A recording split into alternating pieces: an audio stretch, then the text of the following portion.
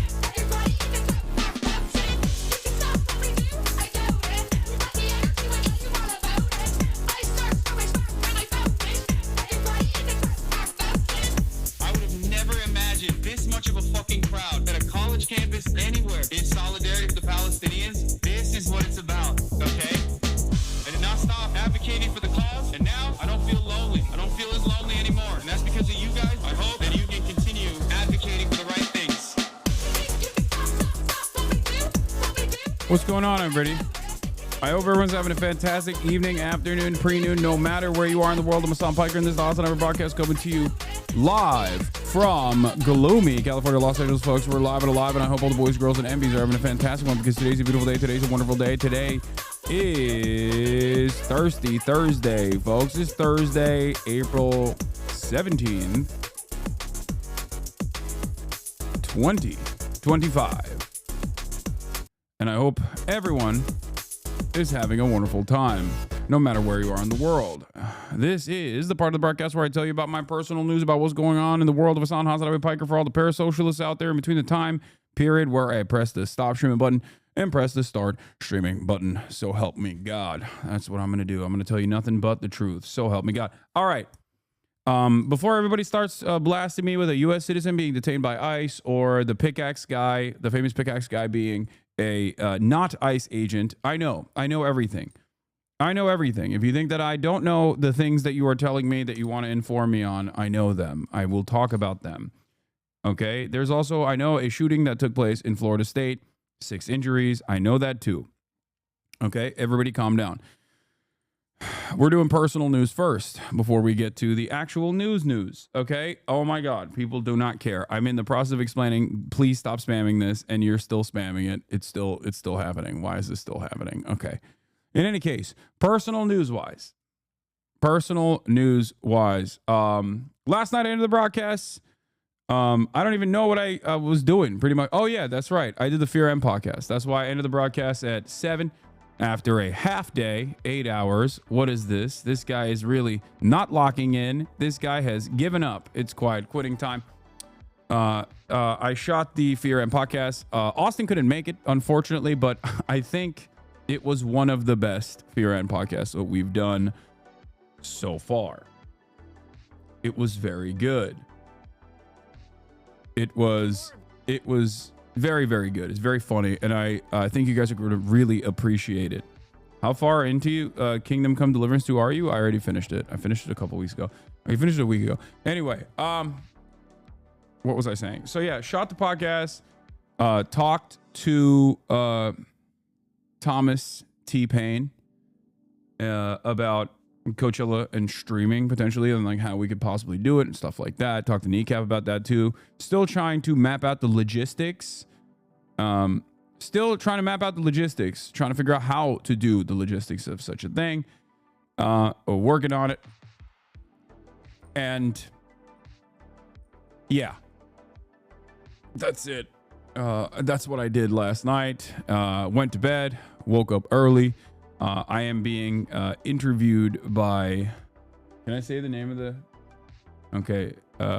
Society, a French publication. And they are doing they're doing a piece on, a profile on me. So I did that this morning. I went to the park as I normally do. Kai is gonna get another photo shoot out of this. I know you guys appreciate that. I know you guys love that. Anyway, but yeah, I'm doing a profile, and it's mostly just a profile on Kai, really. But that's what I did this morning. Didn't you watch the content copy yesterday? Is there gonna be some kind of follow up today or something? A little bit of a follow up on the content copy, yeah. But I'm become a hater if you don't perform hood with kneecap. I mean, I would love to. You're on a government name basis with Thomas Paine? Yes. But in any case, where was I? What was I doing? What was I saying? 3 million on the content cop under 24 hours. That's fantastic. I think it was very good. Very tasteful content cop at the end. Very gracious, to be honest. I know. I think it was like, I am of the mindset that it was too nice, but it's Ian. You know what I mean? He's going to do what he's going to do. He is his own independent man. He has his own perspective. He has his own opinion on issues. I don't think he was ever going to win back a lot of these like reactionary weirdos who have succumbed to even more right-wing positions. That just like despise him no matter what. And he did his thing. He was charitable, he was real, he was honest. We'll talk about it. Anyway, what was I saying? Yeah, hold on. Yeah, I'm working on the logistics of the Coachella excursion that will take place tomorrow. Not going to be a regular. It's not going to be a regular stream. It's going to be a Coachella stream. And yeah, that's it. That's all I got for personal news. I can't really think of anything else. But like I said, there's a journalist in the room, so I'm trying to behave. I'm trying to.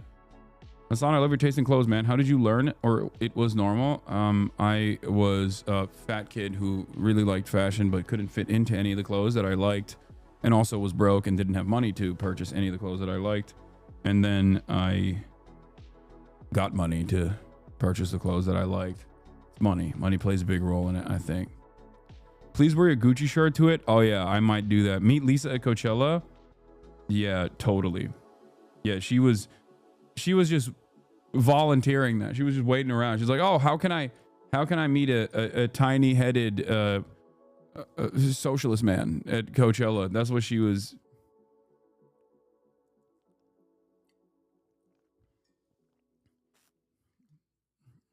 She was waiting for that. Are you gonna watch Lady Gaga? Is she on the night that I'm there? Because if she is, then yeah. If she's not, then no. I will not be seeing Lady Gaga. What else? What else was I going to say? That's it. That's pretty much it. I just listened to you on Theo's podcast. It was hilarious how he had to stop you because his fans are too dumb. No, I mean, I think Theo was very gracious. I really liked it. I really liked that conversation. Also, speaking of conversations with podcasters who are apolitical or, right-wing, my Steiny podcast is supposed to be coming out soon as well. So that's cool. I'm about to get drip from the source, trying to opening up the same market for everyone to directly buy the Gucci's and Louis Vuitton. That's so funny. Not a lot of those, those are dupes, right? Not that it matters. Oftentimes it's made by the same quality material, but like they are still dupes. And what I mean by that is the artisan, like the craft work that goes into some of those pieces are not going to be reflected in the dupes in general. But I mean, hey, there's no problem with dupes. I fucking think dupes are dope. So dupe it up. I'm Turkish. We do dupes all the dang time. That's my shit. You going on a 280-hour free visa shopping in China? Sure. Yeah. Buddhists say that any criticism should be truthful, helpful, and kind. I think the content comp met all three. Hope this helps. One must ask oneself, would Monkey D. Luffy buy genuine Gucci? I don't know, but I am not like Monkey D. Luffy. Let's be real. I wish I was, but I'm not. First of all, I can't eat as much as he can. I would get fat and stay fat. He has the capacity to just go whoop, and then suck out all of the food that he inhaled. Turks are dupes of Ottomans. It's true. We will talk about the FSU shooting as well, but you know my policy. I don't usually immediately dive into breaking stories like that until there's at least until the cops actually release a statement or something. So we'll do that. But let's blast off. Let's get started. I wonder what the 48-hour news cycle around the FSU shooting will look like. Yeah.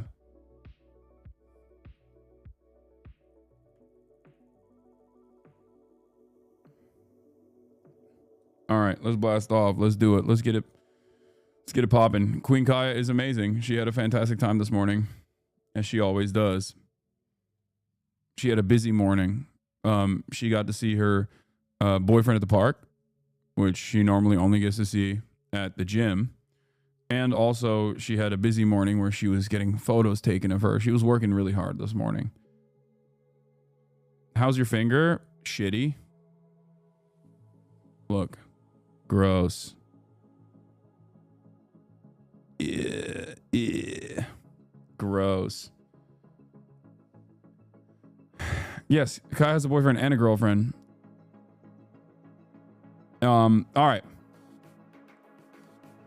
Let's get it popping.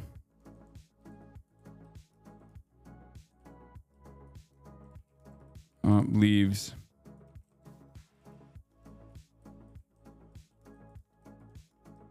Right wingers leave annoyed at woke iDubbbz. Aftermath of Conta Cop leaves right wingers annoyed at woke iDubbbz. SCOTUS is gonna review birthright citizenship. Yeah, they're not gonna give in to that. That would be crazy. What else? Okay. Let's blast off. IRS tax status in question. Trade wars continue.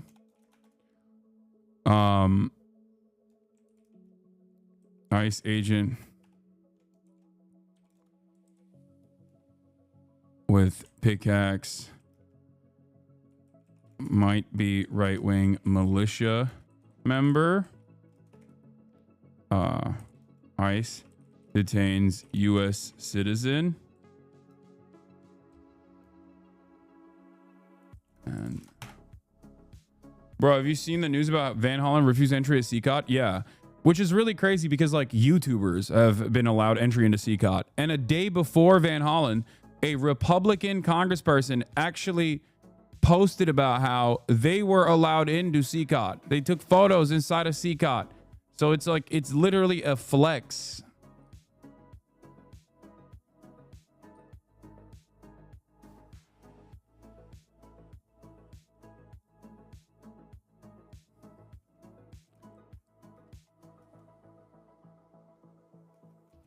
No, not might be. It's proven, but like he's not an ICE agent is the one that I don't know if it's correct or not.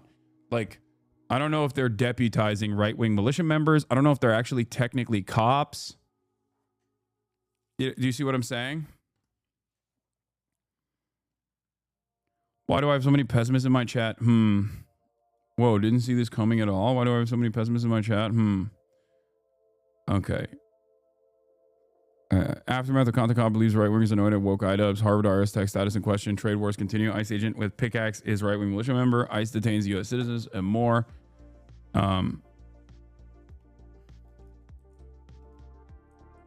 Coachella with kneecap tomorrow. Get in now. Will you talk Canada? Shit is getting bad. If I have time, sure. DEI dubs? That's funny. I like that. Hold on. Where is the thing that I... there was a really good blast off meme that I think Grok made. New fan cam of you. Okay, calm down. We're not doing fan cams right now. Will we go to TwitchCon Europe this year? Probably not.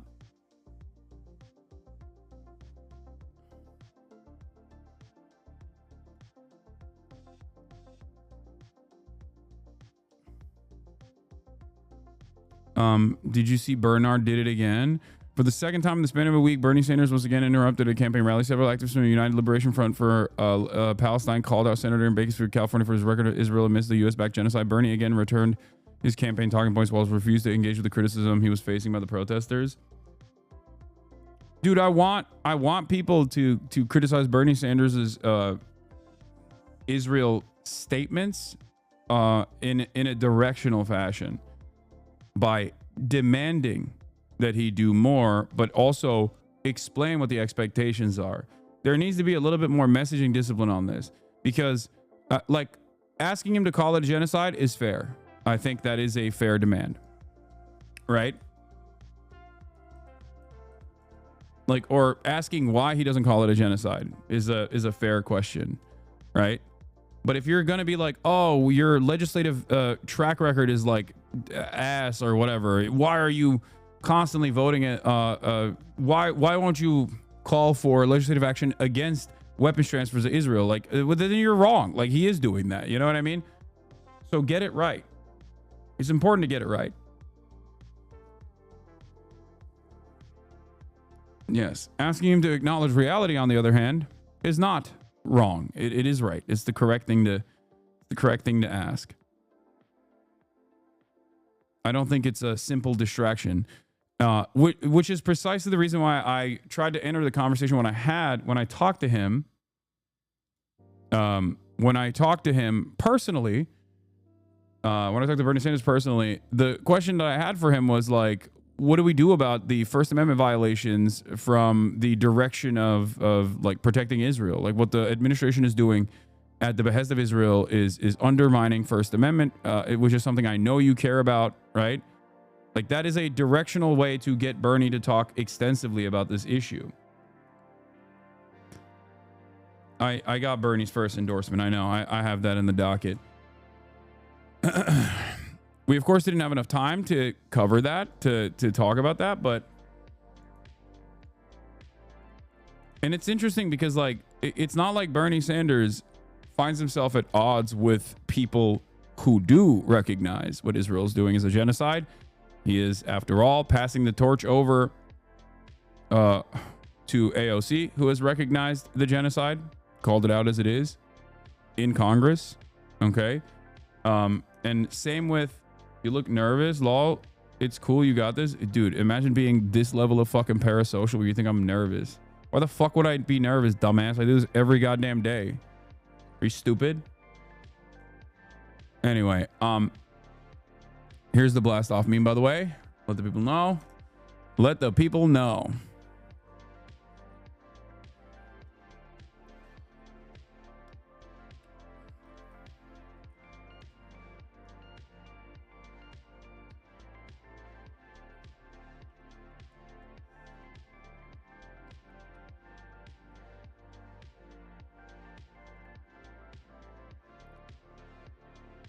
This isn't needed, homie. Chill. Don't tell me what's needed. I don't get why people attack one dude fighting for them, though. Like, isn't that just a snake eating his tail? No, Bernie Sanders is a leader in the leftist movement in this country. A very important figure that knows better, and a very important figure, especially when it comes to talking about Israel, specifically because he is the most prominent and the most popular Jewish American politician. Okay? He has so much influential power to change discourse in this country. And he has done that in the past. That's why I'm saying that like my expectation of him has always been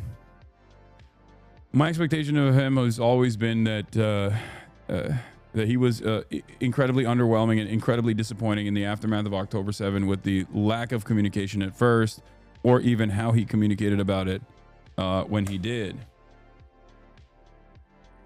You know? Man, there are no Jill Stein voters. Yeah, where's Jill Stein? I mean, I asked this question yesterday. Where is Jill Stein? Bernie's out there. Where's Jill Stein? Is she out there?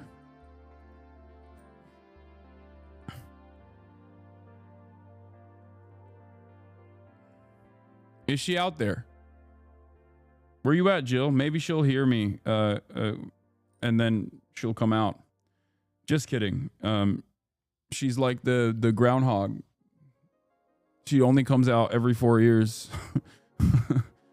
She's hibernating for all the work that she's gonna put into running for office every 4 fucking years. You know. Classic. Remember this. I'm going to keep hammering this point because a lot of you yelled at me. A lot of you fucking yelled at me. Okay?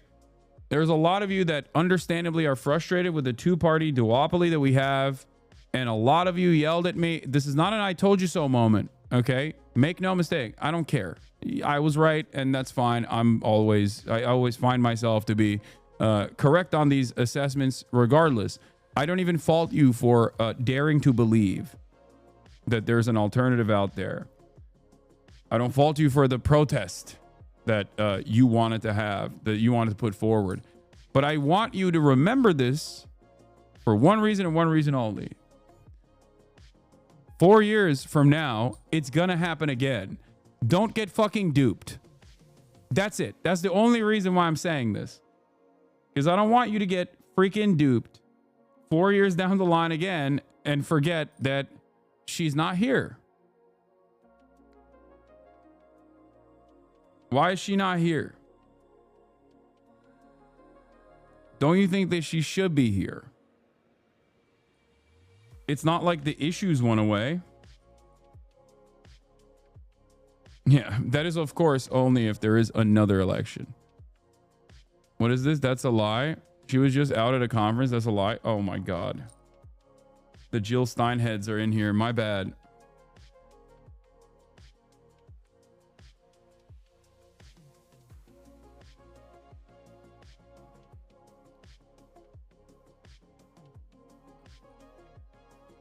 She's doing a 4-year Goku energy surge. Yeah. I simply cannot comprehend the inner machinations of Jill Stein's mind. I can't. How come I never hear a thing about her all year? I follow news every day.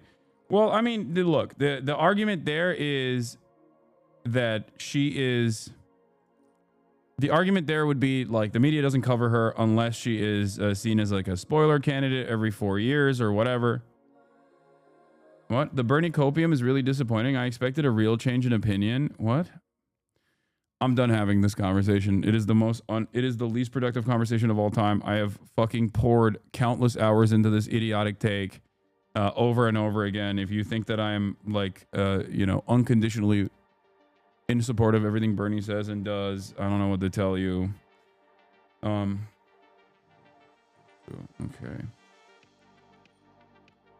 It's fine, man. Hey, you and the Vanguard is going to magically exist. Go to a fucking Bernie rally and start organizing at a Bernie rally.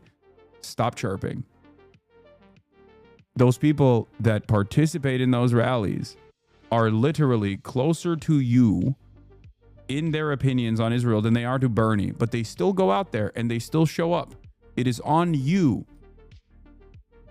to talk to those people and to guide them in a direction where we can all make meaningful change. Stop fucking chirping in here. You're fucking annoying. Okay? It makes you feel like you're doing something. You're not doing anything. You're just being fucking annoying. God damn. This never ends. Holy shit. All right. President Trump participates in bilateral meeting with the Prime Minister of Italy. Yes, chirping is not praxis. You are not doing praxis. You're just being fucking annoying.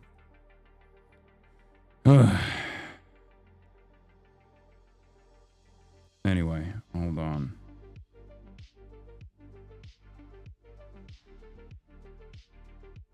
What is this? Is this the fascist lady? Yes.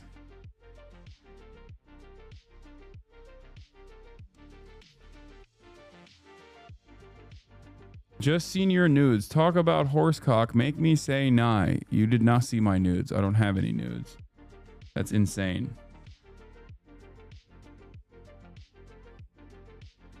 I have guests here. You fucking psycho. All right. Let's get it started. President Trump participates in bilateral meeting with the Prime Minister of Italy. Let's take a look. Florida State University, Tallahassee, active shooting. I guess it's an active shooter. What the fuck is this? Fully briefed as to where we are right now. It's a shame. It's a horrible thing. Horrible that things like this take place. And we'll have more to say about it later. In the meantime, it's an honor to have the Prime Minister of Italy with us, Prime Minister Meloni, who's doing a fantastic job. I would say that she has taken Europe by storm and highly respected. Everybody loves her and respects her, and I can't say that about many people. And she's become a friend, and we really have a great relationship between Italy and ourselves. And we talked about trade. We talked about many, many things during our luncheon, and she'll be saying a few words, but she's a very special person, and it's nice to have you with us. Thank you very much. Thank you very much, Mr. President. Thank you for your warm welcome. Thank you for this occasion, which is aimed to strengthen our relation, our friendship that comes from very far. You know, today is April 17, and April 17 marks the anniversary of the agreement that allowed Cristoforo Colombo to make his trip. And I say to remember how ancient are our ties, but also to remind that we both share another. Damn, we got penis Mussolini and vagina Mussolini in one shot. You mean mango Mussolini? Yeah, that's true.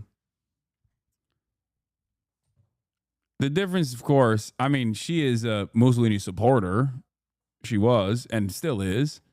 Trump, on the other hand, I don't know. I don't think he even had like the Mussolini development of initially starting off as like somewhat of a socialist or a prominent figure of like any sort of workers back movement. Donald Trump just straightforwardly came in and was across the board a real estate developer. Other fight, which is the fight against the woke and ADI. Who was her grandfather? No, that's not Giorgia Meloni. You're thinking of the granddaughter of Mussolini, who I think was in Meloni's party initially. I don't know if she still is. No, the granddaughter of Mussolini still is in Italian politics. But this is a different person. What's funny about at least like Trump also is that while he is very much the same kind of fascist that Adolf Hitler or Mussolini was, unlike Mussolini, he is not making the trains run on time either. He is incompetent through and through. There has been no signature achievement that you can even attribute to him, even if it's like an achievement that is supposed to advance his fascist goals. Every part of this process is completely fucking ridiculous and filled to the brim with incompetent charlatans that want to do harm, but oftentimes get in their own way due to said incompetence. Ideology that would like to erase our history. You should interview Jean-Luc Mélenchon. He speaks English and is coming to the USA next week. Yeah, I would love to do that. I don't know where to even fucking reach him, but yeah, that'd be great. And as I know that we share lots of things on tackling illegal migration, on fighting against synthetic drugs. Mussolini also didn't make the trains run on time. He just made people afraid to report them late. I mean, I'm just saying, like, there's no grand project here is my point. It's just barbarism, but also incredibly incompetent levels of barbarism, which ironically stops their overarching agenda of implementing a full-throated fascist administrative takeover because of that incompetence. Like an example of this is basically jumping the gun and being like, Mahmoud Khalil has to be deported, right? Initially, they were going to go after student visa holders only and clear that part up and make sure that there were at least like all of the legislative or judiciary hurdles that could have been presented in front of them. They were going to tackle that and then move on to green card holders and then move on to citizens. They just had to jump the gun ahead of time, and now they're being set back by the courts.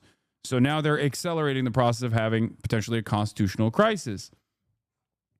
Same thing goes for the incompetence demonstrated in the Abrego Garcia situation, right? The false deportation there.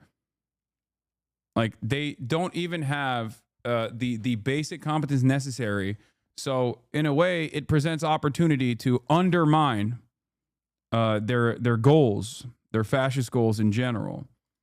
Italy has been one of the nations that made a plan against fentanyl, for example. But we have been talking about many bilateral topics and things that we can do together, about defense, about economy,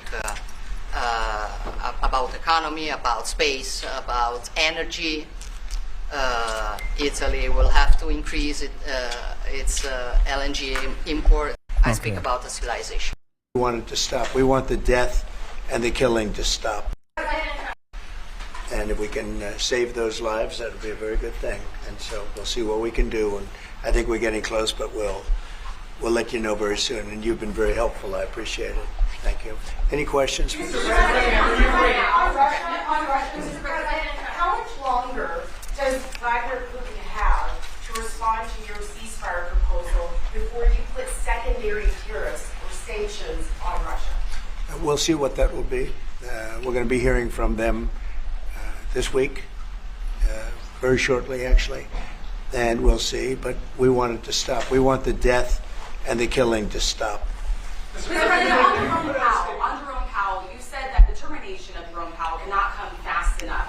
He says he won't leave, even if you ask him to. Oh, he'll leave. If I ask him to, he'll be out of there. But I don't think he's doing the job. He's too late, always too late, a little slow, and I'm not happy with him. I let him know it, and if I want him out, he'll be out of there real fast, believe me. Yeah, go ahead. Go ahead, please. Question?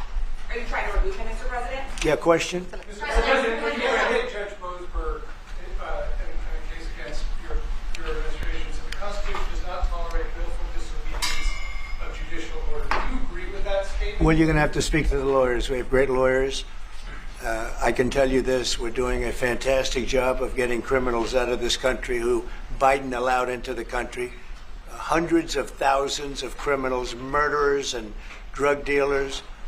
And I was elected because of the fact, I would say maybe that was the number one fact for a lot of reasons, the economy, a lot of things. But one of the primary reasons I was elected is because I said, I'm going to get the criminals that he allowed to come into our country so stupidly through open borders. I'm going to get them out. And I got a lot of votes, record-setting numbers of votes, as you know. We won everything. The popular vote, all 7 swing states, we won everything. And that's what the public wanted, and that's what I'm doing. But you'll have to speak to the lawyers because it's up to them. Say it. What do you think of the proposal from If you take out Powell, the market plunge will make Black Monday look minor. The Fed's separation from the government is one of the more core pillars that keeps the dollar as a global reserve. If that goes away, we are in totally uncharted territory. I mean, he's done a lot of unprecedented things, including undermining the persuasive authority of the Supreme Court of the United States. So, and as we've talked about already, he does have a proclivity to molest the money. He loves molestation. But specifically, he will even go so far as to molest the money over and over again, as he has done so in these past couple of weeks. So when everything is uncharted territory, I guess this is just more of said uncharted territory. It's precedented, Andrew Jackson. No, it's not the same circumstances. This is a direct court order from the Supreme Court to the federal government. The Andrew Jackson situation basically was Andrew Jackson not enforcing the Supreme Court's demands against state authority. So in some ways, it is a different and unique new boundary that has been broken, okay?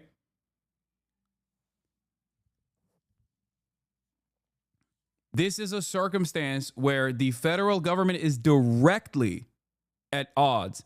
The action that is being demanded from the Supreme Court as a persuasive authority here is to take action, to take direct action against what they've done so far. It's not like, oh, you have to enforce federal government powers over a state doing violence, for example.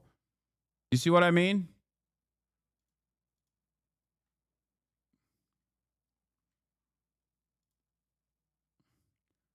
Why is it always the anime heads that can remember all this lore? I don't know what you mean. Anime heads remembering lore? Are you talking about American history? Like constitutional history? You referred to it as though it's an anime lore?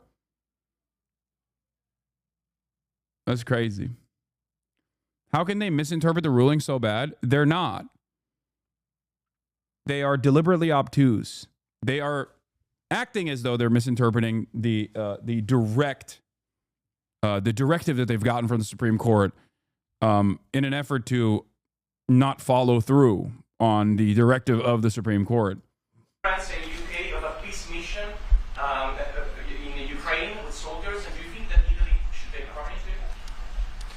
Well, I think Italy will have to make that determination, but peace missions are always good with me. I'm okay with peace missions. Yeah, please. I think Trump ignoring the Supreme Court has a bright side. The president will allow future leftist president to ignore the Supreme Court to pass good policy. No, I love the copium here, dude. You think there's going to be a leftist president, let alone another president after Donald Trump, if he undermines the entirety, not just the Supreme Court, but like undermines the entire structure of the separation of powers and the power that the judiciary holds across the board? Yeah. Yeah, just like when just like when the Democrats clearly cast aside the Senate parliamentarian, you know, because the Republicans had done so in the past under Dick Cheney, for example. Oh, wait, they didn't do that. Fuck. I totally forgot. They did not do that. And at the time, I yelled at the Democrats and I said, hey, remember when Dick Cheney and George W. Bush was like, fuck the Senate parliamentarian. We can, I think it was FEMA funds that they wanted to reallocate. Okay. And the Senate parliamentarian was like, you can't do that. And then they were like, okay, well, you're fired. We're going to now reappoint a Senate parliamentarian that will, as a matter of fact, follow along our agenda. And that was almost a decade before Biden. So why did the Democrats not do that? Oh, that's right, because they have no motion. They have no interest, more importantly than that. So, and the irony, of course, is that like we're talking about not only a future leftist president, but just like any elections whatsoever coming down the line. You know, I don't think it's going to happen. I don't think it's going to, it might not happen. I do think that we are in the end game here. With the Prime Minister, vis-a-vis Italy and the United States and Europe and the United States. And on China? We discussed it very briefly. No, we're doing very well with negotiations, I think, with all countries. And Scott could tell you a little bit, but we are doing very well. We have a lot of countries that want to make a deal. Frankly, they want to make deals more than I do. Go ahead, Scott. Would you say something, please? Yeah, we've got a process in place. We're working. You're also pessimistic. Remember the same argument being said in 2016. Cry all you want. We're going to just have him for this term. Maybe if the Dems run another botch campaign, then maybe he's going to be a shitty president. And that's it. Not the end of the USA law. First of all, the end of the USA has nothing to do with Donald Trump. He's just accelerating that process. The end of the USA is happening not because of Donald Trump, but because of the Republican Party and the Democratic Party, both parties upholding the interests of capital owners as opposed to the interests of the citizens, the workers in general. So that is happening no matter what. Okay. Every single president prior to Donald Trump has contributed to this process. Donald Trump is simply accelerating the process and doing it in broad daylight in the most incompetent way possible. So that's silly. Also, what the fuck do you mean? Donald Trump lost the election and then did an unsuccessful insurrection, but then won the election after doing that insurrection and literally pardoned all the people that did the insurrection. Like, I'm not libbed up to constantly talk about January 6th and say this is like the 9/11 of our time. I don't think that's the case, but like, let's be real, dude. This is not normal. What are you saying? This is, in some ways, the expected outcome of years and years of American civil liberties decaying in the aftermath of 9/11. This is the expected outcome of numerous Democratic leaderships not reversing the decisions that Republican leaderships engage in, Republican administrations engage in terms of accelerating the surveillance apparatus, the mechanisms of surveillance of the state, in terms of eroding civil liberties, going from black bagging, random Muslim people in Dearborn and putting them under constant surveillance, to blackbacking random people that we think are brown and scary, or blackbacking random people that we think present a real threat because they're exercising their First Amendment rights. With Trump facing multiple indictments, why isn't impeaching being discussed as it was during his presidency? I think everyone is just kind of given up on that process. That's what it is. Democrats cleaned the gun, loaded the gun, and are mad at Trump for using the gun. Exactly. Exactly. That is true. I mean, when you think about it, even like all of the institutional allowance given to the pro-Israel lobby and all of these organizations that masquerade as like Jewish advocacy organizations or organizations tasked with like combating anti-Semitism, these organizations have a lot of institutional legitimacy. The Democrats did not even choose to fucking tackle it. Why do you like to watch terrorist propaganda on stream? I mean, what are you supposed to do, chatter? I mean, look at the terrorist. He's right here, you know? We're a nation of terrorists led by the arch terrorist. I have to cover the news, and, the news is terror. There's no choice. What do you want me to do? Not just be like, hey, guys, today we're not going to cover any terrorism whatsoever. We're not talking about Donald Trump. We're not talking about Israel. We're not talking about anybody, okay? Yeah, if I close my eyes to the terrorist regime, the fascist terrorist regime of Donald Trump and its deportation policies, maybe it will go away. On the big 15 Oh, economy. see, camera pans over, more terrorists. We had a fantastic meeting with Japan yesterday. I believe they've been called with the EU already. And then we have South Korea coming in next week. And I believe India is also talking. That's moving very quickly. Go ahead. Ukraine's President Zelensky has said he has evidence that China is supplying weaponry or ammunition to Russia. Do you have any evidence on those lines? And also, he said we could see a minerals deal signed this week. Is that? Well, we have a minerals deal, which I guess is going to be signed on Thursday, Scott, next Thursday, soon. And I assume they're going to live up to the deal, so we'll see. But we have a deal on that. No, I have no comment on that. I have no idea. That's his statement, not mine. Mr. President, there were reports that you don't believe that you made off the Israeli attack on Iranian nuclear facilities. Can you comment on that? Is that accurate? And they said the attack is what? This tiny episode is out. Plan to attack Iranian nuclear facilities. I wouldn't say waved off. I'm not in a rush to do it because I think that Iran has a chance to have a great country and to live happily without death. And I'd like to see that. That's my first option. If there's a second option, I think it would be very bad for Iran. And I think Iran is wanting to talk. I hope they're wanting to talk. It's going to be very good for them if they do. And I'd like to see Iran thrive in the future, do fantastically well. I know the Iranian people, they're incredible people.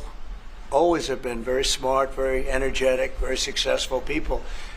And I don't want to do anything that's going to hurt anybody. I really don't. But Iran can't have a nuclear weapon. It's, pretty simple. It's really simple. We're not looking to take their industry. We're not looking to take their land. All we're saying is you can't have it. That's just Ukraine. We're doing that to Ukraine. We do that to our allies. We do that to our proxies. Iran, as it stands, not a proxy. We would like to make it, but it's not. We tried with the Shah. We tried to do it with the Shah. People didn't like it. They did a revolution, Islamic revolution. You hear that, folks? They didn't like it. We made them our proxy. They clipped too many. They pulled too many fingernails. That's what the Shah did. The Shah's guys, they were torturous. They were doing too much torture. I told them Shah's a good guy, but radical Islam won. A nuclear weapon. The deal that was made with Obama, that deal would have expired already. It was a terrible deal. It would have expired. Shut the fuck up, you crazy piece of shit. There's nothing left anymore to put sanctions on. Try your best. I like to think that he's saying that to me. I know you're directing that at Trump, but... And that gave them a clear path to a nuclear weapon. I wouldn't have accepted. That's why I terminated the deal. Number one, it was way too short. Dude, it was the opposite, by the way. Signature accomplishment of Barack Obama's foreign policy, and Israel straight up came in and was like, no, undermine this right now. And Trump was like, yes, of course, sir. I would love to do that. Thank you for the $100 million, Sheldon Adelson. Of course, I will throw away the the signature foreign policy accomplishment of the Obama administration. When countries are involved, you don't make short-term deals. These are countries with long lives. And I terminated that, and it was a great termination because it didn't allow us to do anything. Once it terminated, you know what the deal was. It was a terrible deal. Really, one of many terrible deals made by the U.S. But no, I'd like to see Iran thrive, and they can do that, I think, very easily, or they can do it the other way, and the other way is not going to be good for them. It's going to be really bad for them. Now, the Iran situation is interesting because, according to New York Times reporting, Trump waved off Israeli strike after divisions emerged in his administration. Israel developed plans for attacking Iranian nuclear facilities that would have required U.S. assistance, but some admin officials had doubts. Now, I don't know if this is a process from the New York Times, which is the State Department's favorite newspaper, that seeks to normalize and maybe even sane wash the Trump administration, but I have no reason to assume that this is fake news, okay? But seemingly, Israel had planned to strike Iranian nuclear sites. I definitely believe that, okay? As soon as next month, but was waved off by President Trump in recent weeks in favor of negotiating a deal with Tehran to limit its nuclear program. The very fact that you are hearing about this implies that the administration wanted this to be reported on, okay? I'm just going to mention that real quick. So that should guide you on trying to make an assessment on what the admin is trying to do here, okay? You would not hear about this if the admin didn't want it to be reported. So, but I thought Israel was a foreign nation that is totally separate from America. I thought we had no way of stopping them. Weird. Anyway, in favor of negotiating a deal with Tehran to limit its nuclear program, according to administration officials and others briefed on discussions. Mr. Trump made his decision after months of internal debate over whether to pursue diplomacy or support Israel in seeking to set back Iran's ability to build a bomb at a time when Iran has been weakened militarily and economically. The debate highlighted fault lines between historically hawkish American cabinet officials and other aides more skeptical that a military assault on Iran could destroy the country's nuclear ambitions and avoid a larger war. It resulted in a rough consensus for now against military action, with Iran signaling a willingness to negotiate. The irony, of course, is that Iran would just directly light every oil refinery in its reach, and there's plenty of them, most of them in the region are within its reach, on fire. That's what they've said. If you come after the Iranian energy program, the Iranian government has made it clear. We will go after every single oil refiner in the region. We will destroy the global economy. This is something that nobody wants. This is the real, alongside the Trump administration's ambitions towards nuking global markets in general and global trade in general, would destroy the entire planet. Okay?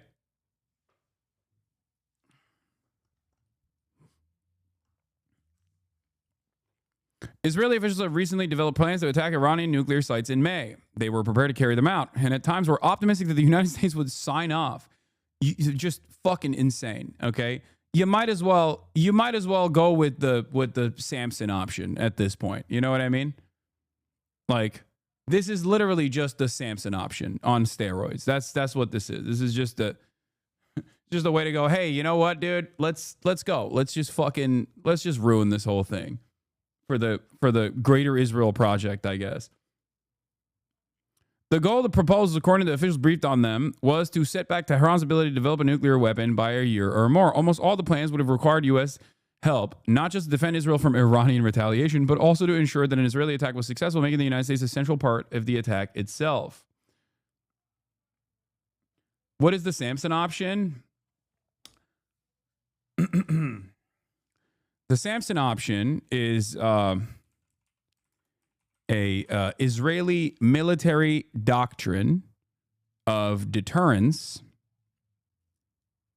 Here is the Wikipedia page for it. Is Israel's deterrent strategy of massive retaliation with nuclear weapons as a last resort against a country whose military has invaded and or destroyed much of Israel.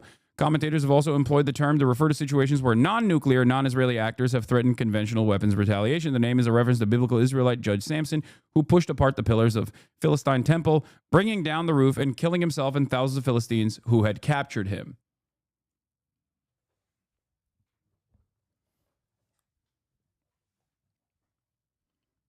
Normal stuff, you know? Normal stuff from the Nazi country. When the Leahy military group were discussing ways to assassinate General Evelyn Barker, the British Army commander in Mandatory Palestine, a young woman volunteered to do the assassination as a suicide bombing. She said, "Let my soul die with the Philistines," as a reference to the Samson story in the Hebrew Bible. Other members of the group rejected her offer. Of course, there is nuclear ambiguity that must be mentioned here.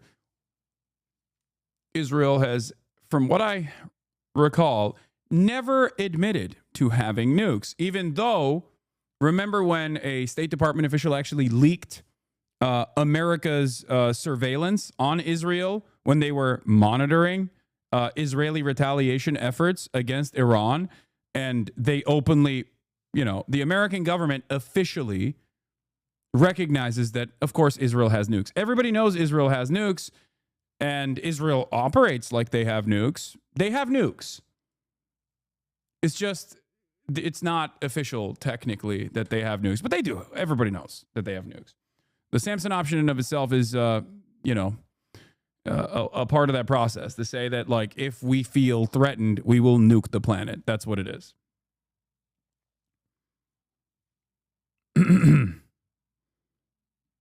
No, everyone knows Israel has multiple nukes, okay? Israel has already deployed one nuke, the content nuke. I wish. First of all, I wish their nukes were duds like the content nuke, okay? I wish. That would be awesome, okay? That would be fantastic. Unfortunately, that is not the case. I think they have very real nukes, not the fake kind.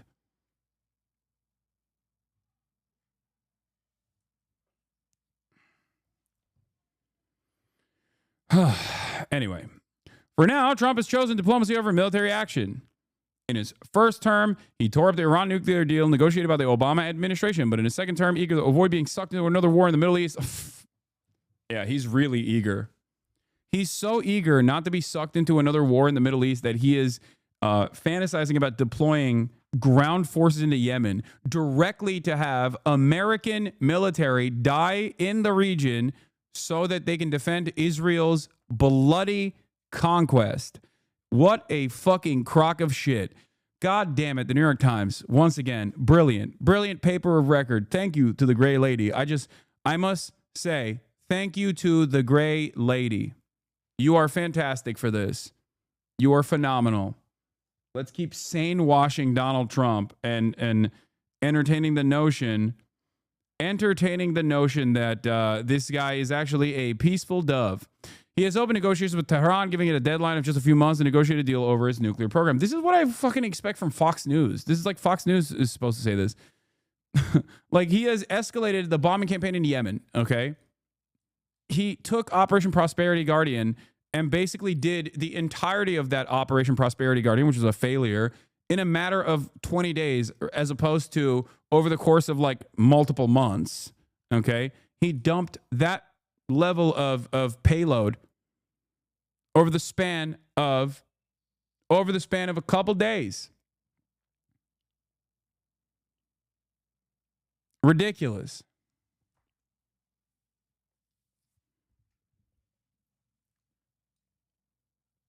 Is the ceasefire in Gaza part of the Iran talks? Sorry if it's a dumb question. Potentially. I doubt it though. I don't think so. I don't know. I don't think that Iran is ambitious an actor that is like truly interested in the emancipation of Palestinians, as opposed to wanting to use the existing and understandable militancy against Israel as a way to undermine its foreign adversary in the region.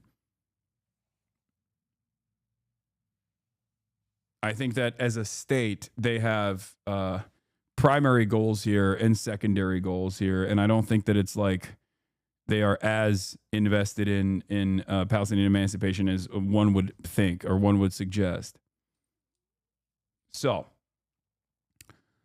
speaking to reporters on Thursday, Mr. Trump took issue with the idea that he waved off Israel but acknowledged and negotiated with Iranians was his preferred course of action. He added that he was not in a rush to support military action against Iran, but reiterated that he did not want Tehran to have a nuclear weapon. I think that Iran has a chance to have a great country and to live happily without death, Mr. Trump said. That's my first option. If there's a second option, I think it would be very bad for Iran, and I think Iran is wanting to talk. So this is Donald Trump entertaining the peace through strength messaging that he always engages in, which is that he is saying, like, we'll sick our rabid attack dog on you, so please talk to us instead. We can be more reasonable actors. That's basically what he's saying. But judging by what he has done so far, obviously Iran is a different kind of conflict as opposed to like Yemen, the poorest country on the planet. So the restraint coming from the Trump administration in this regard is the same type of restraint that the Biden administration had. It is not born out of like ideological differences, but rather born out of the understandable immediate consequences of global instability and potentially global war, global collapse. Okay?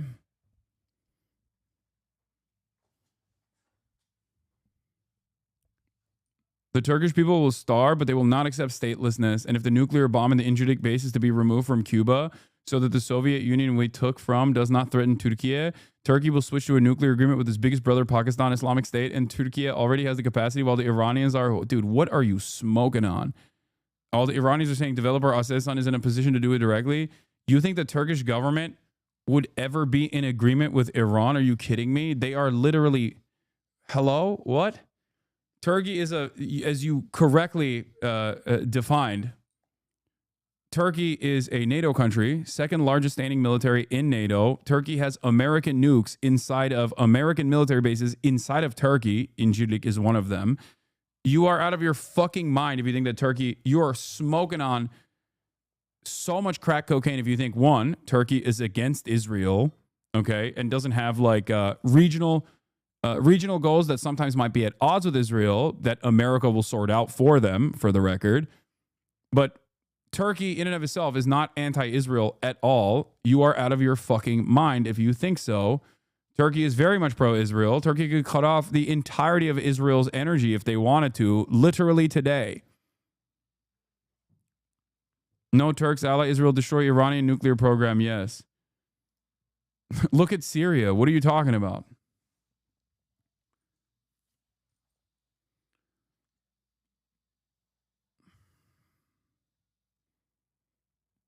Anyway. Damn, I thought Turkey was base for a sec. Yeah, no, they're not. They're not base. It's just optics. Turkey would rather conquer the Middle East for itself, just like they are with northern Iraq. Dude, no, there is no Turkey conquering anything without America's go-ahead, okay?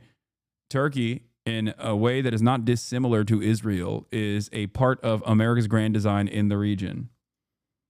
That's it. Anyway, in a statement delivered in Hebrew after the meeting, Mr. Netanyahu said an agreement with Iran would work only if it allowed the signers to go in, blow up the facility, dismantle all the equipment under American supervision with American execution. That's fantastic. I like that Netanyahu is treating Iran, the nation of Iran, as though it is the fucking Gaza Strip at this point. Fantastic. Yeah, totally. This seems normal. This seems like a normal way to talk about a foreign adversary that definitely has a lot of retaliatory capabilities in their arsenal.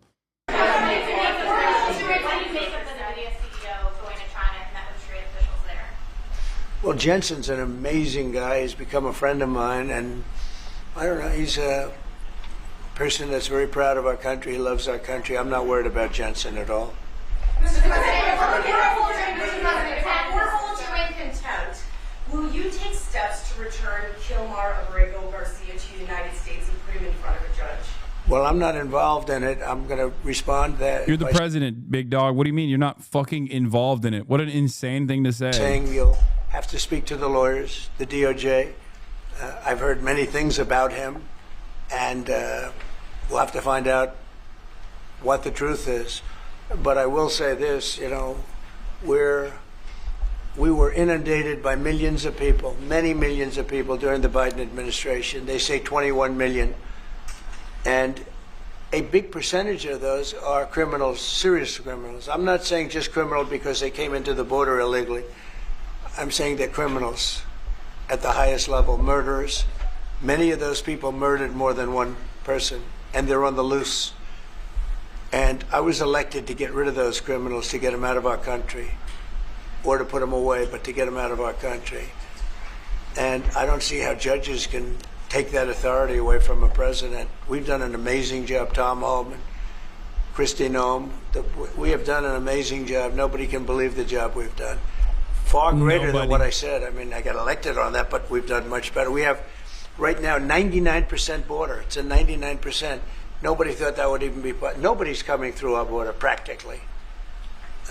2 weeks ago, we had 9 people come through, all for medical reasons. We allowed them. We brought them through because one had a heart attack, one had something else, all for medical reasons. We have a great border. We had a great border 4 years ago, but we have a border now that's even tighter, and we did that in a matter of weeks. And no. Yeah. 20 million serial murderer and rapists were entering the border under the Biden administration is an insane statement, obviously, on its face. And it's one that you can immediately recognize as false.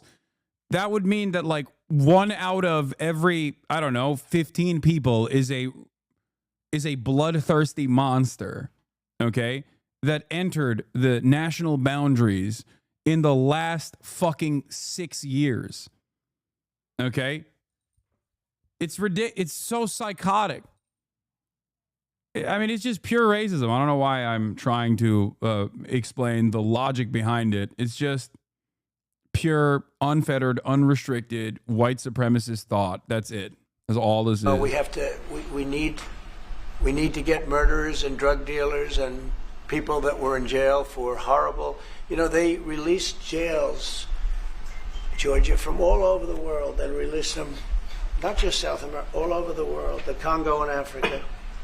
Many people come from the Congo. I don't know what that is, but they came from the Congo. You don't know what the Congo is? Nice. And all over the world they came in, opened their jails. Venezuela, practically all of their prisoners released into our country. We took them because we had an incompetent administration called the Biden administration. And to think what they've done to our country. And I was elected to straighten that out. And I'm doing that.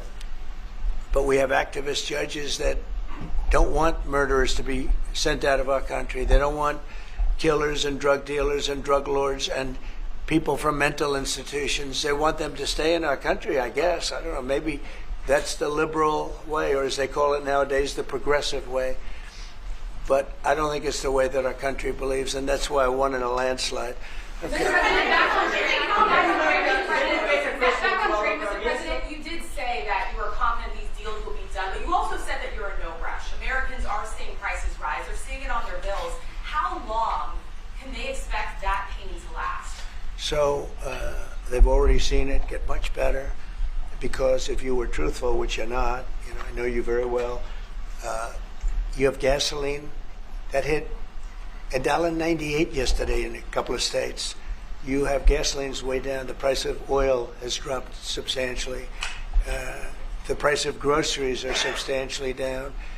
The price of eggs. When I came in, they hit me with eggs.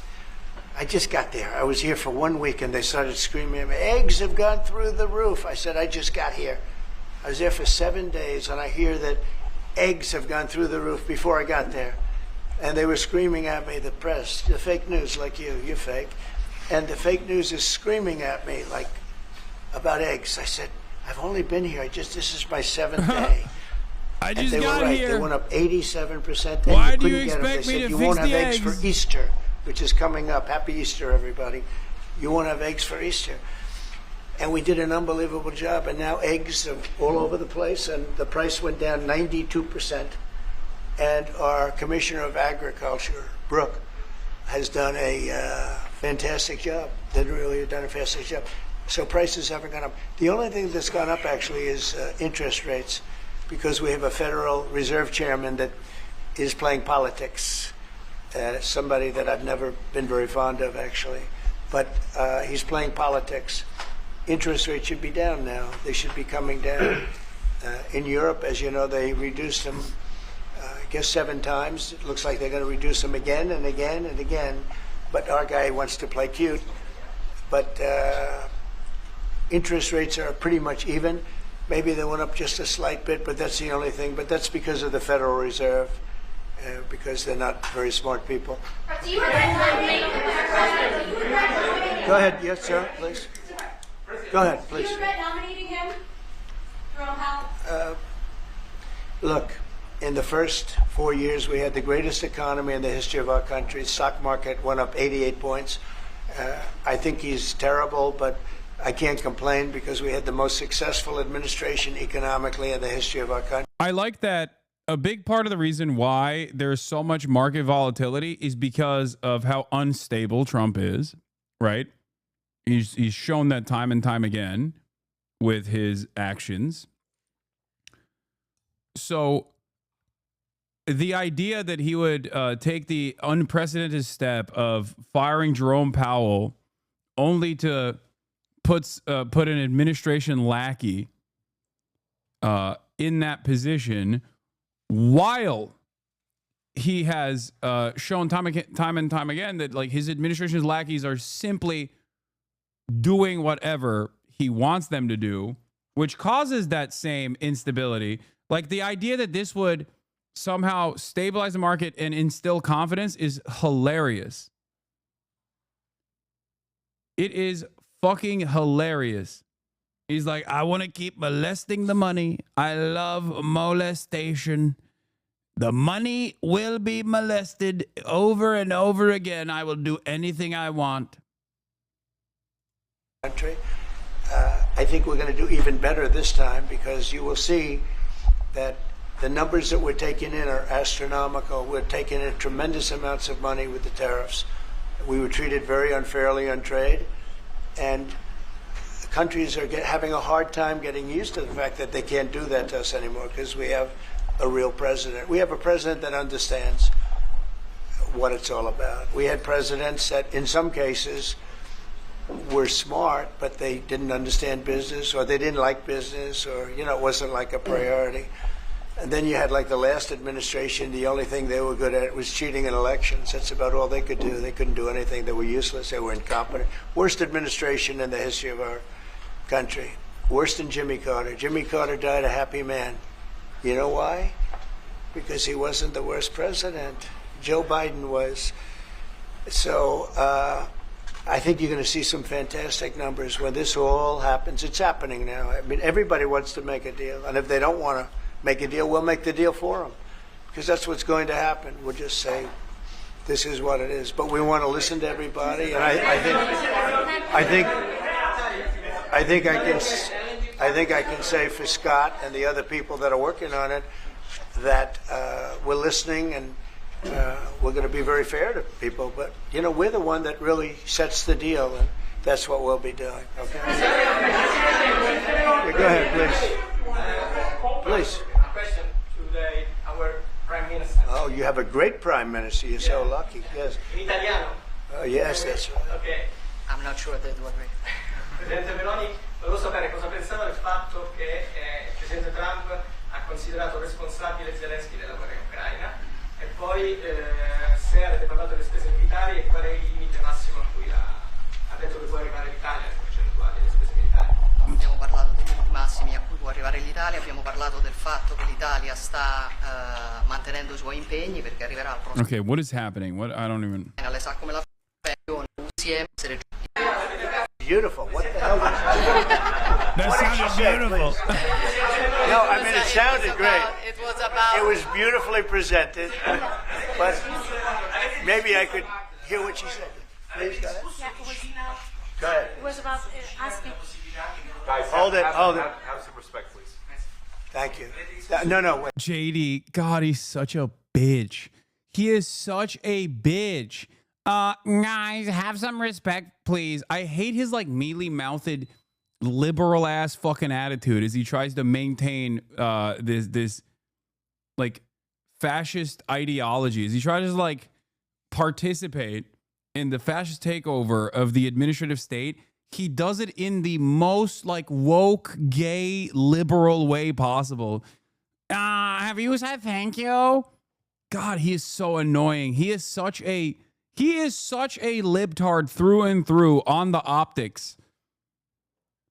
Like it's not. This is part of the reason why I think he will never have broad recognition as like a powerful figure that will continue the Trump agenda. Like he has definitely more capability, like better capabilities as an orator than like Ron DeSantis, but he is just as fucking annoying almost as Ron DeSantis.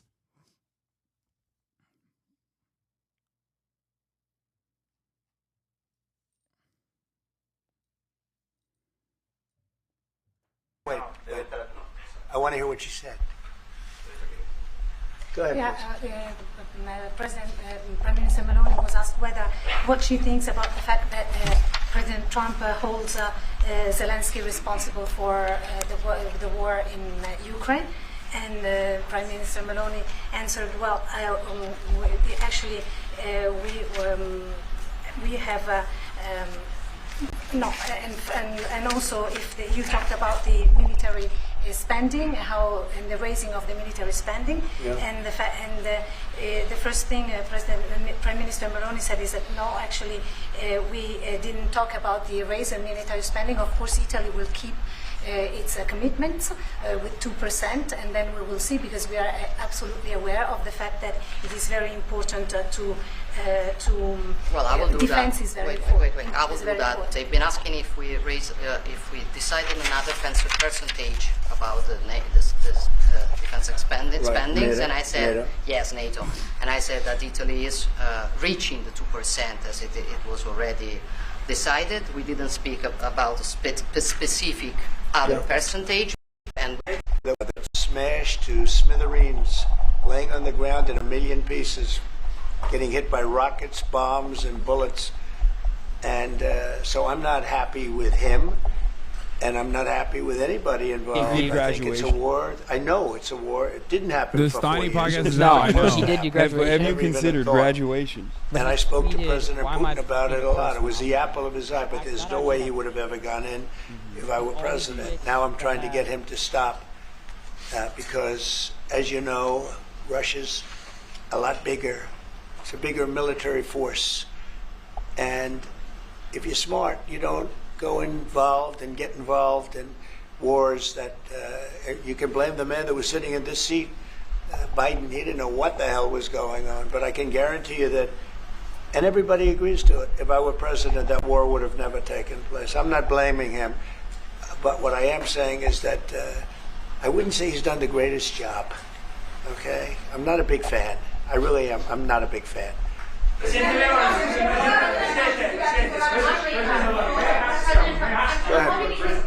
Go ahead. Go ahead. He let out an audible sigh. He's like a fucking Italian again. Europeans are parasites? Yeah. Have you seen it? No, I haven't said. I don't know. He didn't say it. I don't even know what you're talking about. Go ahead, please. Go ahead. No, wait. Next. Go. Thank you. Prime Minister Miller, you just said we want to make Europe great. He absolutely has said that. What a pussy. He's like, oh, I never said it. Don't know what you're talking about. Don't know. Don't believe it. And we want to do it together with the United Sure. West, yeah. Did you, I guess that's what you said, Mr. Prime Minister, how are you going to do that? And are you looking to do it to counter China, who is really trying to gather influence against the United States with the help of this joint? I hope that Europe is going to be great again. Europe is going through a lot of problems, and a lot of it's having to do with immigration. And I'm not a big fan of Europe and what they've done with immigration at all. And I think they got to get smart, because Europe is being very badly hurt by what they've done with immigration. Now, I'll say this, that the Prime Minister has taken a very tough stand on immigration.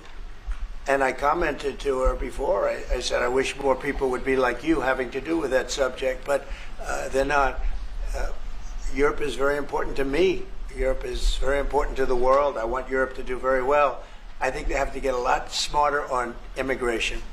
But we are beginning doing it. You've all seen now the policies of the European Union in the last, let's say, 2.5 years have been changing. Okay, at the beginning we were talking only about how we were redistributing illegal migrants coming to Italy. Now we are talking mainly about how to stop illegal migration, work with the countries of origin and transit, and to return people. The European Commission just did the new rules about repatriations and things like that. So things are changing, thanks also to the example that Italy brought in lowering the rates of illegal migration. So we are working now together. So I'm optimistic on that. Good. I hope so. Why does your mic sound like it's thundering outside? What are you talking about? It's not me, dude. It's their microphone in the White House. That's not coming from my mic. It's coming from their mic. Go ahead, please. Also, it's literally, you know the answer, dude. DEI or die. They fired all the gay sound engineers, okay? Clearly, that is what's going on here. What remained of the competence of the administrative state was held together by woke, okay? Make no mistake. These guys came in and they were like, no more trans people, no more gay people, no more black people, no more brown people. And lo and behold, look what happened, okay? The markets are in shambles. Planes are falling out of the fucking skies, okay? There's no competent sound engineering happening in this goddamn room, all because of woke. They took woke away, and here we are. Go ahead. I'd like to ask President Meloni if you have discussed the option of starting to deal with Italy on satellite communications, and President Trump, if you want to see the Google company. The Google what? The Google company. What about the it? Google business. What is it working out? Go ahead, please. Oh, well, we didn't discuss about Starlink. We've been discussing about defense space. We will work together also in the Mars missions. So there are big things to do together, but we didn't discuss it.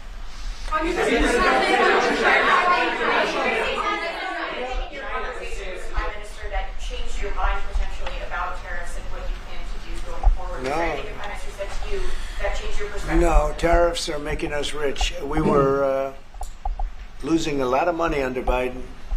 trillions of dollars, trillions on trade. And now that whole tide has turned. We're making a lot of money. We're taking in a lot of money. Don't forget, we're taking in. We have not done that. That's not a thing that has happened so far. I mean, one might even argue that that's not how tariffs work in general, because it ends up being, I mean, it is an entry fee, which you pay as a consumer, because that price increases the price of goods that you're purchasing.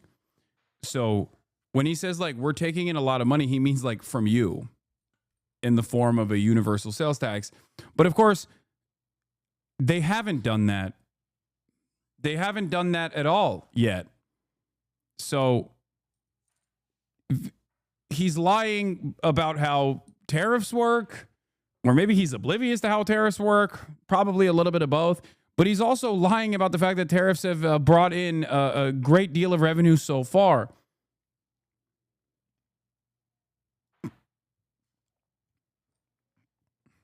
CBP says the latest tariffs have generated $500 million, well below Trump's estimate.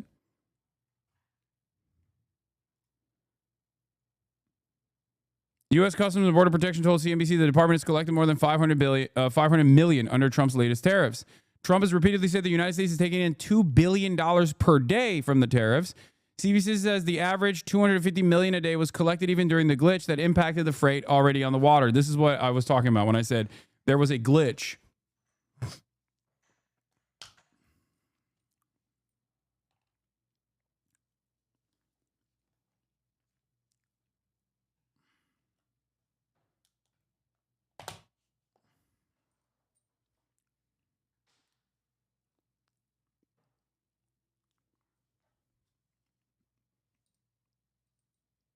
Also, I do want to mention something here, but it's important to recognize this. Since April 5th, CBP has collected over $500 million under the new reciprocal tariffs, contributing to more than $21 billion in total tariff revenue from 15 presidential trade actions implemented since January 20th, 2025. This is not revenue collected from foreign nations. This is revenue collected from companies that are paying an entry fee, American corporations that are paying an entry fee to import goods into the country. Okay, so this is currently coming out of the pockets of U.S. importers and will most likely end up coming out of your pockets, because they're going to want to maintain their profit margins. And therefore, in an effort to maintain their profit margins, they're going to carry over that cost to you, the American consumer. That's it. So when they talk about $500 million worth of tariffs revenue, they mean $500 million worth of extra taxes. $500 million of increase in taxes. Oh, actually, probably even more, as a matter of fact, because other companies that aren't even impacted by the tariffs will adjust their rates to the market. You're fear-mongering? What? 44-month subscriber. The only thing you should be fearing is the top of the hour ad break that sometimes comes 13 minutes after the top of the hour, except you should fear no more, because you obviously will be subscribed. No tariffs here. It's still $6 a month or free in the form of a Twitch Prime. As long as you have a Twitch Prime account or Amazon Prime account that you connect to your Twitch Prime account, you can get one free Prime subscription a month. Double got 'em, not running the ad break, but you can still subscribe. Is the best way to show your support for the broadcast. Ad breaks are not back. I am joking. I will not be running the ad, but you can still subscribe to support the broadcast. Totally voluntary. I just rose from my nap at this. Yeah, sometimes it's fun. It's fun to. You're exaggerating tariffs being bad, bro. Debated, get debated. Yeah, you got me.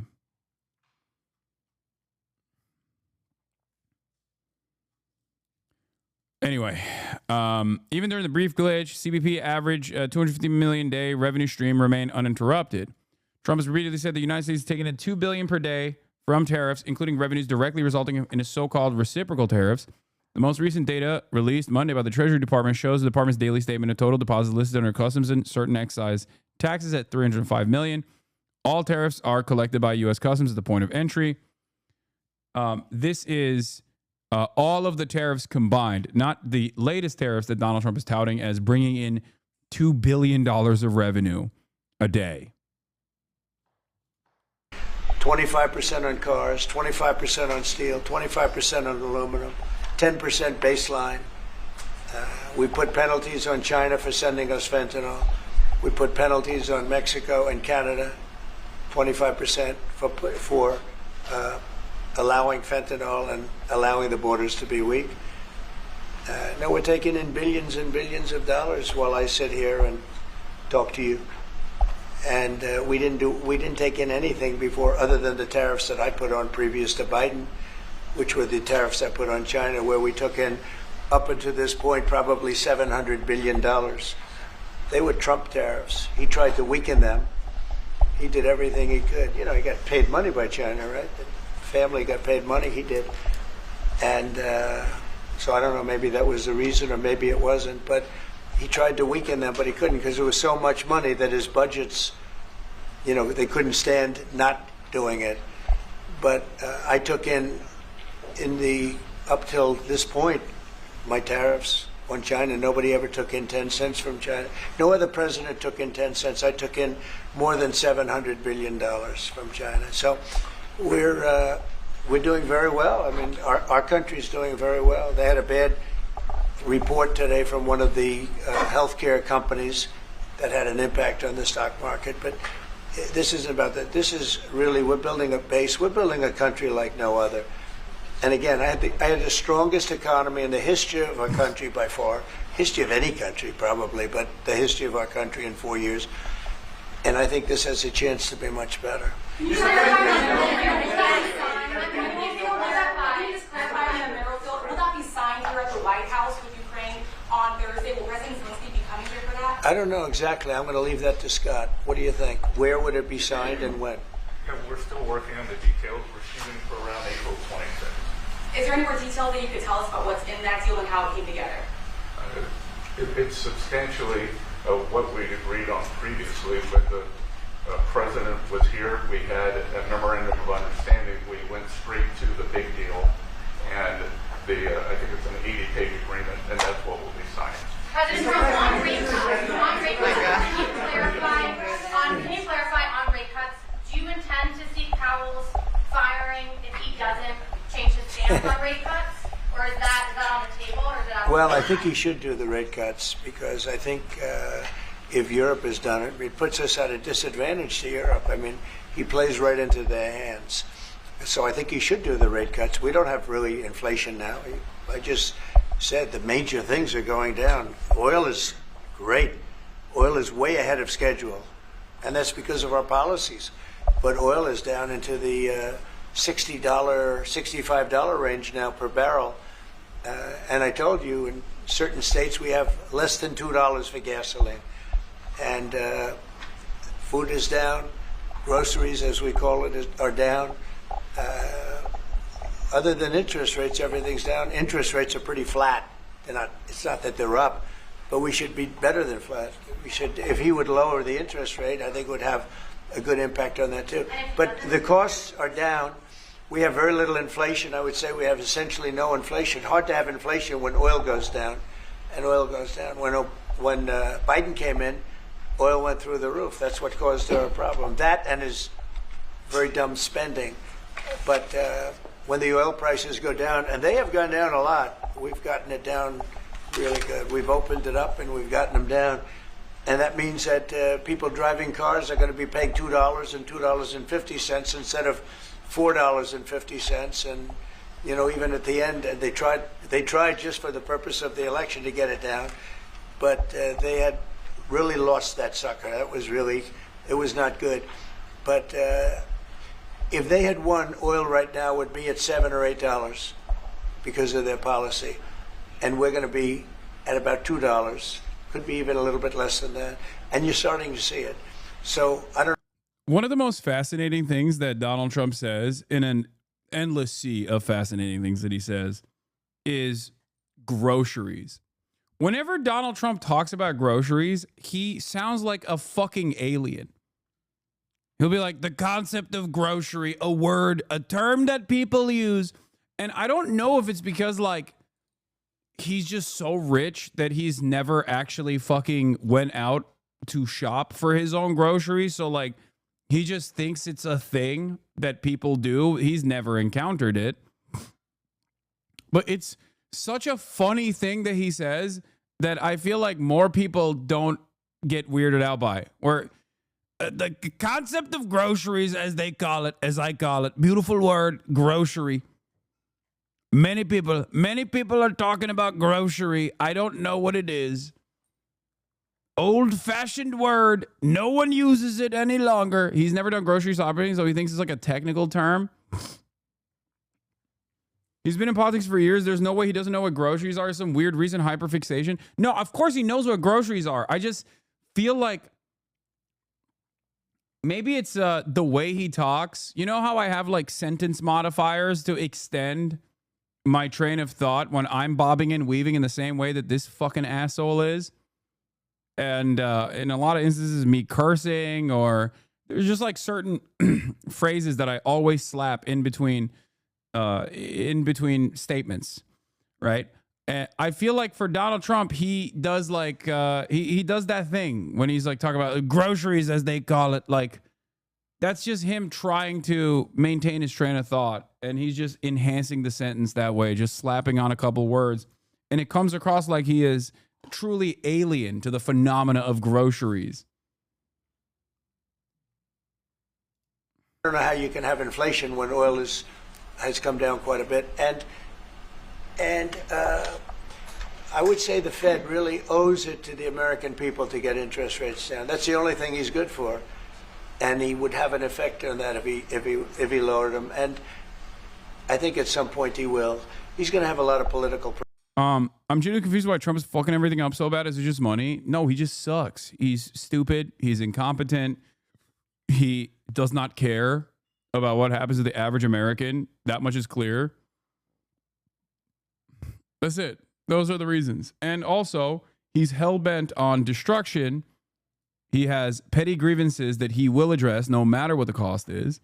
And seemingly, no one is interested in stopping him.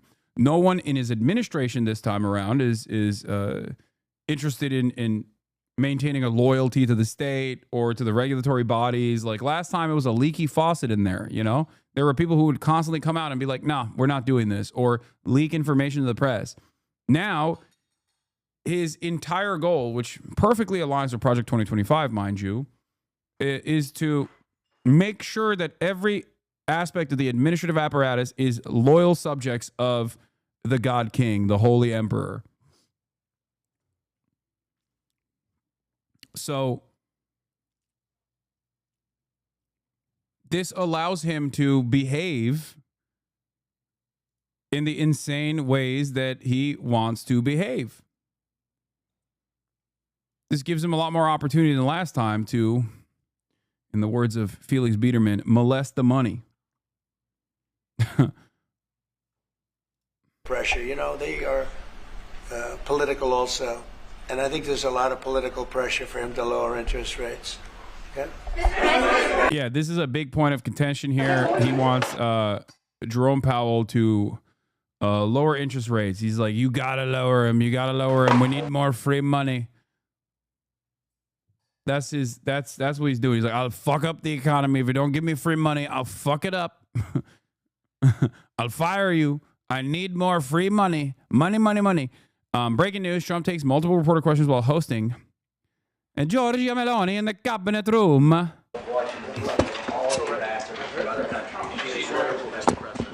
Why do we care about the Italy prime minister? What do you mean? It has nothing to do with Giorgia Meloni. It's just Donald Trump does conferences every day. And it's our favorite part of the day where he'll have a global leader sit there as he answers ridiculous fucking questions in the most ridiculous way possible. Why don't you say maybe on a lot of people? say you might stay on the other side. Oh no. Oh, weird, gross, ew, yuck. As I've said before, okay, there are deflationary mechanisms that the state can engage in. Okay, on the one hand, you have monetary policy. On the other hand, you have fiscal policy. But fiscal policy has to be conducted by the legislative body. Fiscal deflationary policy requires higher taxes. And I don't mean higher sales taxes, which has an inflationary aspect, especially if done by way of tariffs. I mean higher taxes take out money out of the market, specifically from the super wealthy. This would have a deflationary impact. But considering that we have no way of ever engaging in legislative action from the legislative body that is actually going to increase taxes specifically on the wealthy, that's just never going to happen. The only tool you have at your disposal is the monetary policy. That's precisely the reason why the interest rates have not come down. It's the only mechanism that is independent that can try and control the economy, try and control inflation. Trump, on the other hand, has a different attitude about all of this. He wants the fake money to keep pouring in. He wants it to be free. He wants people to feel like they have more money in their pockets. He wants he wants Jerome Powell to lower interest rates.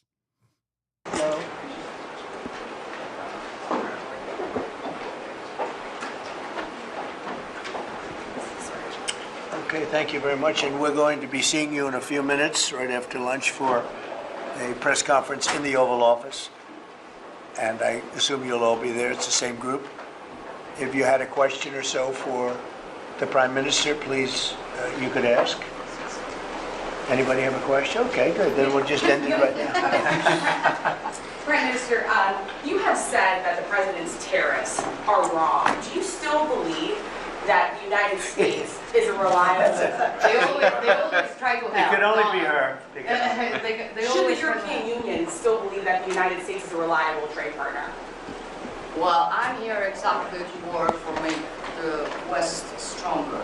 For I believe in the West unity, and I think simply we have to talk She and believes find in the ourselves. president. She believes in the president. Also, and find ourselves in the best middle way to grow together. That's why I'm here. So, if I wouldn't think it's a reliable partner, I wouldn't be here. We have a very good relationship together, and as countries, we have a very good relationship. To follow up, Mr. President, what if there is not a trade deal with the EU by the time of the end of your 90-day pause on reciprocal Oh, there'll be a tariffs? trade deal, 100%. Oh, well, you think there won't be? Of course there'll be a trade deal, very much. They want to make one very, very much, and we're going to make a trade deal. I fully expect it, but it'll be a fair deal. Are they on your priority list?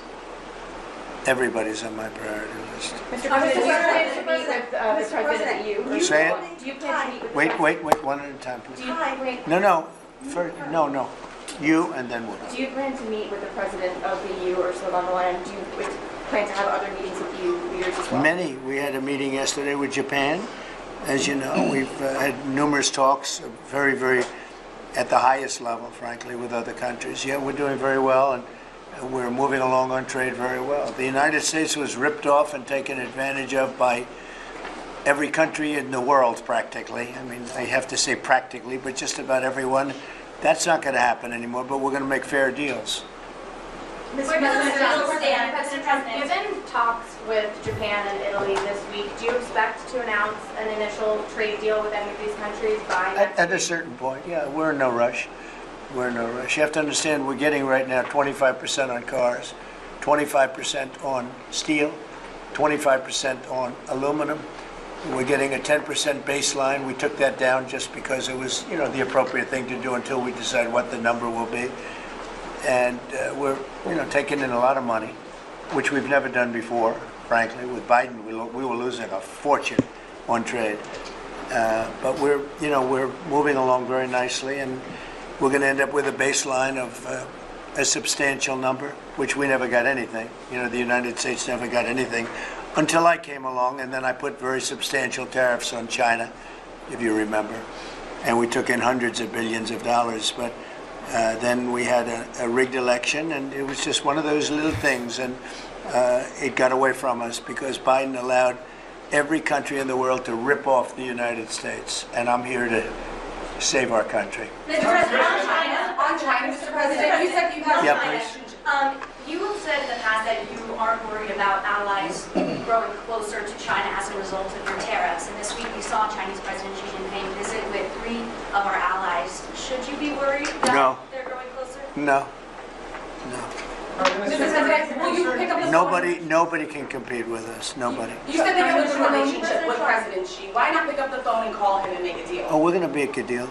We'll have a deal. I think we have Mr. President? I think we're going to make a very good deal with China. Do you plan to reach out to him and call him? I think that you will see we'll make a very good deal with China. Mr. President Trump, Mr. President, Prime you told Minister me Meloni? Marine One a couple of months ago. I like her very much regarding Prime Minister Giorgia Meloni. Will she be the one to mediate your relationship with Europe, do you think? Well, I do like her very much. I think she's a great prime minister. I think she's doing a fantastic job in Italy. We're very proud of her. I knew her right from the beginning. I knew her as a very early prime minister, and I knew she had great talent. She's one of the real leaders of the world, and I'm very proud to be with her. Prime Minister, I can't do better than that, right? Yes, that's fantastic. Okay, we can close the press conference. We should end the press conference. Yeah, please, go ahead. Prime Minister, how quickly can you raise your defense spending? Oh, well, Italy is the son of the nation. Once again, DEI or die. 2%, which has was request. It'll go up. Yeah. Yes, It'll go up. and then Europe, and Is then it Europe, enough, as Mr. you know, President? is It's never enough. Europe, as It's you know, never. Europe, as you know, is committed to do more. Is working on tools to allow and help the member states in increasing the defense spending, and we are convinced that What is everyone this? has to do more. Prime Minister, are you ready? Are the retaliatory tariffs that were passed before and then suspended still on the table? No, You sorry, can't make- please repeat it. The retaliatory tariffs that the European Commission passed and then suspended, are they still on the table if you cannot make a deal with President Trump? I'm sure we can make a deal, and I'm here to help on that. I cannot deal in the name of the European Union. My goal. All right, we're going to begin this morning with a blunt new warning from Federal Reserve Chairman Jerome Powell, who says President Trump's trade war will hurt the U.S. economy with higher inflation and slower growth. As Powell spoke yesterday, markets dropped with all 3 major stock indexes losing ground. Nancy Cordes is at the White House. Nancy, good morning. So let's talk about what prompted the Fed chair to speak out. Well, Vlad, typically when the economy slows down, as he's predicting... I'm shocked that this will happen. Who could have foreseen this except for every single person that understands what tariffs look like? He's live again. This man is unstoppable, dude. He's signing another executive order. Oh, God, Lutnick is here. It's so interesting. Oh, boy. Can't wait to hear what... Massive areas of water. And Can't wait to hear what this looks like, what this is about. They sneak in, they poach. He loves his little props. But they fish in their own zones, sir. Yeah. So we're systematically disadvantaging our fishermen by not allowing them to fish in parts of our exclusive economic zone, while other countries have their own exclusive economic zones, and they're fishing the heck out of those. So they're totally benefiting. Now that you're allowing the U.S. fishing fleet to fish, they also serve as observers. And when they see poachers, they report them to the authorities. And so they are a big help to the U.S. Coast Guard. Right. And so it's great for our U.S. food security. I mean, we should have a trade surplus in fish, and we have a big trade deficit. Crazy. Because of all this. It's just crazy. Nothing. Okay. Familiar. This is an easy one. Very easy. Hi, Mom. This is an easy one. This is crazy, huh? About 80% of the seafood in the U.S. is imported. Can you imagine that? We import seafood, and we have the greatest coast and fishing in the world. Okay, so in Maine, they do something similar. I think it's like 500 miles or something, some crazy thing. And Canada goes and they fish there, other people fish there, Europe fishes there. The Maine lobster. You can't get Maine lobsters because Maine's forced to go for days out to some other area that's not as good. We have to free that up too. We'll have that on your desk next week, I promise. The Maine lobster, right? Yeah. It's incredible. You did it last time and they undid it. Canada fishes there, Biden undid and we're not allowed to. Yeah, I did it last time in Maine, and they undid it. That's why we have to stay president for a long time. See, he's signaling it. He has to stay president for a long time. Thank you, Mr. President. Thank you very much. Okay, this is irrelevant, I think, unless he starts answering questions. Hasan might go. This conversation is super chill. Steiny has no idea that what a documented citizen is because he's talking about something completely different. Trump being bi/zesty is spot on. Damn, dude. Comments are fucking overwhelmingly positive on the Steiny app so far. Let's go. We are going to get to U.S. citizens also being detained by ICE, obviously. But let's get back to the Fed chair warning President Trump's tariffs could drive up prices. Did you already watch some of the Steiny app? No, not yet. I will later. Unemployment goes up, but prices come down. That's something the Fed knows how to tackle by lowering interest rates. But now the Fed chair says Trump's huge new tariffs could lead to a different economic condition this country hasn't seen in decades. Why'd you say there isn't a modern experience of how to think about this? Federal Reserve Chair Jerome Powell's tone was measured as he warned that President Trump's trade moves could take a rare toll. The tariffs are larger than forecasters had expected, certainly larger than we expected, even in our upside case. Powell said the tariffs are likely to drive prices up, while at the same time causing growth to slow and unemployment to rise, a combination of factors known as stagflation. It's starting to look a little like the old days. The last time the U.S. saw true stagflation was in the 1970s, when the global price of oil suddenly spiked. Do these figures mean we're heading for the recession a lot of economists have been predicting, or will this be merely a slowdown? As Powell spoke in Chicago, U.S. stock markets started to sink. The S&P fell more than 2%, the Nasdaq fell 3%. Even as Trump insisted online that America is back thanks to his tariffs. This is recklessness at another level. California's governor announced Wednesday his state is suing Trump. Gavin Newsom claims industries there, from tech to agriculture, stand to lose billions from Trump's trade war with China, Canada, and Mexico. In response to the lawsuit, the White House said the trade deficit is a national emergency and vowed to tackle it using every tool, including tariffs and negotiations. The impact's already on the lack of investment. Any business. You know what's really funny? Gavin Newsom had a totally scummy take about Abrego Garcia's unlawful, unjustifiable, illegal detention and deportation to El Salvador. He said it's a distraction. And yeah, for a guy like him, it is a fucking distraction because he's losing his goddamn mind because this tariff war is cooking the California economy. But it's such a disgusting thing to say, especially when you're supposed to be the vanguard defending migrants in this fucking country as the governor of the largest recipient of migrants, both undocumented and documented. You're a border state. Your policies have been significantly better than the rest of the country in terms of migrants. And you're over here being like, oh, it's just a distraction that the Trump administration is. It's just a distraction that the Trump administration to talk about the Trump administration undermining the Supreme Court's persuasive capabilities. Okay. Creating a constitutional crisis. It's just a distraction. Ridiculous. It's not a distraction. It, in my opinion, is literally worse overall than Trump imploding the global trade. Okay? Trump imploding global markets, Trump dropping a nuclear bomb on global trade as we know it is bad, but is reversible. Trump, on the other hand, dropping a nuclear bomb on due process and First Amendment rights and deportations to El Salvador and basically turning that into the normal process is not reversible. As of now, Content Cop, 3.2 million views in one day. Content Nuke, 3.3 million views all time.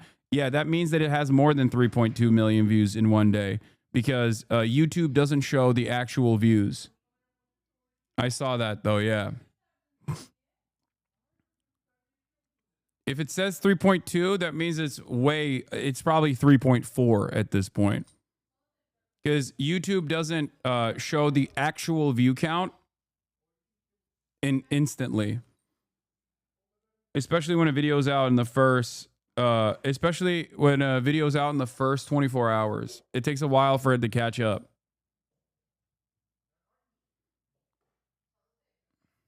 React to it, please. I did. Kind of sounds like Trump pumping up your view numbers. Wait, what? My view numbers? It's not my video.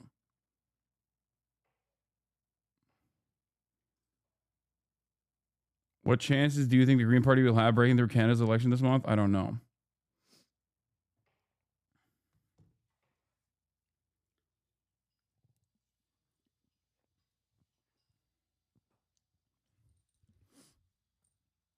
Lola Hasan needing view pumping? Yeah. Did that change on YouTube? I know it was a thing, but I thought it was only for like the first 4 hours. Yeah, not only did I watch it, come on, bro, it's basically your video, lol. I don't know why you're saying that, because if it was my video, I would have hyper-focused, laser-focused on just the politics of it all, for the record. As I have covered Ethan Klein's insane extended crash out over the course of the past couple of months, and every single time I did, I hyper-focused either on quickly talking about whatever kind of slanderous statement he was making about me, and then moving on to issues that actually matter, which is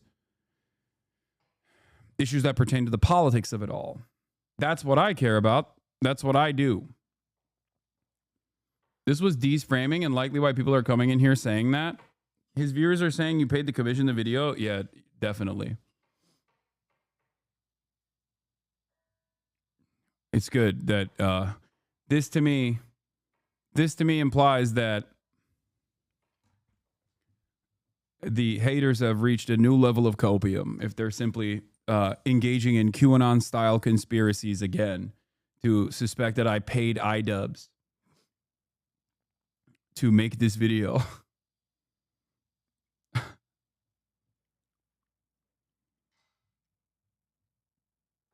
The video was about friendship and a bunch of people are just inserting themselves in the conversation. Yeah, for many it's more. It's more than that. For a lot of iDubbbz's former fans, this video is just another moment where iDubbbz is turning into DEI Dubs. You know, he's woke now. He's just completely captured. There's an order of priority for right-wing reactionaries online. It's just about who they resent more, right? I'm the number one enemy. Ethan used to be the number one enemy for a lot of them. I have become the number one enemy for many of them, which is why they will lend support to Ethan strategically while still saying he sucks. Okay? And this, for many of iDubbbz's former fans, fallen fans, was a horrible moment because they don't really like Ethan either, but they certainly hate me and, you know, Frogan and Denims and all these other, like, usual villains of the Keemstar Orbiter drama slop tubers. So it is a collection of some of the worst parts of the internet coming together to be like, this sucks actually. But I think a lot of normies, but I think for a lot of normies, they probably look at this and they're like, oh, XQC watched it and was on Ethan Klein's side. Yeah, that's not even remotely shocking. That's the least shocking thing I've ever heard. Again, XQC's order of priority is fuck Hasan. That's at the tip. That's at the top. So if someone is doing fuck Hasan, he's not going to, like, he'll maybe be a little bit critical, but he'll jump on the fuck Hasan ship.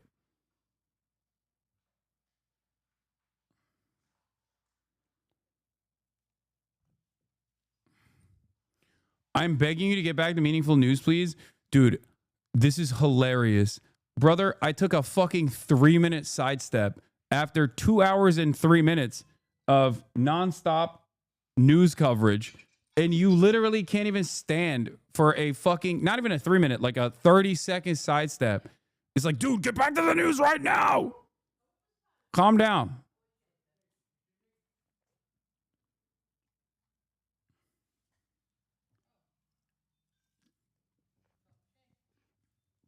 The sheer cope and the cult's kind of fun to watch. Apparently hitting 3 million views in a day is doing poorly. I think that the concept of like content comp and call out videos like this are a remnant of an old internet.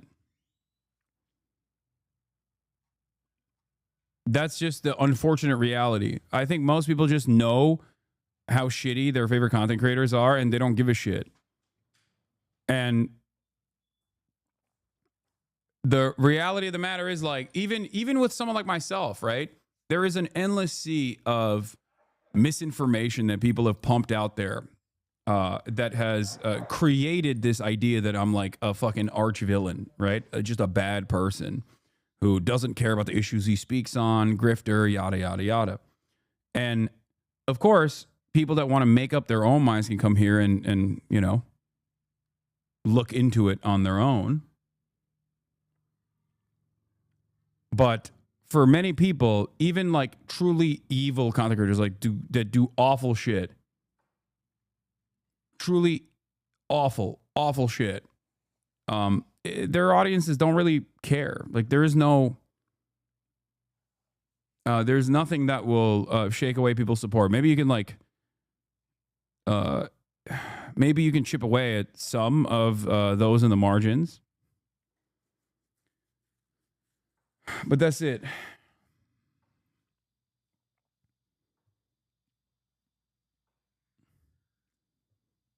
I used to be an Asman fan before he fell off the cliff.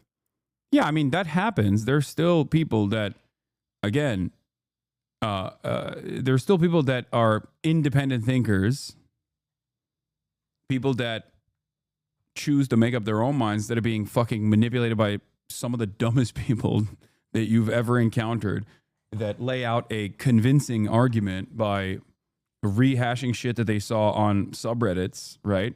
Just basically repeating Reddit comments and then slapping that together and being like, well, this is my well-sourced YouTube essay. California, should Newsom run for president? 59% no. I love that. I'm definitely firmly in the 59% camp there.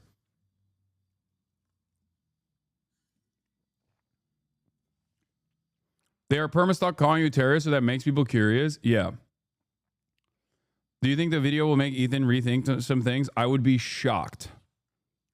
Genuinely shocked. If you listen to the Steiny app, he brings up Ethan, I think, towards the end.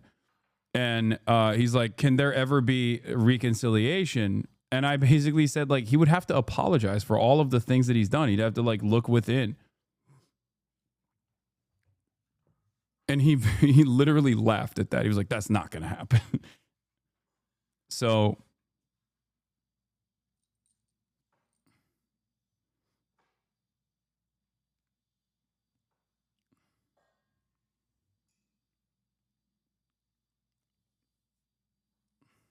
anyway.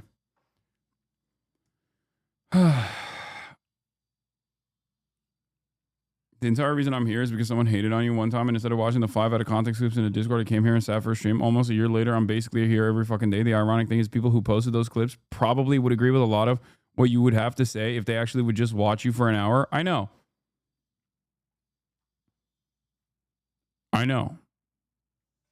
Yeah, 100%.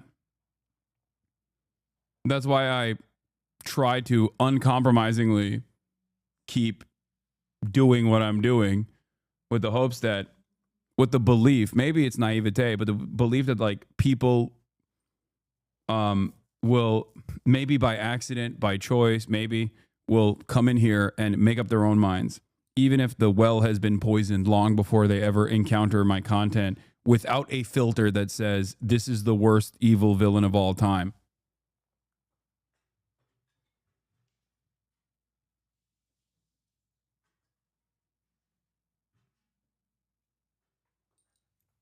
You said, bro, people hate watch you all the time. No, I know that. I'm saying that there's only so much hate watching you can do before you realize, like, what the fuck am I doing? Like, what am I doing? This person I don't think is the evil villain that I think he is.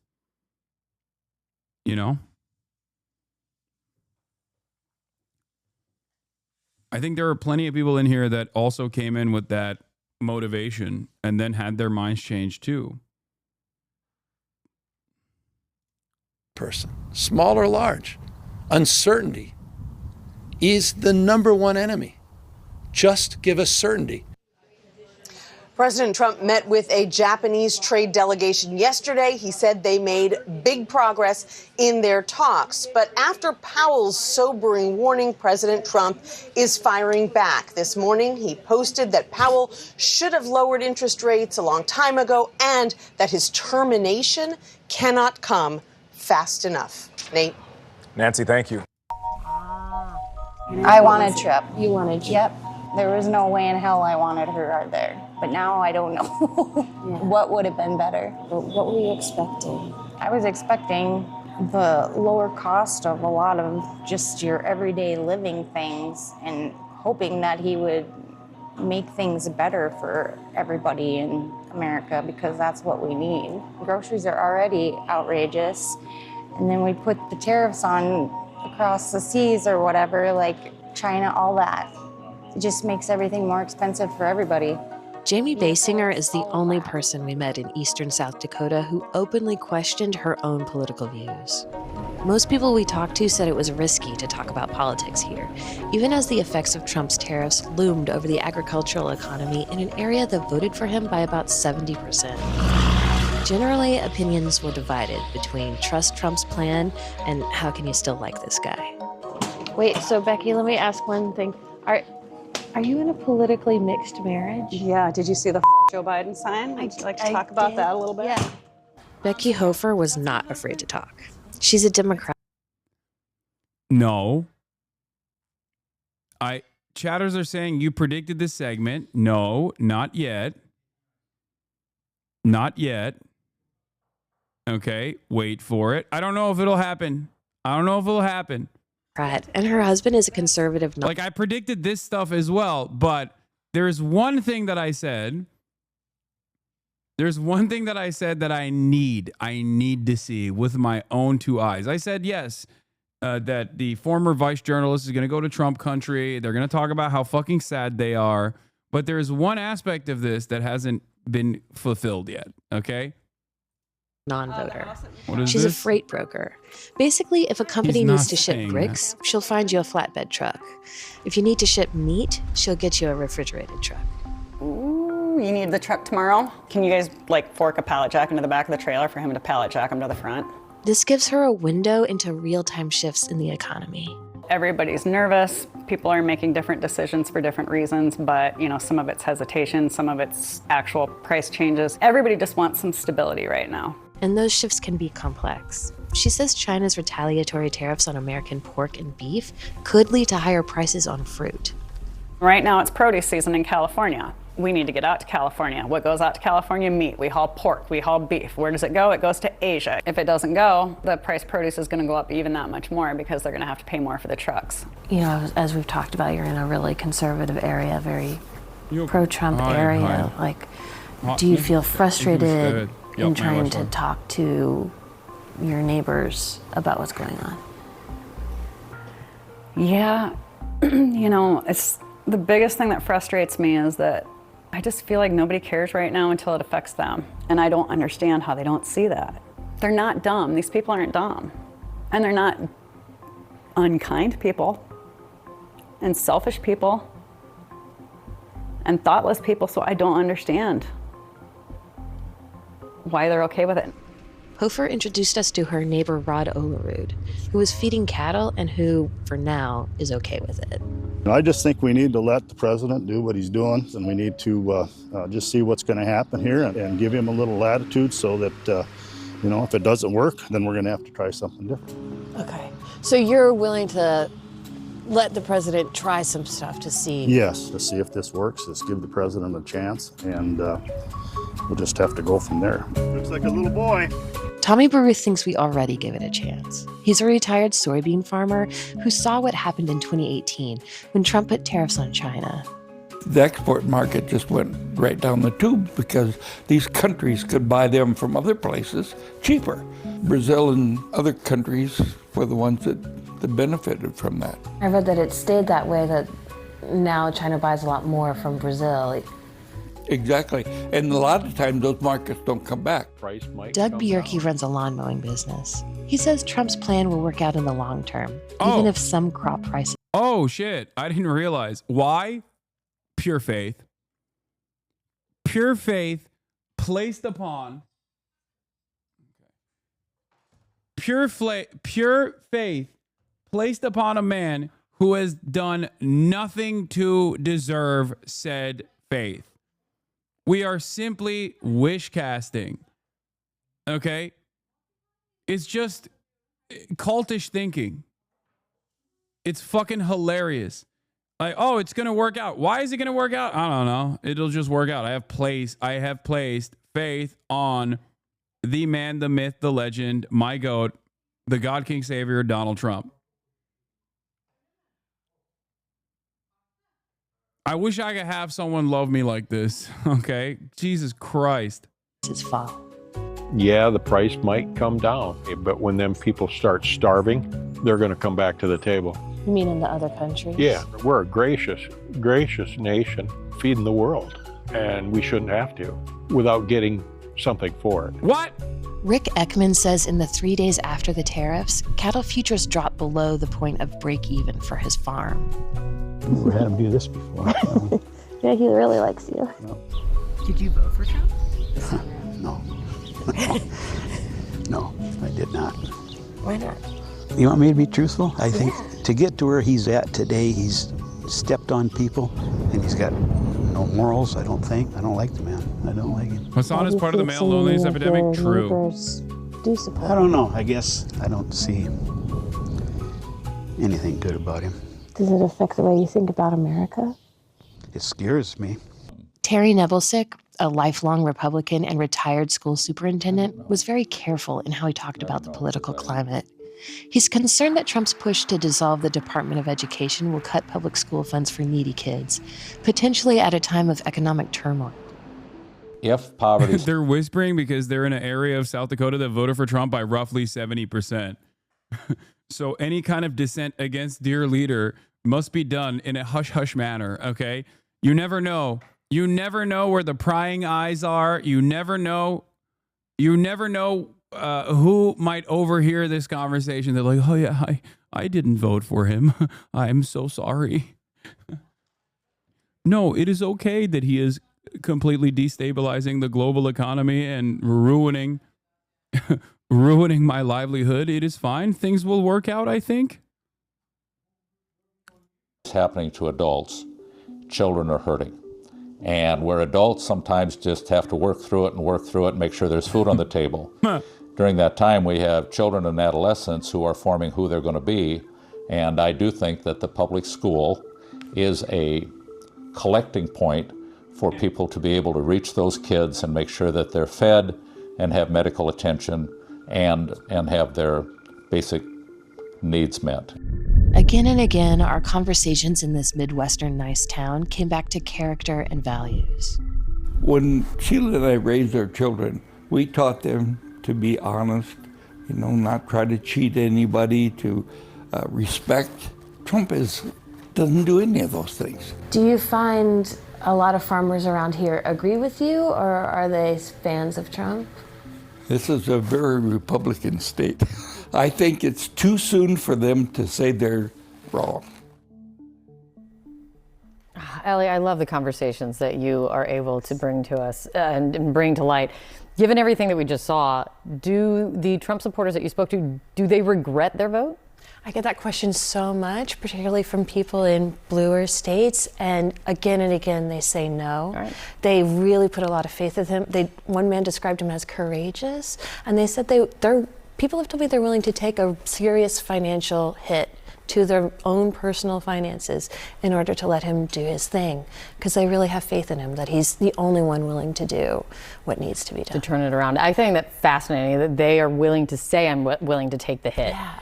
Take that pain, but how long? That's that big question now. It's great to see you. Good to Thank you. So, talking about the tariffs, obviously over the last several weeks, we've seen Donald Trump, the president, losing support among voters writ large over the tariffs. His numbers on the economy are going south. He's hemorrhaging support among independents on the economy. But what about Trump voters? Yeah, get ready for Holy Toledo. Voters, how do they feel about all this? One man can answer that question. He just happens to be the one man standing beside me right now, CNN chief data analyst Harry Enton. Let's talk about Trump voters and how they feel. Do they regret their vote? I mean, this is the big question, right? I hear all these stories. It's funny how liberals constantly sold this lie that their country is noble and selfless, and now it's that exact false marketing that is destroying liberalism because Republicans are too stupid, so they fall for it, and too selfish, so they hate. You sound like a Chinese netizen with how poetic you got there. It's the highest order of praise I can offer any chatter one day. Stories, all these articles, all the Trump voters, they regret what they did back in 2024. I'm here to tell you, very few of them regret what they did back in 2024. What are we talking about? Trump voters looking back at 2024. We got a new poll out. The poll was conducted this month. Dude, oh hell yeah. What a fucking cult. Dude, oh, amazing. Amazing.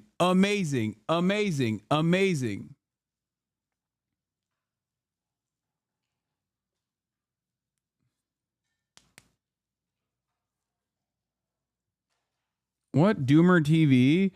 All people here already know this is happening. Give us what we need. How you learn from other edutainment creators. Reach us and not try and convince the Nazis. Guess chamber take lies. Be swole. Be who you wish, Bernie, and other people like you are, bruh. Bro, are you okay? What the fuck are you saying? What percentage would change their vote to a different candidate? We're talking just 2%, just 2%. That's not even a wide spot on the road. And then there's this additional 1% who say they would rather not vote. We're talking overall under 5% might or would have changed their vote. How do you not look at this and get doomer pilled? I mean, dude, it's cult. It's cult shit. It's a cult, baby. These people, I think, one, due to their anger and resentment towards institutions, and Donald Trump certainly is punishing those institutions, and two, due to a lack of alternative from their assessment, someone like Bernie or the Democratic Party adopting Bernie's messaging and being like a left populist movement in general, literally look at the situation and go, yeah, I got no other options. Who the fuck else am I going to vote for? The woke and gays? And because of that, I think Donald Trump could literally line them up and shoot them one by one, and the remainder would still say, nah, there's some purpose for this. There's some purpose for this. There's a higher purpose here.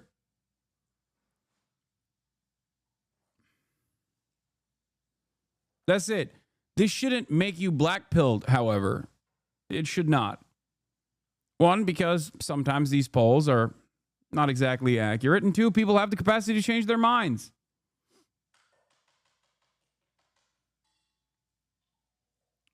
You can try to ease that process of mind changing by ensuring that people do not feel resentful or embarrassed or silly.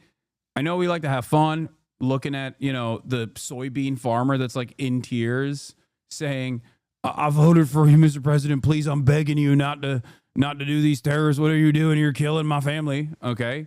And there is a reason for that. I mean, sometimes we're gonna, enjoy the ride a little bit because we're getting fucked over in this process too. Might as well enjoy the show for the brief moments.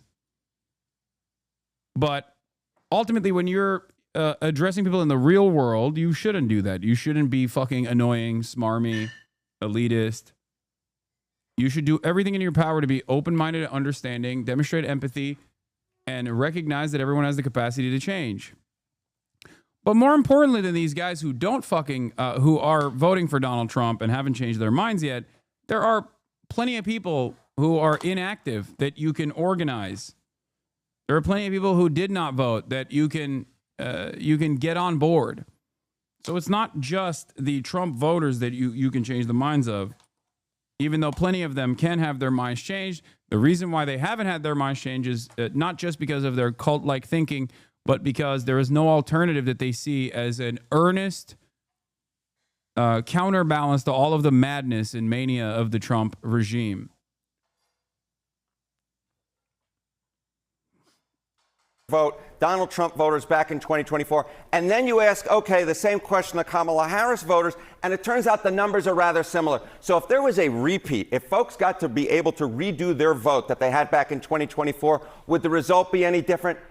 I doubt it would be. I doubt it would be, or it would still be extremely close. The bottom line is, for all this talk of Trump voters regretting their vote, in the numbers, it really just doesn't show up, John. So the stickiness with Trump voters and President Trump in this presidency, how does it compare to his first presidency? Yeah, okay. So, I was interested in sort of a historical analogy here, sort of, does this look similar or different from back in 2017, looking at 2016? Well, the reason why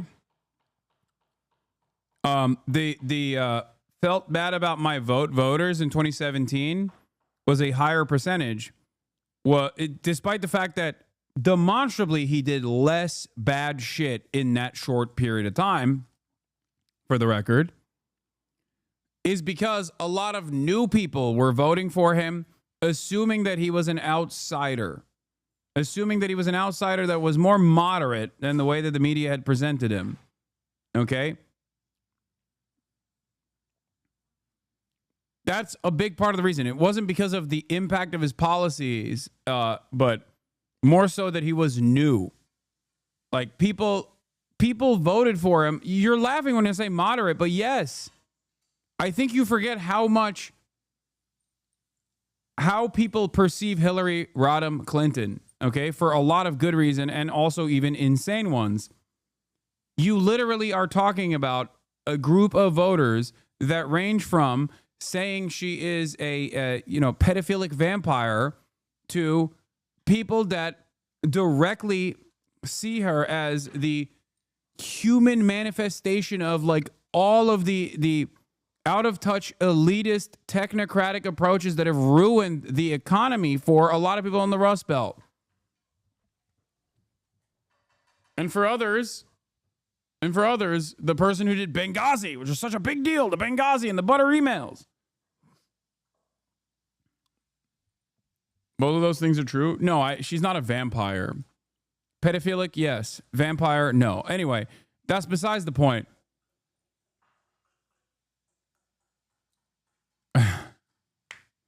Vampires are not real. That's what I meant. So, my point is, Trump was seen as an outsider who was uncorruptible, an uncorruptible force that tells you how it is. That's how people saw it in 2016. And then very quickly, the media immediately started tackling this issue, saying, this is not us. This is not who we are as America. 2024, this is who we are as America. It's even more shocking that after 4 years of Trump and January 6th, Americans were like, nah, I'm still going to go with this guy who's going to fucking take a chainsaw to the administrative state. Because fuck the government, fuck the institutions, fuck the Democratic Party. I want to nuke it all. That's part of the reason why this time around, there's less people that are like, yeah, I don't know about my vote. Well, in February of 2017, 4% of Trump voters say they'd shift their vote. That's actually slightly more than the 3% this time around. So, you look back, you say, okay, there's these Trump voters who really regret their vote. historically speaking, they really don't regret their vote. And if anything, the number this time around is actually smaller than it was the first time around. And it's certainly... I still don't get it. Sorry. It's because people know who Trump is. This is not a surprise at this point for people. That's why it's an even smaller percentage. It's also obviously not shocking that people refuse to reckon with their mistakes, and they would rather delude themselves. They would rather delude themselves into thinking, no, I still made the right choice. Things will work out. You know?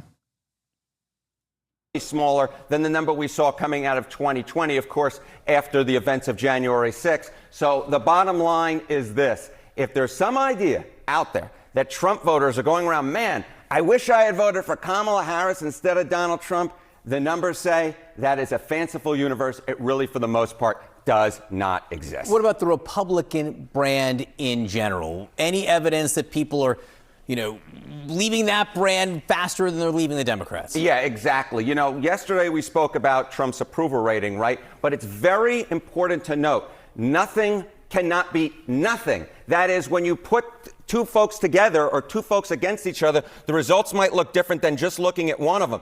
And on this particular measure, which I think is so important, because what we saw in 2024 was Republicans getting a rare lead on party identification. It was a 1-point lead according to Gallup. Look at where it was in an average of Gallup polls so far this year, plus 2 points for Republicans. If anything, the Republican brand has actually perhaps gotten a smidgen stronger, though these are within the margin of error. Very different from 2017, when Democrats held a 5-point advantage. And I'll finally note, this looks very much like the generic ballot trend, which in 2025 looks an awful bit like November of 2024, when Republicans, of course, won and held the House.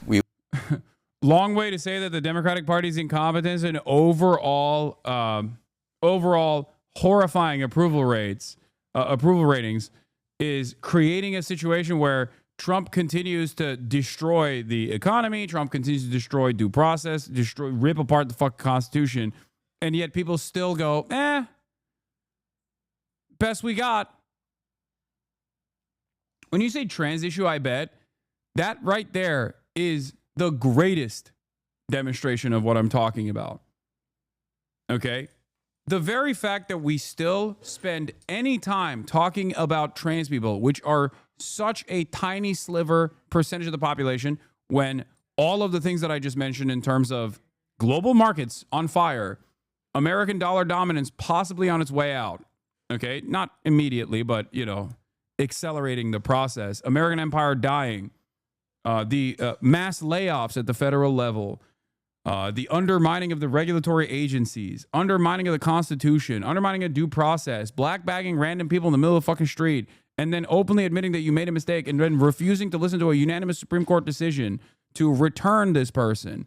Like, all of that is insane. And yet people still want to talk about trans people. Do you understand? Do you understand how fucking insane that is? The fact that people can't recognize this as a distraction is so sad. And the only reason why people can't recognize this as a distraction is because there is no definable trait of the Democratic Party. The counterbalance against rising fascism in this country is nothing. It's just a bunch of platitudes at best. It's defined perfectly by Cory Booker's 24-hour filibuster. That was not even filibustering against a fucking bill. You understand? That's how the Democratic Party is defining itself as in this unique moment. Not with Senator Van Hollen's actions, not with Bernie Sanders and AOC doing the fighting oligarchy tour, even though that in and of itself is also not enough either. So for a lot of these people, it's just, there's nothing. There's no definable characteristic of the party that is supposed to be not the Republican Party.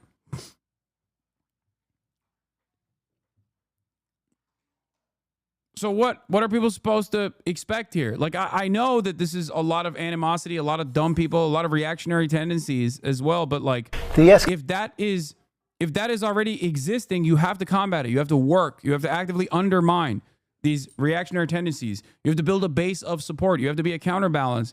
It takes years to change the trajectory. It takes years to change people's attitudes about these sorts of things. And the Democrats have done nothing. They've done nothing. And now, uneducated VOD frog, what made you say Bernie should push support for Hamas in Congress in a recent stream? Genuine question. I understand that they are resistant groups against Israel's occupation, but they haven't also been authoritarian and aggressive towards the Gaza population. Is that just propaganda? Or are you saying that since Israel's the occupier bombing children and the focus should be on them instead of Hamas? Well, that's the second thing that you already arrived at. Yes.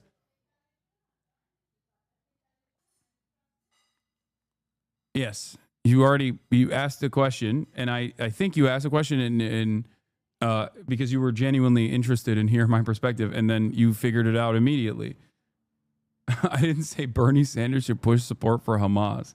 I said that Bernie Sanders, if he wanted to, could stop a bill like this from getting unanimous consent, but it would be it would be a political cost that he would have to bear here, but he could use that as an opportunity to change the discourse surrounding who the real villains are in this story. And the real villains of the story is not Hamas, no matter how hard fucking American media, every organization, every institution, the entire political class universally says it is Hamas. It is Hamas. Hamas are terrorists.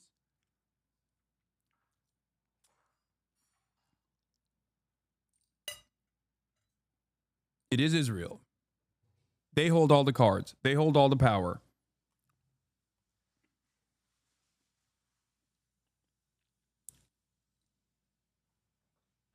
The problem ultimately is that Bernie Sanders doesn't think Israel is the villain in the story, or at least Israel is a villain, but not the major villain in the story. And that's wrong.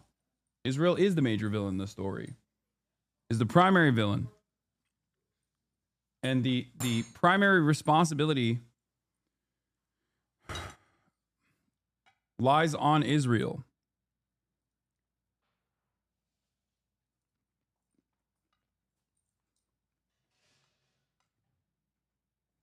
Escalating legal and constitutional battle over the Trump administration's deportations. A federal judge is threatening to start a contempt investigation for willful disregard of his order to halt deportation flights under a law meant for wartime. Chief White House correspondent Mary Bruce has the story. Good morning, Mary. Good morning, George. This is a dramatic escalation in the fight between the Trump administration and the courts. A federal judge arguing the administration defied his court order and then boasted about it in a scathing rebuke, saying willful disobedience of judicial orders without consequences would, quote, make a solemn mockery of the Constitution itself. This morning, a federal judge is threatening to open a high-stakes contempt investigation into the Trump administration for deporting more than 200 Venezuelan migrants to a notorious prison in El Salvador, despite the judge's order that they be returned to the U.S. immediately.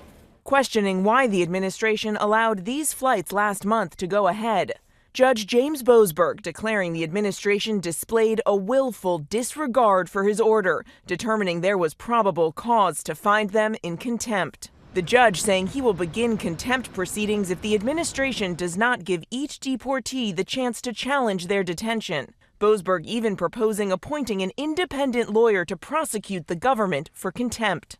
The president has boasted of the deportations, claiming without evidence that the men are all violent gang members. But the administration is facing growing backlash over the status of this man, Kilmar Abrego Garcia, an undocumented migrant from El Salvador. He was living with his American wife and children. What's a contempt proceeding? One of the powers that a judge is basically a god inside of the courtroom. So one of the powers that any judge has is to hold people in contempt. So if there is a lawful order that the court presents and a citizen or non-citizen, like anybody, refuses to abide by that lawful order, they have the capacity to basically fucking arrest you and jail you.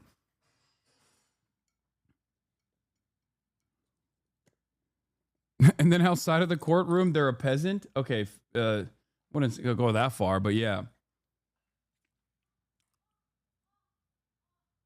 Yeah. If you are found in contempt of a court order, you can literally be jailed for an extended period of time. Yeah, by the way, Do you want to know why it was good that I didn't cover the shooting story instantly as some demanded? The local news affiliate that covered the story said that there were 5 deaths, and then they had to erase. They had to like literally go back on their initial coverage.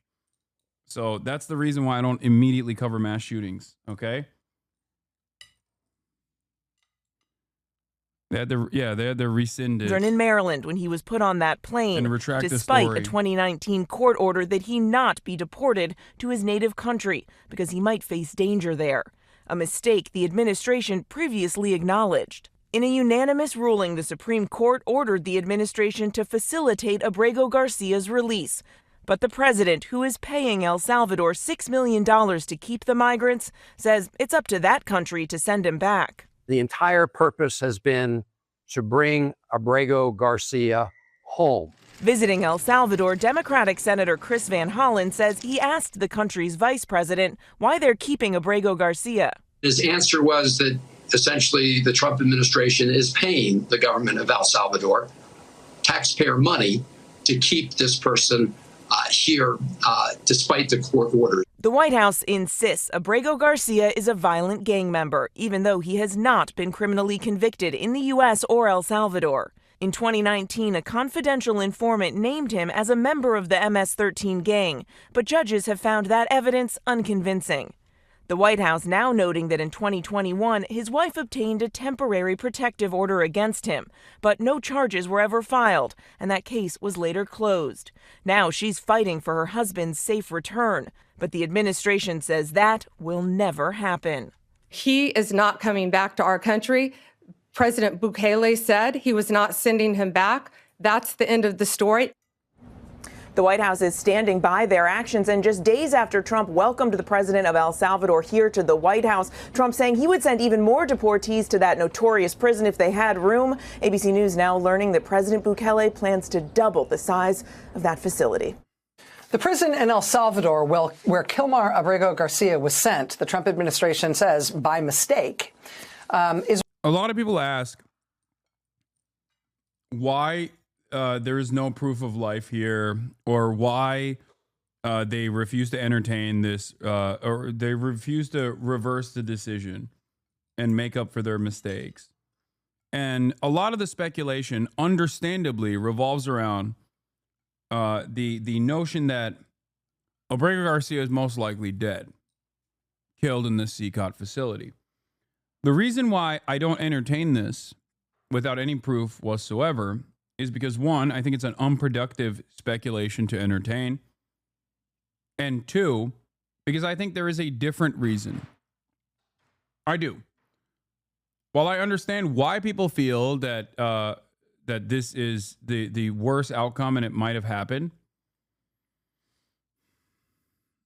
the reason why I don't want to entertain it, aside from the fact that I think it's disrespectful to the victims, disrespectful to the family, and I don't want to, I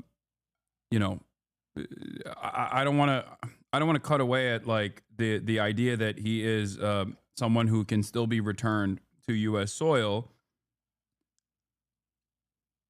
The other reason is because I think the government does not want to set a precedent where they admit to a mistake and then have to restore, have to basically go back on what their decision is, because it plays a role in their broader goal of using El Salvador and the CCOT facilities as a concentration camp you will never return from.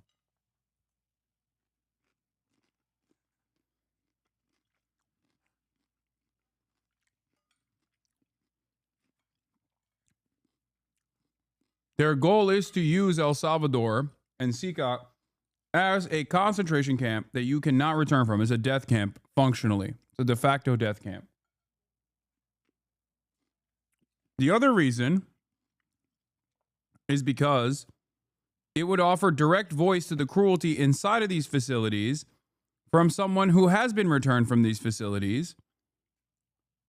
And I think that it would be too much for even the racist Americans to bear.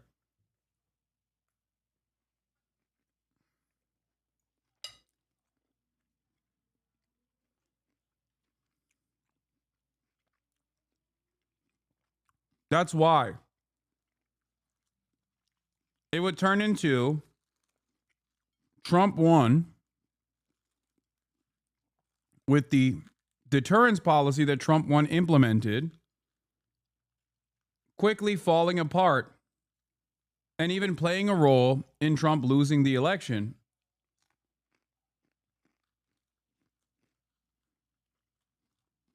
The child deterrence policies were so horrible and so horrifying that it literally made Republicans go, okay, we don't want this. This is too much.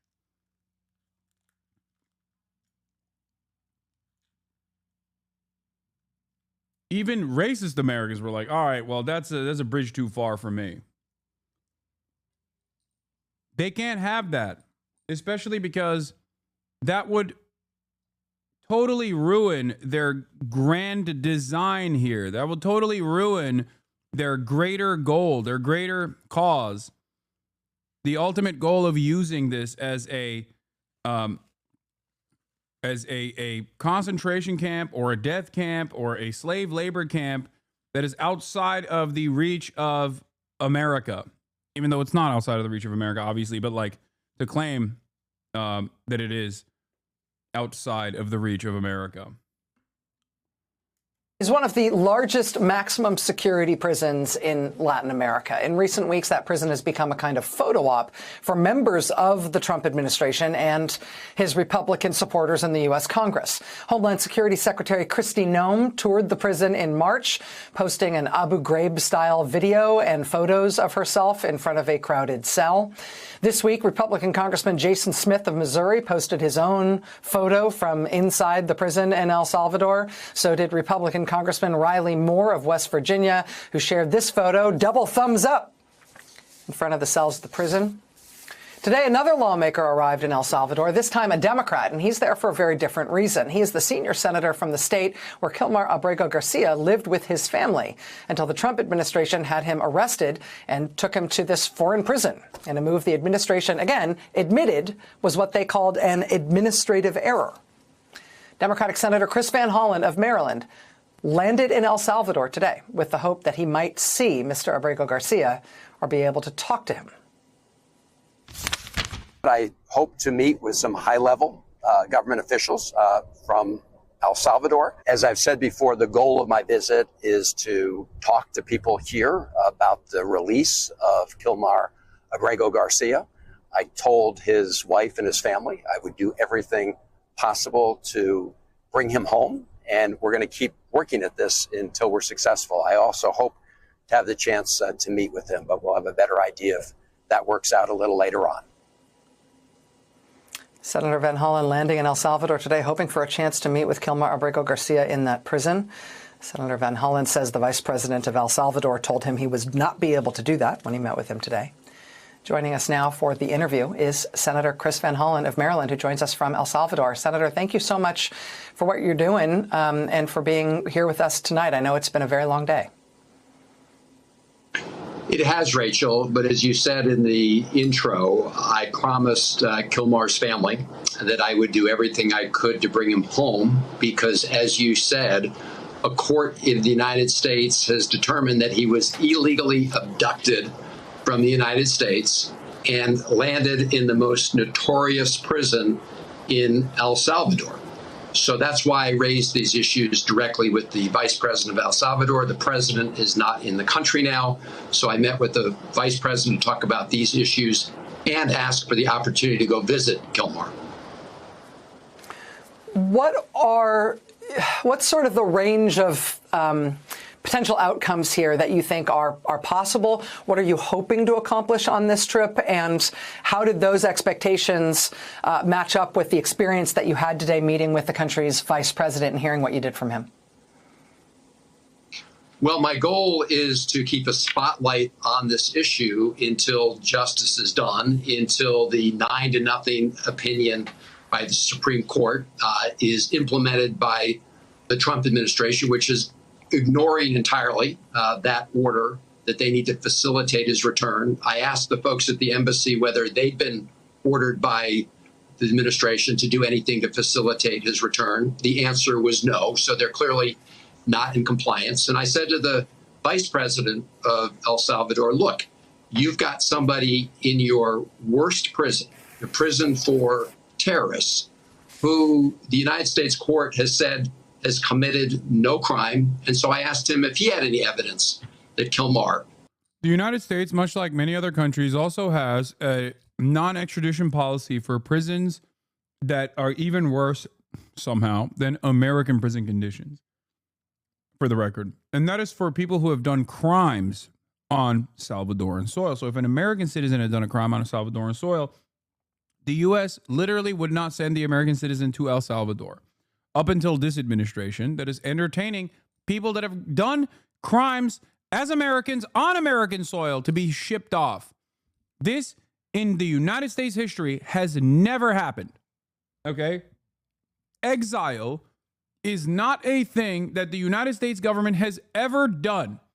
Ironically enough, it is one of the fundamental principles that started this nation. This is a literal fucking prison colony because the British used to do this, and they kept sending more prisoners from England to the United States of America. This was literally part of the gripe that the founders had. It is perhaps one of the most unconstitutional acts of all time. Australia is the same as the United States of America. So there's never been a moment where the American government went, you are an American citizen, but we are going to ship your ass to a different country. With one exception, I believe, I was listening to an NPR piece on this. There were some Chinese Americans that came back from China after spending a period of time there. And I believe they were stopped at the border. Like they were stopped from entering the country. I think that was like one of the only instances. That's still, in this circumstance, is like not an instance where like an American citizen has ever been fucking exiled from inside of U.S. soil.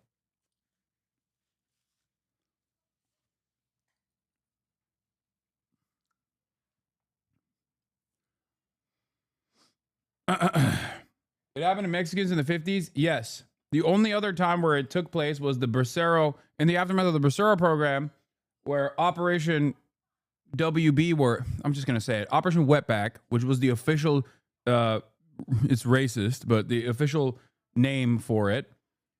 When that took place, they actually took Mexican Americans, like Americans of Mexican descent, and other Latinos that were American citizens and accidentally deported them as well in these dragnet operations. Interestingly enough, that is what Donald Trump has championed. Okay? Donald Trump has championed this policy. He's talked about this operation as a wonderful one that he wants to repeat when he was running for office. I explained it. Okay? Was a member of MS-13 or had committed any crimes, and he said no. So I asked him why he was keeping Kilmar in prison here, and his answer was that essentially the Trump administration is paying the government of El Salvador taxpayer money to keep this person here despite the court orders. So my goal, Rachel, is to make sure that we keep the spotlight on this issue because I think it's unsustainable. It's unsustainable to continue to keep a person who has not been convicted of a crime in the worst prison in El Salvador when the Trump administration admitted itself to a judge that this was a mistake. But instead of fixing the mistake, they fired the Justice Department lawyer who admitted it was a mistake.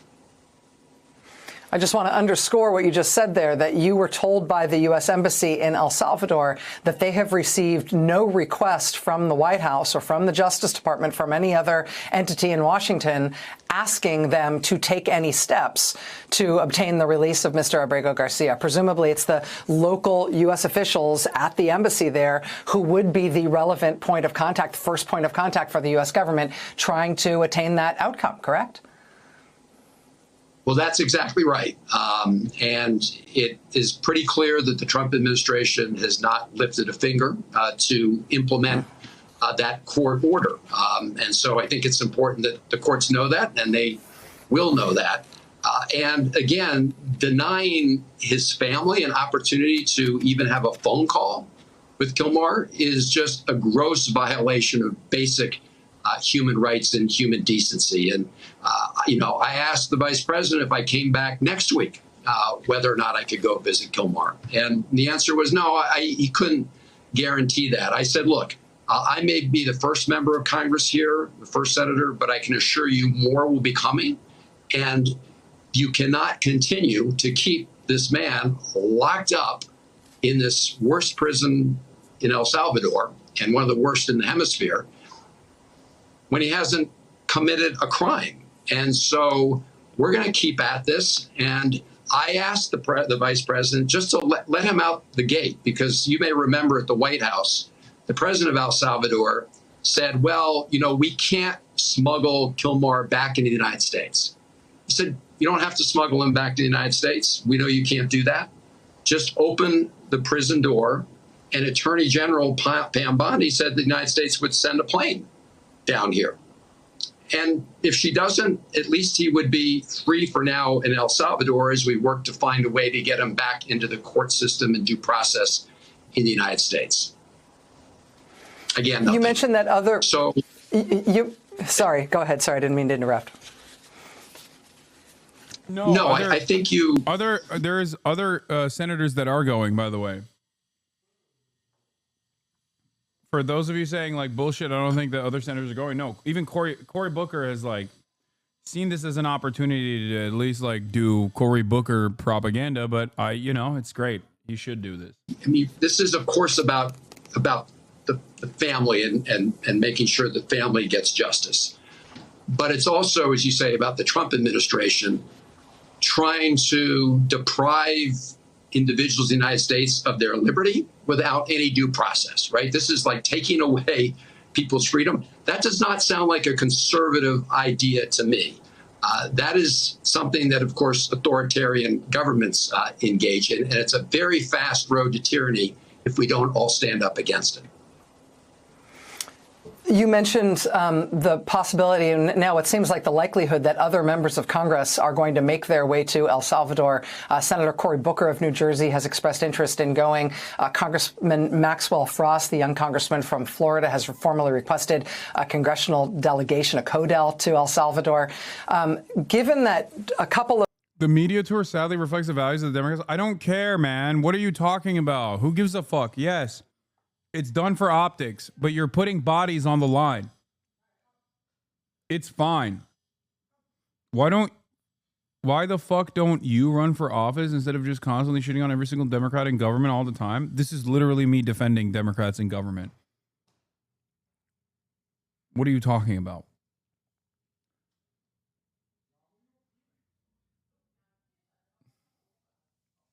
Are you all right?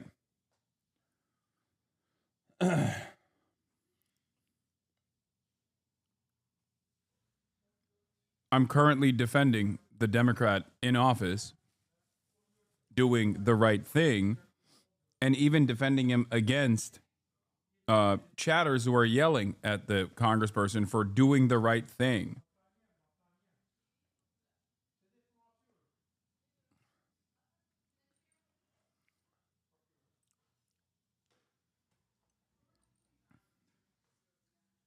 Of Republican members of Congress who are supporters of what Trump has done using this prison have somehow gotten into the prison and been able to take photo ops there, given that the Homeland Security Secretary, Kristi Noem, was able to get in and do a photo op there. I wonder what you make of the El Salvadoran government sort of opening the door to allow Trump administration officials and Republican supporters of President Trump in there to make essentially social media content while still denying you the opportunity to get inside. Well, you're right. That's clearly what's happening. I mean, you have the government of El Salvador, the president of El Salvador, make this deal with the Trump administration. I think it's $15 million that the Trump administration is going to be paying El Salvador to essentially take these folks from the United States who have been denied due process in the case of Kilmar. And again, Republicans seem to be happy to take photo ops at this site and celebrate the fact that the President of the United States is ignoring court orders and that the government of El Salvador is keeping this guy locked up who's committed no crime at all. So I do think, though, by the way, this will also perfectly demonstrate why I'm so resentful all the time of the idiotic notion presented by Nancy Pelosi time and time again, which is that we want a strong Republican Party. This is not normal. The Republican Party is not Trump, and Trump is not the Republican Party. There's a different Republican Party out there. No, there isn't. Shut the fuck up. You are a delusional monster at this point. If you go, oh, there's got to be a real Republican Party out there, a strong Republican Party. It's like, no, you don't want that. The Republicans never say we want a strong Democratic Party. They've never said that because they're not fucking stupid. Here it is, your strong Republican Party in full display. This is what the strong Republican Party does. You like it? I certainly don't. The idea that these fucking geriatric Nazis are going to behave any differently than they have so far is stupid. At least the Democrats, by design, are supposed to object to this sort of behavior. So some of them are wisening up to that reality, whether it's for their own personal political ambitions of reaching higher office or because they do truly care about their constituencies. Doesn't matter. They're doing something. The Republicans, on the other hand, this is what they're doing. This is what they were voted in to do.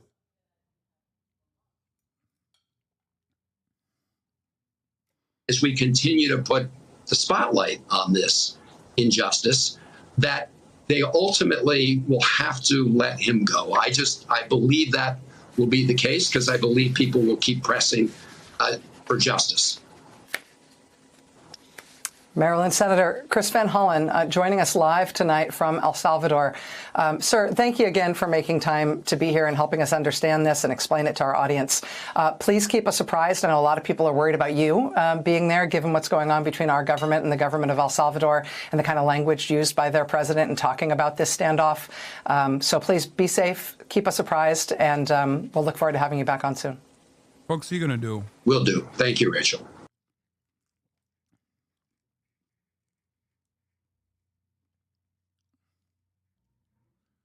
You're literally acting like a panican right now, loser. A panican about something that already took place? What are you talking about? The Joe Rogan Experience.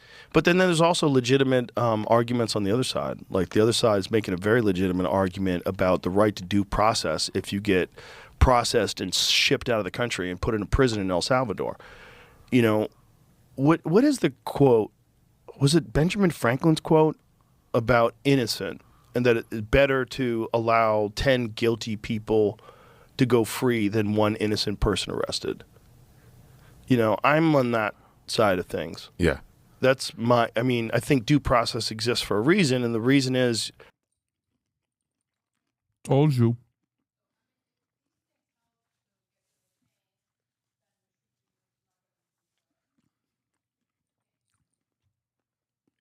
I told you. This is how it begins.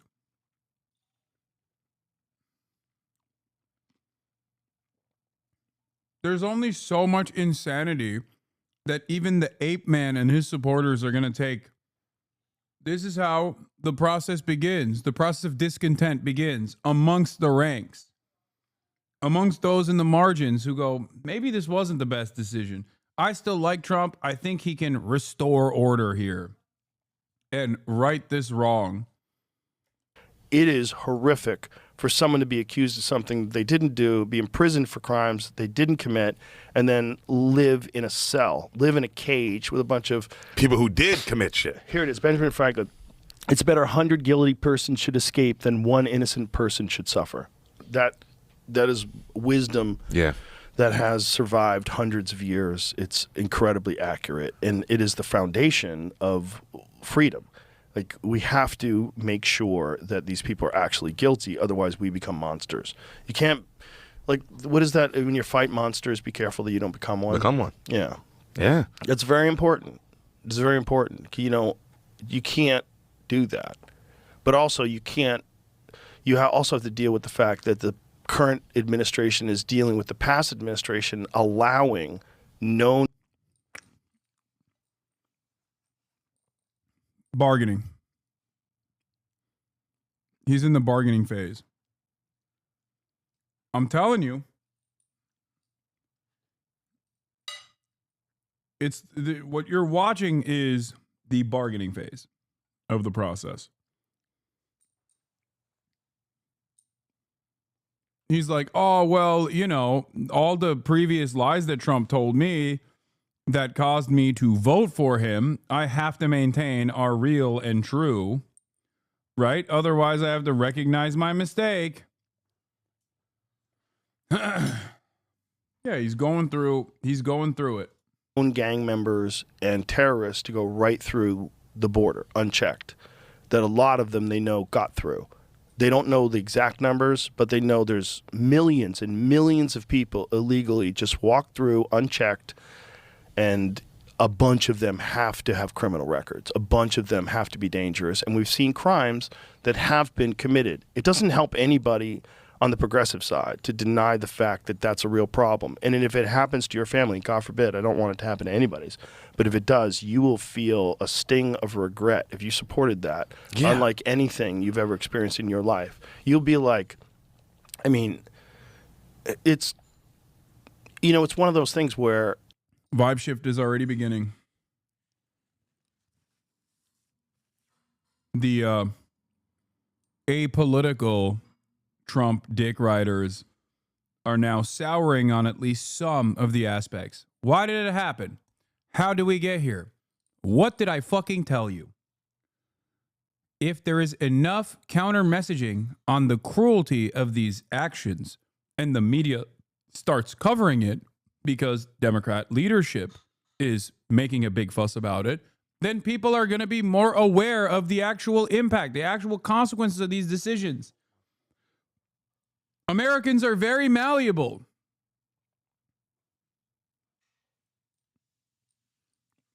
This is why I was constantly fucking screaming from the rooftops. They're like, Democrats, do something. Say something. The fuck is wrong with you?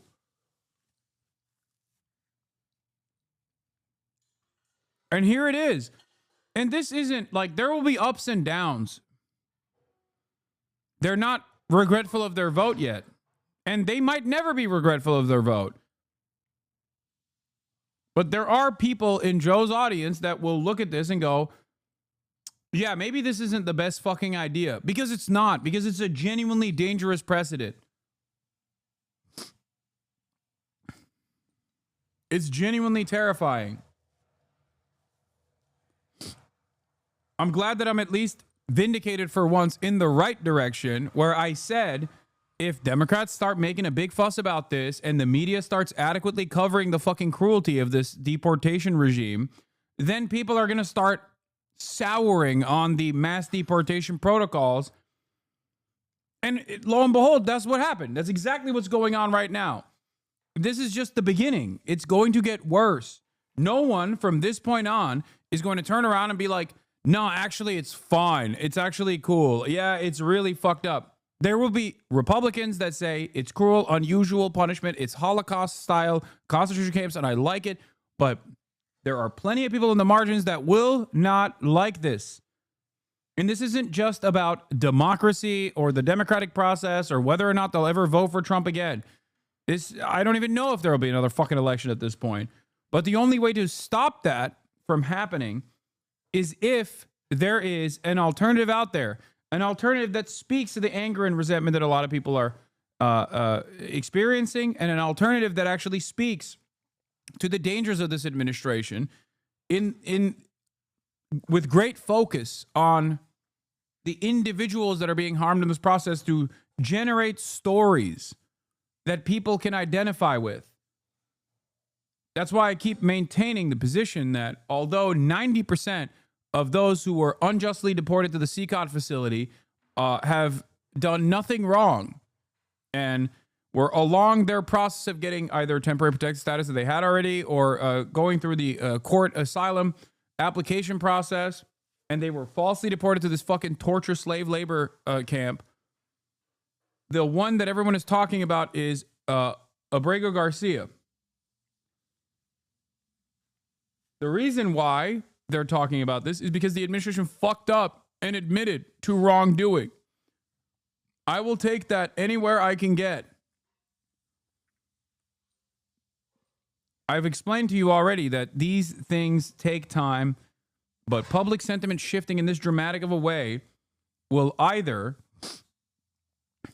push the contradictions to its ultimate demise, where there's going to be a moment where this breaks, okay? Either it will break and the admin, in an effort to retain a theoretical democratic process, will capitulate to the mob, or they will start a harder enforcement mechanism, a more fascist enforcement mechanism, which will cause people to fight back.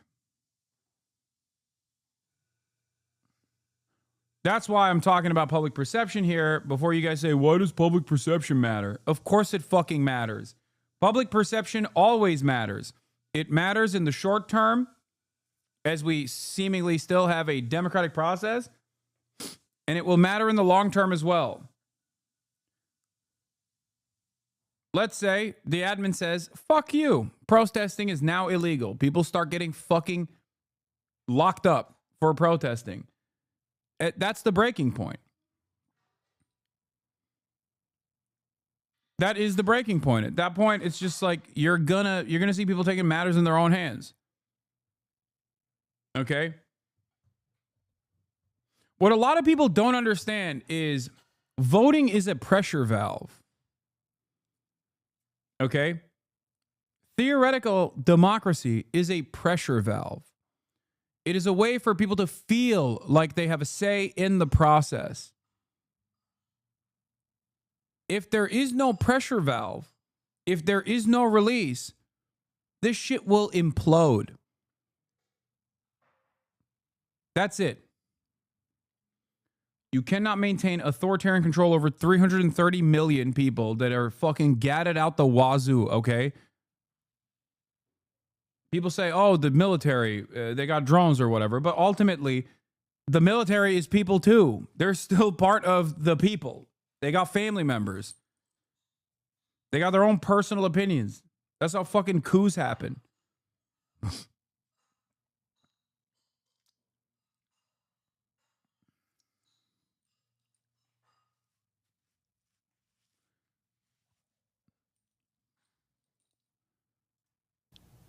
To support one side of this, you have to deny some like basic human values. Either way, like to support just rounding people up and just assuming they're all gang members. I'm not saying they're doing that, but this is the worst case scenario, right? Yeah. They get a bunch of people in a room, they rope them all in, and one guy's just someone's cousin picking someone up to give him a ride home.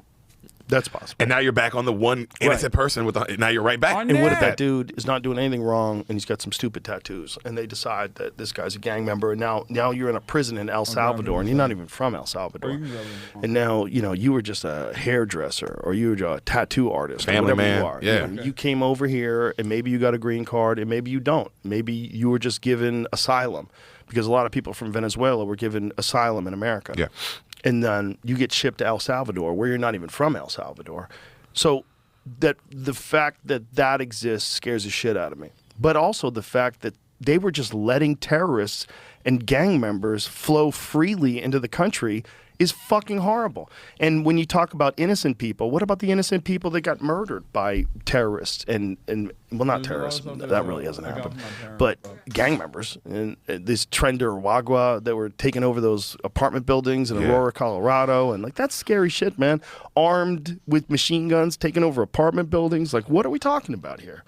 Like, what are we talking about? You're letting that happen? You're not sending in the troops to stop this? Yeah, and you think that wouldn't, in your head, you're like, that can't happen in America, in Colorado. Bro, they got a guy that had done that in California, and they refused to deport him because they said that California is a sanctuary state. They're like fighting to keep a known gang member free in America. The whole thing is bananas. It's like almost like you don't want to go full tinfoil hat, Sam Tripoli style, and just decide that they're trying to destroy America. But if I was going to try to destroy America, that's how I would do it. Yeah. I'd take over the political process, impart censorship on all the social media, like gaslight people to no end, consistently do it. AstroTurf stadiums filled with people pretending they support something, pay them to be there, manufacture a movement, and slowly but surely bring chaos to all the cities. Allow DAs to get elected that are the worst when it comes to protecting people and the best when it comes to freeing violent criminals. And that's really their goal. And they can do it. They could just use words like racial justice, and like just send murderers back out into the streets. You just create chaos. Defund the police. Defund. Dude, what?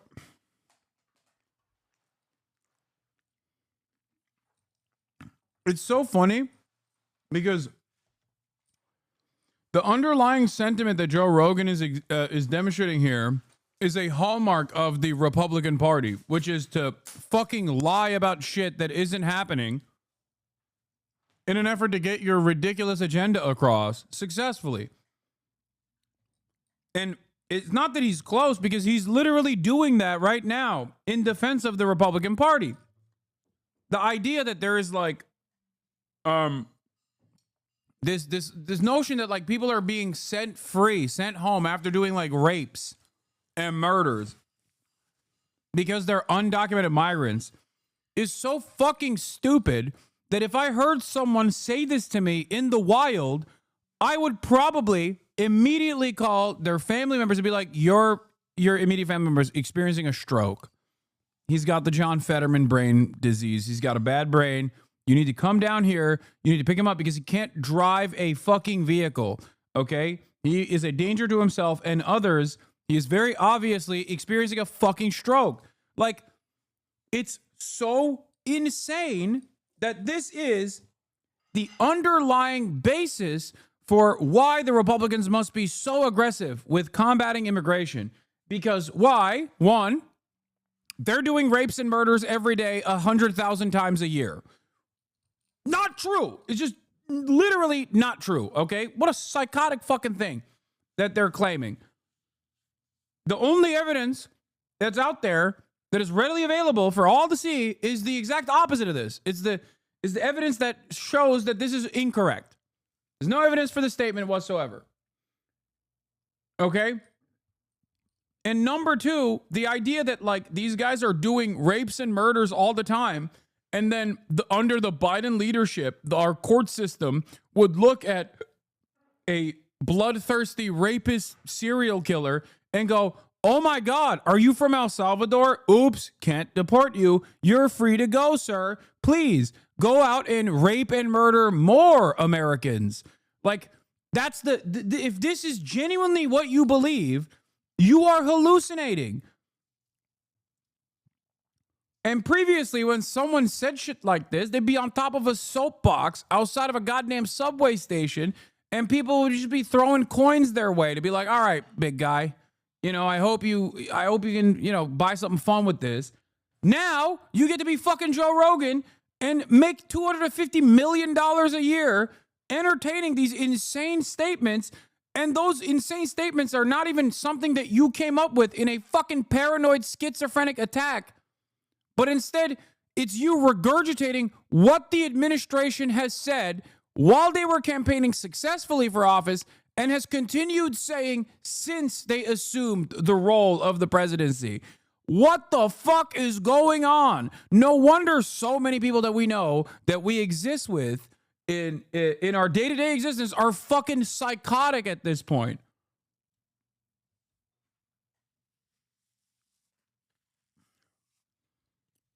Like, what the fuck? Yeah, like, ask anyone that you know. Ask anyone that you know that entertains these kinds of insanities.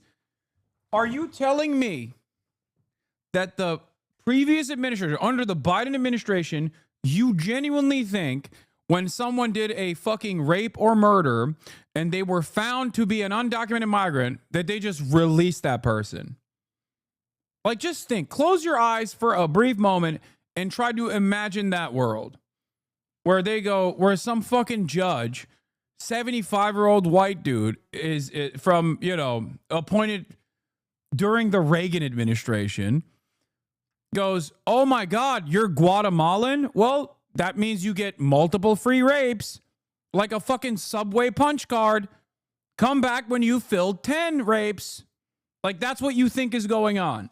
They're just fucking letting rapists, drug dealer, fucking serial killers go free, roam free. And the cops are also a part of this, by the way. The brave, bold, beautiful piglets, the boys in the fucking blue, they also are powerless in the face of these woke judges who are letting fucking rapist murderers go free because they're undocumented. If you believe this, I can trick you into believing anything. I can trick you into eating dog shit, okay? You are the most easily tricked adult of all time. I could literally serve you dog shit. And you go, this is delicious. Ooh, scrumptious.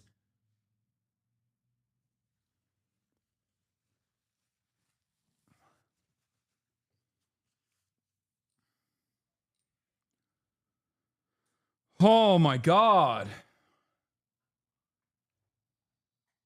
Now you have no police. Like, if I wanted to destroy America, I would do it this way. I mean, what you just described sounds like a like a plan from another place. That's like, oh, if you wanted to destroy America, if we really wanted to, not with war, but let's just slowly let them kill themselves, type stuff, and then have them at each other's back, at each other's throats, rather. You know, constantly have them fighting over political issues. Let's get rid of Roe v. Wade. They're a little too happy right now. Get rid of Roe v. Wade, and then the liberals are up in arms. How, you motherfucker? Which was, getting rid of Roe v. Wade was actually a good move if you were a Democrat, because then people get upset, and then they really want to vote. Like, you could probably ignite a lot of people. And that was like, there was some famous videos. There's one famous video of this lady celebrating that Kamala Harris was going to win. And she was like, reproductive freedom. Women came out to vote in unprecedented numbers. It was, I'm sure you've seen it. It's a video of this lady mocking this guy. Yeah, white women to vote for Trump. White women voted on the same ballot measure where they were like, of course I want my fucking pussy protected, but not that much. I don't want my pussy to be protected from Donald Trump. He can grab my pussy all day. Literally on the same fucking ballot, white women were like, yes, I want my ovaries to be mine, unless it's Donald Trump taking them, in which case I will literally strike down any sort of fucking abortion restrictions, but then turn around and vote for the guy who did it.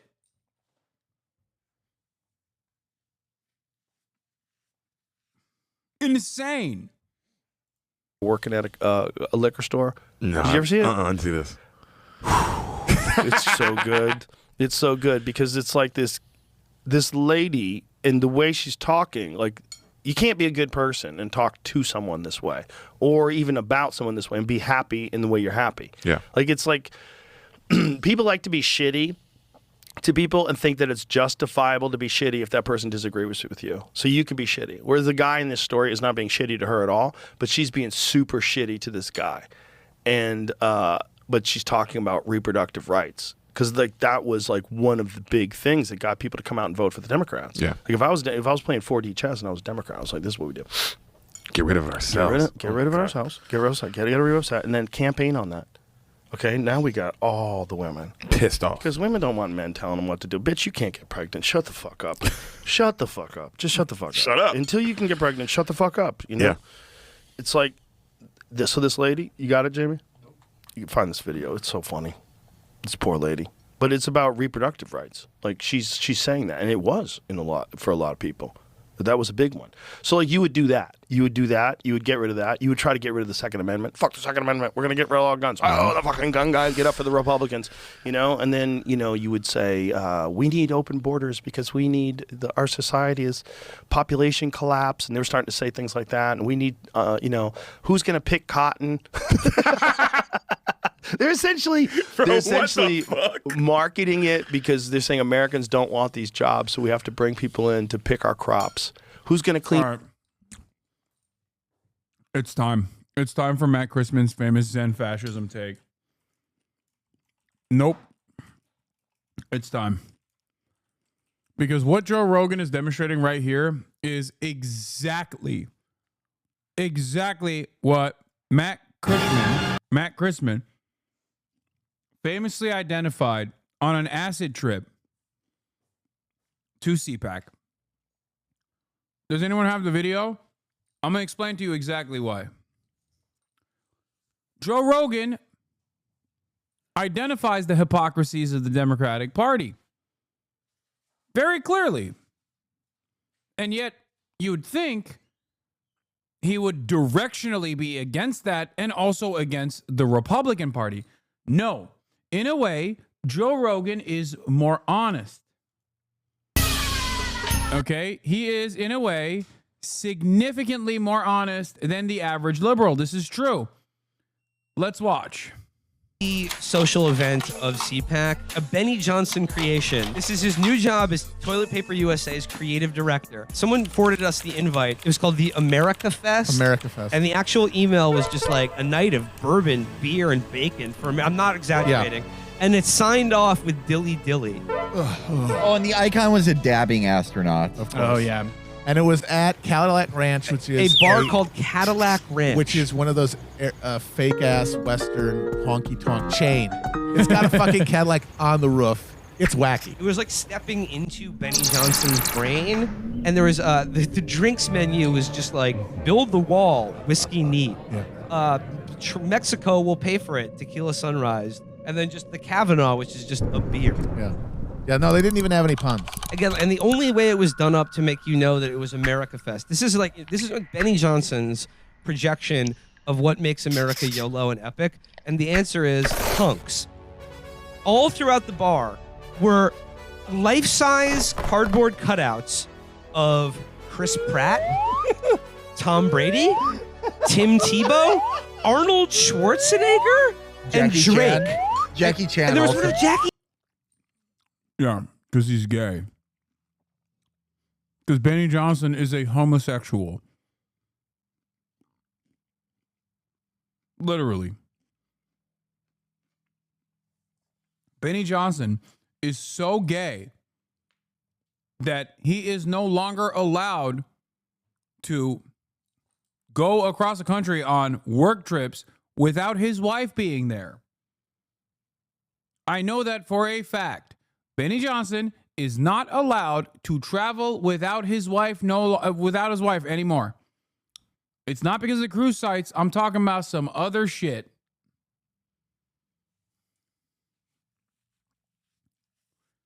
We knew that Benny Johnson was gay when he tried to do the targeted ad thing, where he was like, why is this Veterans Affairs Office website showing me ads for a gay cruise? And everyone was like, yeah, dude, that's because of your cookies. That means because you're Googling gay cruises to fucking go on, dumbass.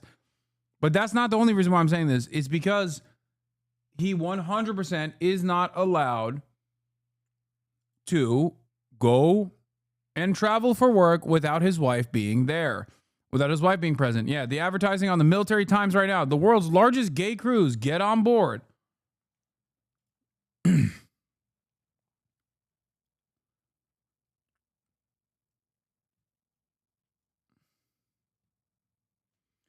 That was Jason Whitlock, but he's super gay too. No, Benny Johnson is not allowed either.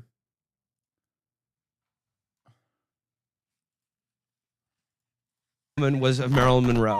No, Melania. No, Monica Lewinsky. There was an AOC one that was just there to be yelled at and defaced. And Charlie Kirk was there. DJ TJ showed up. Don and he did Jr. an idiot knucklehead speech about how you guys have the balls to be assholes on college campuses, and I love you for it.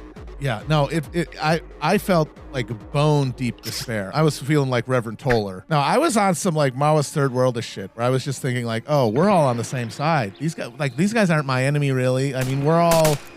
This is important. This is the point. This is, I think, an incredibly important point to understand. No, I was on some like Maoist third worldish shit where I was just thinking like, oh, we're all on the same side. These guys aren't my enemy, really. I mean, we're all We're all in the imperial core. We're all the exploiters. Like, we're the bad guys in this story. We need to be destroyed. Like, no disentangling me from them. We are all accountable for this. No, I felt deep despair. And I also finally got the concept of Zen fascism. These guys have embraced like a Buddhist concept of nihilism, where it's just, look, we found ourselves by total random fact of fate to have been born at the end of this imperial moment. We have access to this incredible bounty of exploitation, of the bounties of exploitation, and we're gonna fucking use it and have fun. You're also in the same boat as us. You were born in the same situation. You have access to this same bounty. Why don't you just enjoy it? Yeah, everything's gonna die. Everyone's gonna die. Sure, it's not sustainable, but we're gonna be the last to die, so why don't enjoy it? Why fight against it? And I actually finally got the point of all of that hypocrisy mongering that Republicans do, where they say, oh, you drive a car. Oh, you use a cell phone. It's not to try to get you in some petty hypocritical gotcha. It's to say, we're all in this together. We're all on the same side. Why don't you just enjoy it? Why are you torturing yourself? Why are you like, oh, this is actually bad, and oh no, we're exploiting all these people. Yeah, but that can't change it. You're in this situation. Just eat the fucking slider, drink the goddamn beer, and enjoy yourself. Trigger the libs, have fun. Because they always have that voice in their head, and that's why they need to trigger libs all the time. They need to push it out. They've embraced this nihilism, but they also know what they've done, and so it's never going to be actually fun. They're never going to really be able to be decadent. They're never really going to be able to be purely hedonistic. They need to have an enemy that they can smite at any. Yeah, this is exactly what Asma's audience is. Yeah, 100%. Oh, it's literally your jalapeno popper take? No, that's another. My jalapeno popper take is one that ironically old heads will remember as the bread theory. The Theory of Bread by Marxist-Leninist Marat Piker, or Chapo's very own Matt Christman's treat theory as well.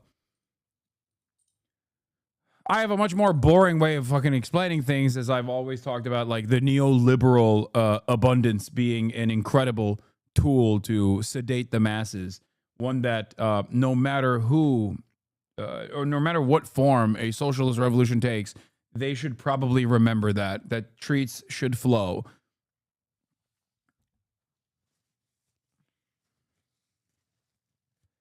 Matt made one of the best observations. There are only two political positions in America. Don't be an asshole versus don't be a pussy.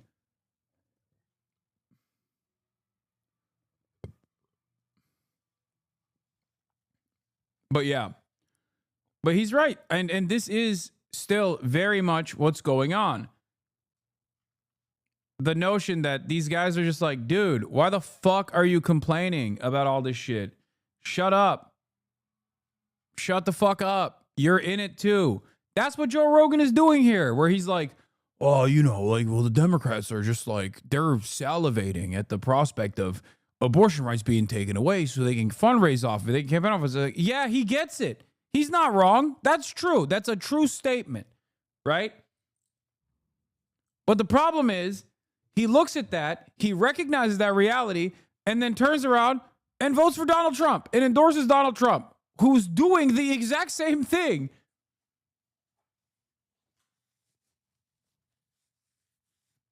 Because he's like, yeah, might as well enjoy the show. Might as well enjoy the ride.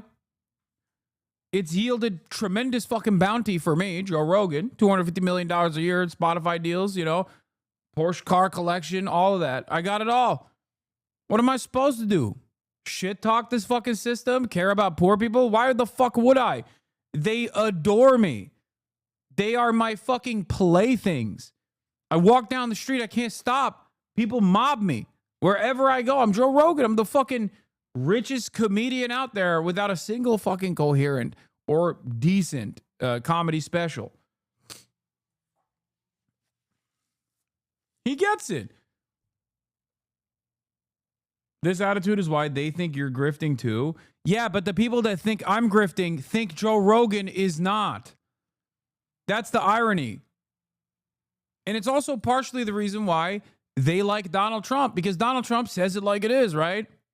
Donald Trump's like, yep, I don't care about anything. I love money, money. I love money in my pocket. And everyone's like, hell yeah, he's so honest. It's like Donald Trump could come out and be like, I'm fucking you over. every day, you disgusting little monsters. I hate all of you. And they'd be like, yes, sir, I am your piglet. Keep giving me that steady flow of garbage.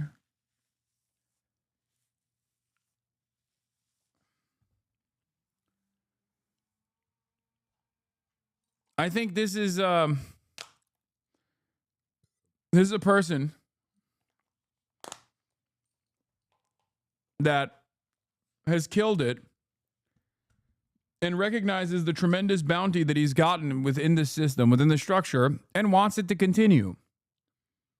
And therefore, there's a semblance of honesty behind it. The dishonesty comes from people wanting to be like him. The dishonest nature of Joe Rogan is the notion that, like, he presents this veneer of success as, like, somehow attainable. I'm just like you. You know? So people look up to him and think if they embody Joe Rogan, they will be Joe Rogan one day. They will not be Joe Rogan. And people would rather be lied to than to be told the fucking cold hard truth. And that's why so many people get fucking mad at me and say I'm a goddamn grifter, when if I was doing what Joe Rogan has been doing this whole time, they'd fucking love it. The very same things that are markers, that are signifiers for success and attainable goals that people want, like a fucking nice car, turn into an opportunity to shit on someone like myself. Ha, you have a nice car, you fucking grifter. Stupid ass grifter. You have a house. You have a fucking house where you live with your family. The fuck's wrong with you, you goddamn grifter? That's it. They basically are like, no, why don't you? It's something that I've realized where, like, it's basically this idea where people constantly are coming up to me in the chat and saying, dude, why don't you say capitalism is good and that one day I can get exactly what you have gotten for yourself? What the fuck is wrong with you? Like, they literally are just like, I don't get it. I don't understand it. I truly don't like you. On the Spectrum 2005.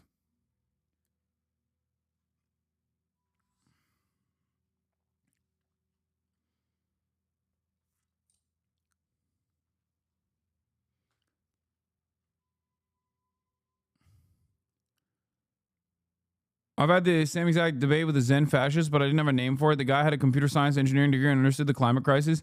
He knew about the unjustifiable deeds of the state. He was an atheist. He said having to not eat meat, and that was all not worth it if the world was going to die anyway. He wanted to not be a sucker when the world was ending.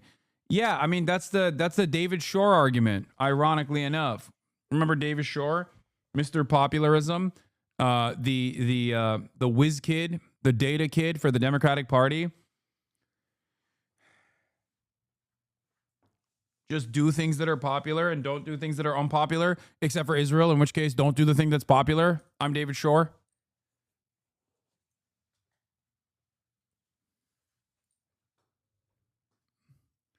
Anyway, David Shore famously had a fucking tweet where it was like, climate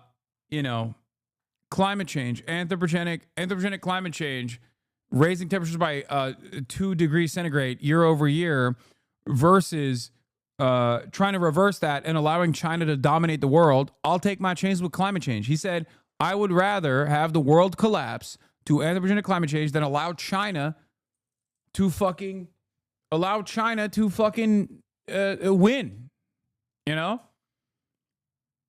Yes, I dislike you. Okay, man. I mean, I hope you get better one day. I don't understand why you literally have been in here with 952 messages for such a long time, since 2024, only to turn around and be like, you got mic issues a month ago, and then coming back 1 month later to be like, I actually fucking hate you, dog. I hope it's okay. I'm sorry. Oh no, I'm fine. You're just awful. All right. Well, I'm sorry, chatter.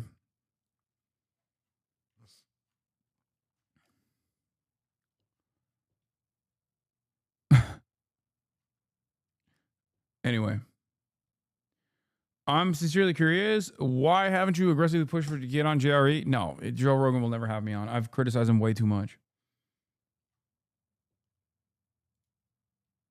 Oh no, I'm fine. You're just awful. I don't understand what this is like. What are you gonna say? Why you're saying these things, or is just no, just a general vibe thing?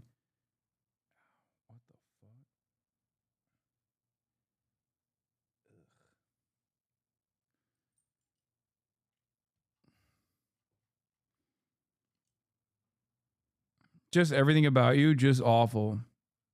Okay, so it is a general vibe thing. Got it. Okay. Well, sorry. In your toilets. People are openly saying that. Like, not realizing how racist Oh, it I sounds. remember that lady. One white lady, she told him, she was like, who's going to clean your toilet if they get rid of all the Mexicans? It's like, what the fuck? Who said that? It was like on the View, one of those crazy View. One of those View bitches? One of them, or at least a show my like God. that. You know what I mean? Yeah. Hilarious. So there was that going on. If you wanted to like destroy society and make it worse, what would you do? You bring people in from a third world country, don't have them change anything, financially incentivize them to be there, give them free money while you're not helping the poor people in America. They were giving them debit cards, free housing, free food, putting them up in the Roosevelt Hotel in New York City. Wild shit. If you wanted to destroy society, that's how you would do it. That's how you would do it. I mean, that sounds...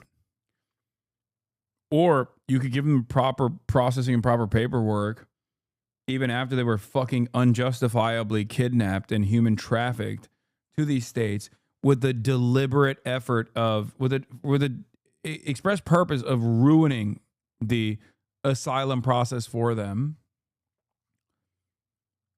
Perhaps the best thing to do would have been to expedite their court hearings, give them an opportunity to look for gainful employment. You know, that's what I think.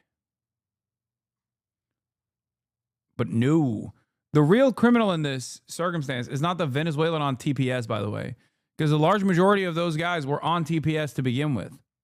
Okay. The real criminal in this process is, number one, Governor Greg Abbott, Joe Rogan's favorite governor, his own governor. Number two, Ron DeSantis, Joe Rogan's second favorite governor, Governor Ron DeSantis, who participated in this human trafficking scheme. And the number three criminal in this process, still not the Venezuelan on TPS that had to fucking go to New York, is Joe Biden.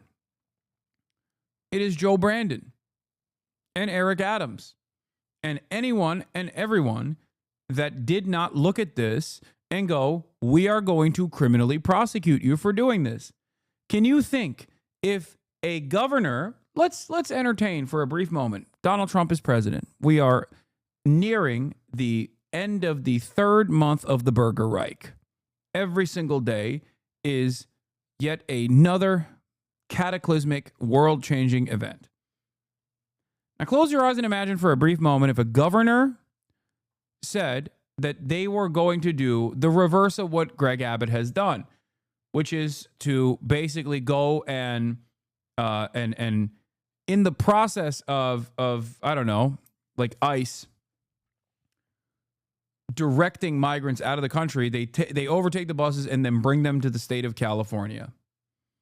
Okay? And then they offer them protection. What would Donald Trump do? What would Donald Trump do in that situation? He would kill Greg. Not Greg. Sorry. In this situation, it would be Gavin Newsom, right? In this hypothetical scenario. He would literally do the death penalty. He would do capital punishment. He would do drone strikes. What did Biden do? What did Joe Biden do when Governor Greg Abbott engaged in this human trafficking scheme specifically for political moves, specifically so that he could get a political leg up? He did NATO.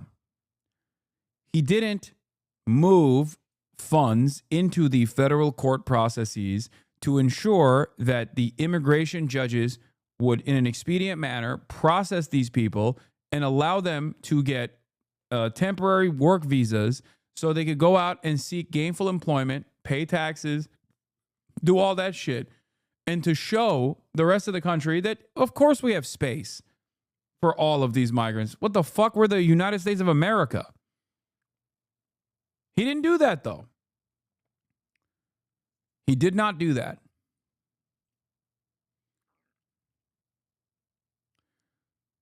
We have so many tools at our disposal.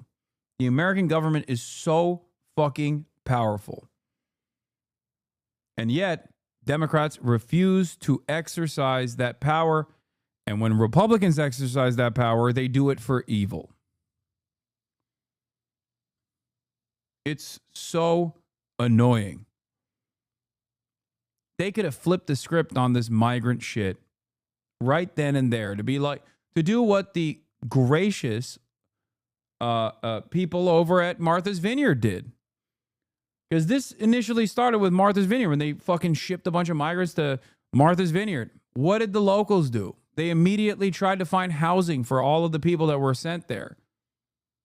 They could have done that. You know who was saying that? If only there was a political commentator who was saying exactly this. If you were to come in here and hear me say this now and go, well, Hasan, hindsight is 2020. Well, it was foresight back then, because I was saying it back then too. I was saying just this. I was saying Biden has a unique opportunity here to prove by example that America can, as a matter of fact, take care of these migrants. And they didn't do that. It wasn't even foresight. It was just sight, as I always say. Not foresight, just sight.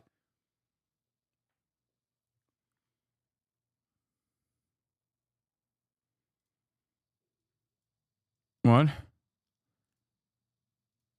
Hasan, would you like a really sweet message?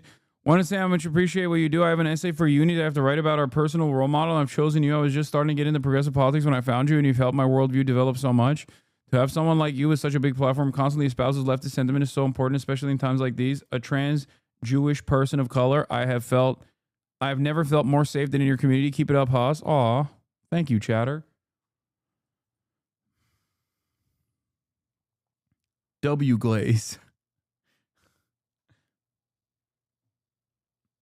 It's easy why you are dealing with 50 migrants versus tens of thousands that flock to your state. Hey, dumbass. I live in fucking California. What the fuck are you talking about? Did you notice how Greg Abbott didn't ship migrants to California for some weird reason and instead did it to New York without telling them ahead of time and Chicago without telling them ahead of time? The fuck do you mean? I live in the living, breathing example of dealing with migrants that are flocking in by tens of thousands. What are you talking about?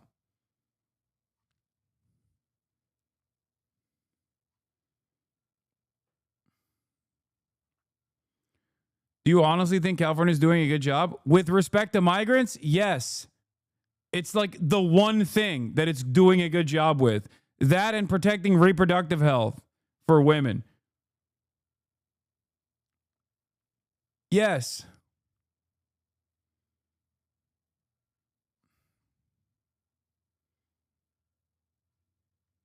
Because California is run by an asshole for other reasons. Okay, I'm not going to fucking glaze Gavin too hard. Non-Californians want us Californians to think that we live in an overrun shithole. I know. They're so fucking annoying and so goddamn stupid. It's like, bro, you live in Iowa. Shut the fuck up, okay?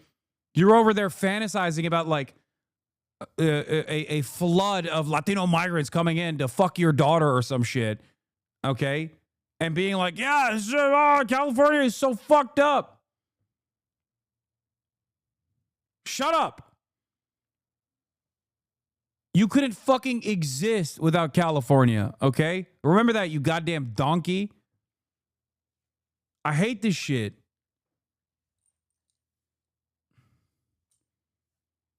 Eat a fucking taco for once. Bro, people like to tell me that crime is legal in California and that LA cops are liberals. Yeah. They live in fucking La La Land. That's why so many studies were conducted on this issue where they were like, well, you know, crime is not in my neighborhood, but it's somewhere. It's on the rise. It feels like there's a general vibe shift about crime being on the rise. It's not here. My neighborhood's fine, but it's at another neighborhood. It's terrifying. It's scary. Like, what are you talking about? There are chatters. Sometimes there will literally be chatters talking about straight up my backyard, okay? They'll be like, dude, aren't you terrified? There's so much crime happening in your neighborhood. Without realizing that they're talking about my fucking neighborhood, I'd be like, what are you saying? What the fuck are you saying?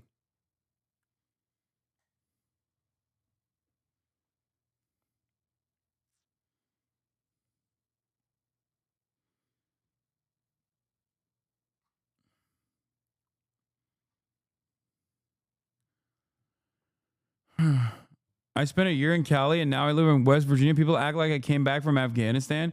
That's the hilarious part about this, is because like West Virginia closely resembles the material realities of Afghanistan, ironically enough. And I say this as someone who's been to West Virginia. Like, West Virginia versus California, what's closer to Afghanistan? A country that we destroyed, by the way, for the record.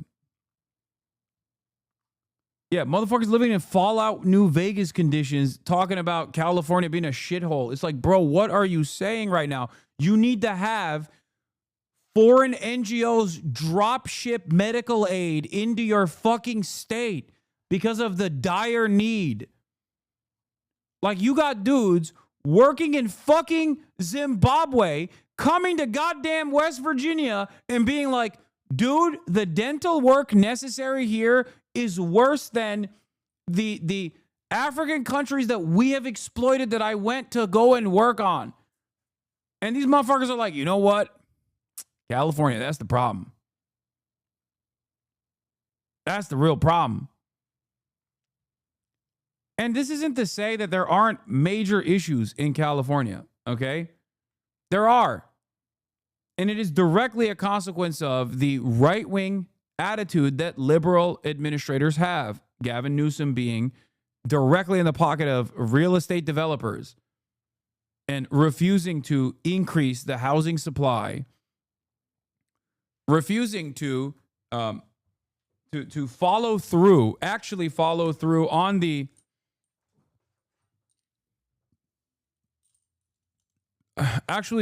ballot measures that Californians fucking vote on every goddamn election cycle.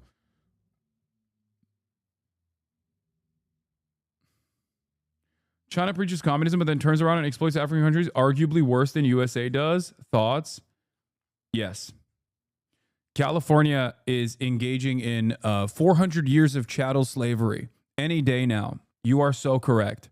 This is before we talk about the IMF, the World Bank, also controlling their currencies. We're going to talk about other Western nations and their relationship to Africa. They're doing all of that right now. Any moment now, they're going to start doing it.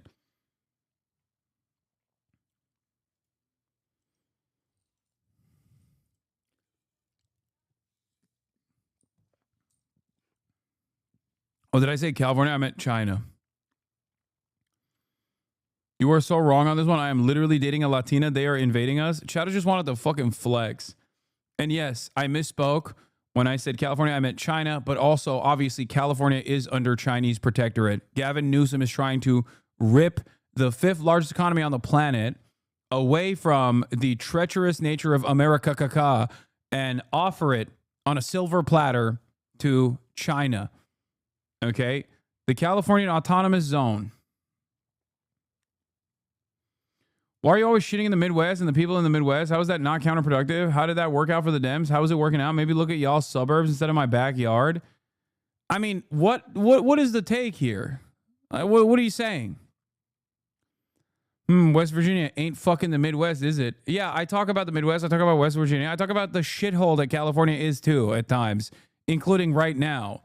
One of the major problems here, due to Gavin Newsom's ineptitude or refusal to address any of the fucking problems as I was talking about earlier until you came in to defend Iowa of all fucking places. Okay, goddamn, dude. Midwesterners, like, stop fucking chirping for once. Holy moly. Anyway. I'm not even talking about you. I'm talking about your fucking annoying neighbors that you hate. I'm talking about your fucking uncle that you despise and you come in here and complain about because you have to deal with him on Thanksgiving when he gets fucking drunk and starts running his goddamn mouth. You know exactly what the fuck I'm talking about. I'm talking about the people who are like, oh, California's a shithole. The ones you, what, mean to fucking coddle? What? What? I don't fuck with my family. Okay, exactly. So you understand who I'm addressing here. Shut the fuck up.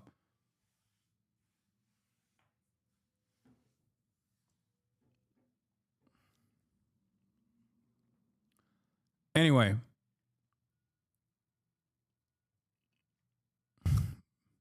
I can't even get through shitting on fucking California because the Iowan in the chat is losing his mind.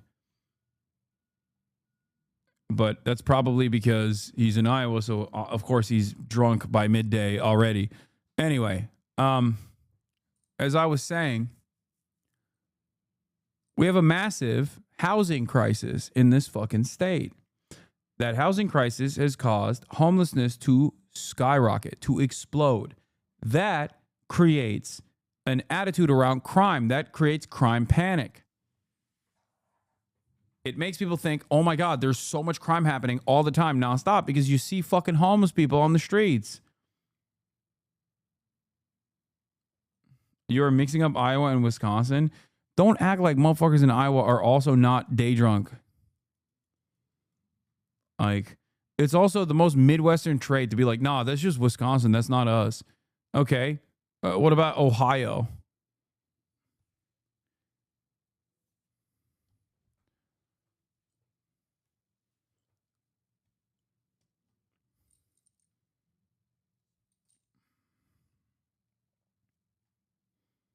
Anyway. New poll from the Fire Org, which is like a right-wing org, by the way. They're not a good organization, but even they are, even when push comes to shove, even they are like, come on, this is ridiculous. Americans oppose deporting student visa holders for expressing pro-Palestinian views by a 2-to-1 margin, 52 to 26%. Not based. Where's Asmongold? Where are the Asmongoldians who thought, this is based? Americans also oppose deporting green card holders for pro-Palestinian views, 54 to 23%. Perhaps a competent opposition party would take notice of this and make a much larger fuss about it instead of quietly being like, well, you know, some of these fucking anti-Semites deserve it. Well.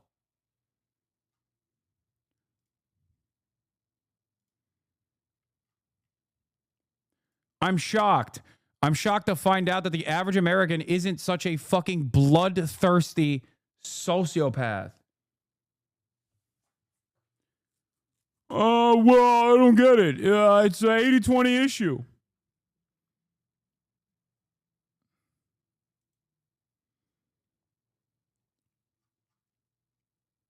This is why people like Scott Jennings on CNN constantly say Dems are taking 20 side on an 80-20 issue is so wrong. They're projecting their fringe beliefs on the majority, not realizing Twitter is a cesspool of right-wing thought right now. Most Americans aren't on Twitter, though. Oh.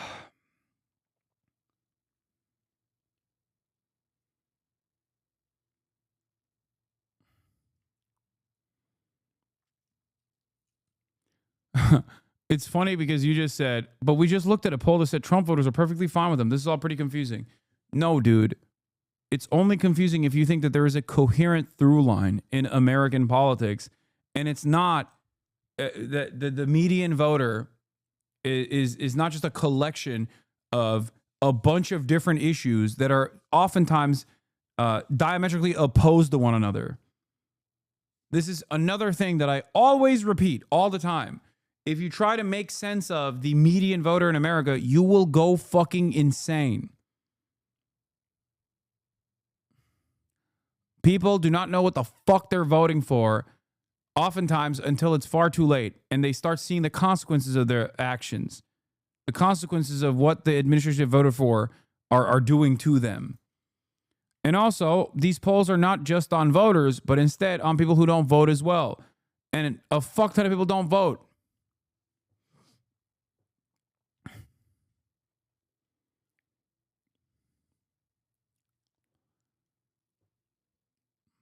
I'll give you a great example of the inconsistency in the mind of the average American psycho. Okay?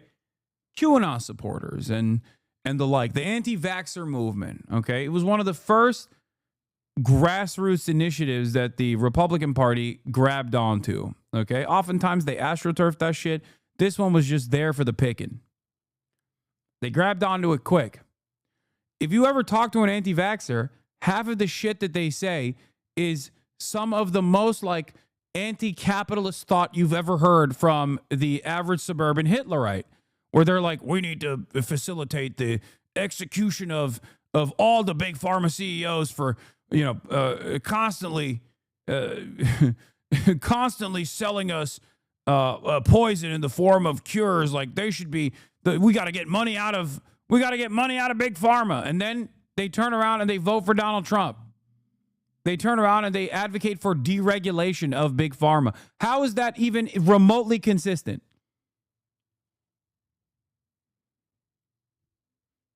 It's not, because they're fucking insane.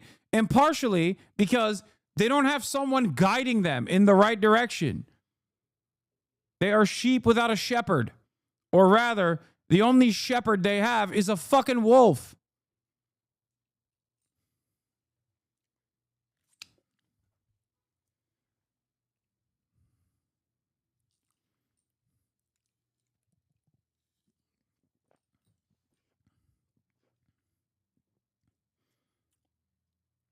Anyway, that's it. Yeah, defund public health, privatize the NIH. Hell yeah. You would just keep like it's doing working. Like it's going in that direction. Yeah. So the problem with things that are going in a radical direction, and then there's an overcorrection. So the overcorrection is lack of due process. The overcorrection is like round them all up, ship them to jail. Like that's like some things that you say when you're not thinking things through. Like, what do you do about all the criminals? Take them all, fucking send them to El Salvador. Yeah. What about due process? No, fuck that. Well, here's the problem with fuck that. What if you are an enemy of, let's not say any current president. Let's pretend we got a new president, totally new guy in 2028. And this is a common practice now of just rounding up gang members with no due process and shipping them to El Salvador. You're a gang member. No, I'm not. Prove it. What? I got to go to court. No, no due process. That's right? dangerous, Joe. That's dangerous. That's dangerous. That's dangerous. We got to be careful that we don't become monsters while we're fighting monsters. But then again, you got to find these motherfuckers that are here that have terrorist cells and that are ready to fucking blow up malls in Dallas and do crazy shit, which definitely they've thwarted before. Yeah. So like this is the best argument for intelligence agencies is that there's real threats. You know, like for someone to say, fuck all the CIA, fuck the FBI. What, are you crazy? Who's going to investigate real threats? Like the real world exists. As much as you want to pretend that that we can all go kumbaya tomorrow if we all just lay down our arms. No, there's people that are 48 years old and dedicated to crime. They've been dedicated to crime in Guatemala, and now they're here. And now they're selling fentanyl, and they're not going to stop. Okay? They don't give a fuck. Yeah, and they're on EBT cards where you're getting money from the government for free every month because you're in a sanctuary city, and you get free food, and you're a criminal. And then one of them, like two of them, assaulted cops in New York City and then got free. No cash bail. No cash bail. You just get out. They assaulted cops, and then they're on the street giving the Tupac to the camera. You ever see that? No, Joe. Bro, it's what? Crazy. First of all, we got to show you the Kamala Harris lady. You got the Kamala Harris lady? Can't find it at all. You can't find it? They probably scrubbed it from the internet. She's being shamed. I'm not really sure what to look for, but you're putting a tinfoil hat on my head right now. Like, that's how I'm feeling. We don't have to show it. It's because we've already showed it a bunch of times. how you would do it if you wanted to destroy America. I'm not saying, so the question becomes like, how much of it is our own folly? How much of it is just natural human behavior? How much of it is like the right wants law and order, so we don't want law and order. The right wants to punish prisoners. We want to, no, it's racism. You know, it's like, what is it? But that's just teams fighting. That's yeah. But also, I feel like it's manipulated as well, and maybe more so than anything else. I feel every single dumb fuck that's come into my chat over the past couple of weeks, where I tried to explain to them why you must have due process, hopefully will understand it now that Joe Rogan has explained it with virtually the same exact example.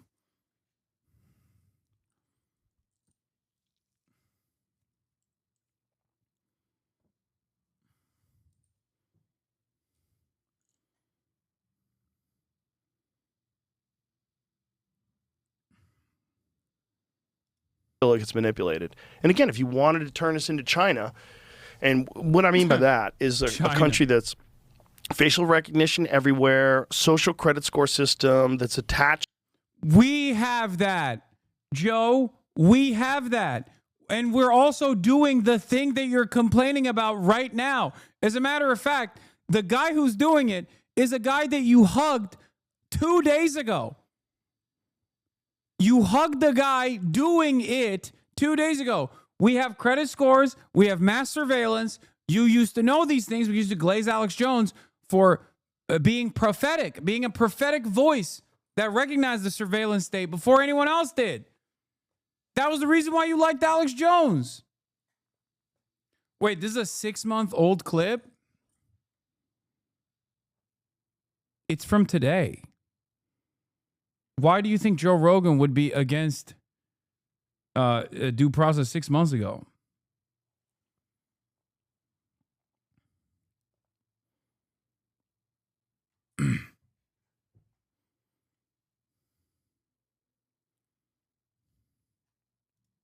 To all of your banking, your ability to travel, everything you do. If you make anything online that's against the government, you could be disappeared, you could be locked up, you could be made a political prisoner. You know, this is fun. It felt like we were heading that way. This is good. I'm glad that he's fucking recognizing this, because this is what conservatives would constantly complain about. This is their suspicion as to what the Democrats were up to. You know, they'd always fucking turn around and be like, this is what the Democrats want to do. The demon rats. They want to fucking put us in FEMA camps. They want to put us in fucking FEMA facilities. Ladies and gentlemen, if we don't put an end to this right now, it's going to a scary path. And it's like, well, dude, Trump is actually doing it and saying he's doing it, and also constantly saying, what the fuck are you going to do about it? And it took him this long to recognize the impact. Yeah, I think this is something that, I think it was Metzger that said this. No, it was Duncan that said this about Ukraine and Russia. He was like, do you realize, like, the Ukrainians that we're killing, or that rather the Russians that we're killing by sending over arms and money to fund the Ukrainians? Not saying that we shouldn't do this, but he's saying that a lot of those guys are being forced to go to the front line, and a lot of those guys are prisoners who get released in order to fight. So what if you're a prisoner because you wrote a bad tweet against Putin, and they lock you up, and then all of a sudden Ukrainians are killing you with American weapons because you tweeted bad against Putin? So it's Putin's way of like eliminating any dissent from, like, and they don't. It's weird. He's getting there. There's a semblance of humanity here. Weird that it's still. He's not wrong. It's just arriving at the correct point while taking the weirdest route possible. I don't know. Don't even arrest that many people online. Megaphonic said, I can't believe it, but Joe Rogan is showing more introspection than my dad. Don't worry, because if Joe Rogan is showing this introspection, your dad will inevitably also show it. Because even if your dad is not listening to Joe Rogan, he's listening to someone else that listens to Joe Rogan. He's listening to a podcast. Okay? I assume somewhere along the line there is at least one kind of right-wing podcast or right-wing media person that your dad is listening to that he really trusts, and that person is probably going to say similar things. Whatever you say, you do not know our dads. Okay, we'll see. If your dad only listens to Fox News, you're fucked. He's not going to change. There's no introspection coming for your dad. But many people do listen to Joe Rogan, so him having this wake-up moment is good. It's not a bad thing.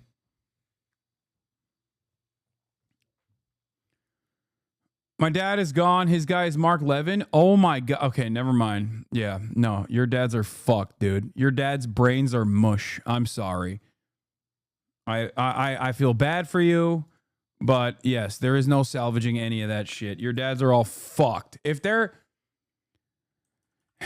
they are exclusively getting their notes from Fox News, then they're cooked. In comparison to, or for doing things online, in comparison to the UK. The UK is getting in on it full steam ahead. The UK is arresting people for anything that makes people uncomfortable online. They show up at your house and just fucking arrest you. They've arrested, like, how many people have been arrested in the UK for social media posts in the last year? Please, you have to tie this back to America, right? Please, you're an American. Also, I think it's like 1 or something. And that's not because they social media posts, but because they had like a minor fine and they wanted to make a political statement about not paying said fine, for the record. Like that's how this usually goes. It's not like, oh, you're black bagged and you're black bagged and it's over. It's like you played a role in the race riots that took place in the UK, and then they wanted to fine you for it or something, or they wanted to jail you for a short period of time, specifically because you actively were, getting people to go out and try to stab random Muslims or burn fucking mosques and shit. Like straightforwardly a hate crime that you agitated for. Whereas in America, you say, hey, I don't think our tax dollars should go to the baby murder machine that is Israel, and you get fucking black bagged in the middle of the night. Or a bunch of plainclothes officers, and we don't even know if they're fucking ICE agents, as a matter of fact, because one of the stories I'm going to cover today is that there was this one guy who isn't a fucking ICE agent at all. He's just a right-wing militia guy that has been deputized by ICE to go and fucking nab people.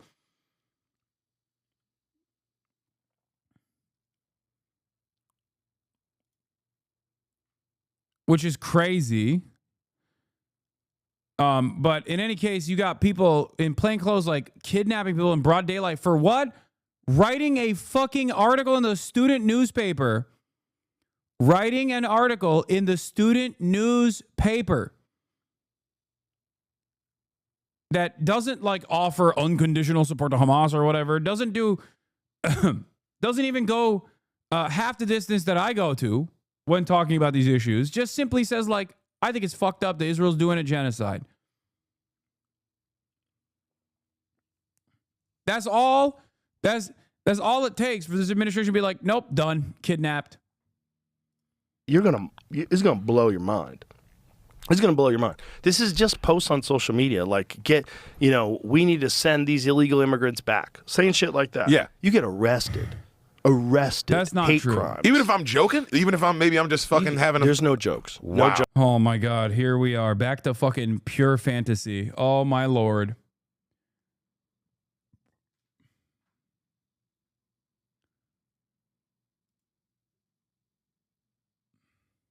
Jokes online anymore, not in the UK. Not only that, but the guy who's the head of the UK, they're saying now that they could potentially arrest Americans who have posted things online when they visit the UK. Yeah, I was reading a post about this. Like this law could potentially be used in this way. That if you are a person in America and you're posting horrible shit about the UK government or the immigrant problem or whatever they have, context behind available information, exact figures 2025, not fully comprehended. 2023, 12,183 arrests were made across 37 police forces in the UK. under Section 127 of the Communications Act 2003 and Section 1 of the Malicious Communications Act in 1988, equating to about 33 arrests per day. Laws cover sending grossly offensive, indecent, obscene, or menacing messages via electronic communication networks, which includes social media posts and also DMs. DMs.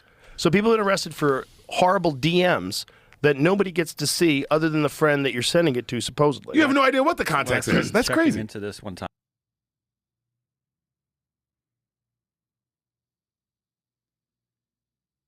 We're so busted. We're so cooked. Is this grok? Is this a grok summarization?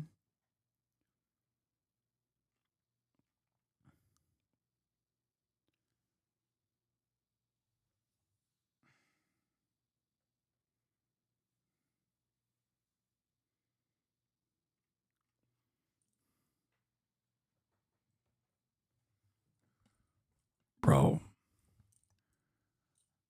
how did we devolve to such an insane degree that we can't even fucking do a Google search? Like, there are people out there, I don't understand it, dude. We're so fucking cooked. The next generation is not literate.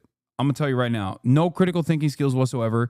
They have just basically become servants to a fucking machine that actively lies to you. We call it hallucinations. And we've become so fucking lazy that we can't even use Google.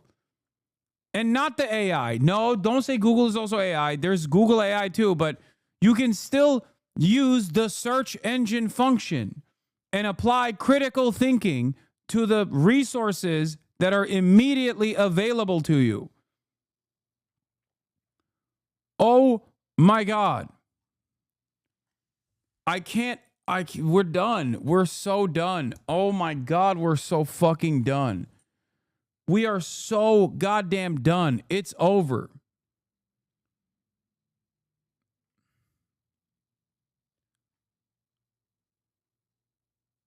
Like, dude, it's basic shit. Just look it up yourself. You need fucking AI. You're so lazy. You need AI to summarize search results. I'm teaching college kids that don't know how to use Excel or PowerPoint. Man, it's so done.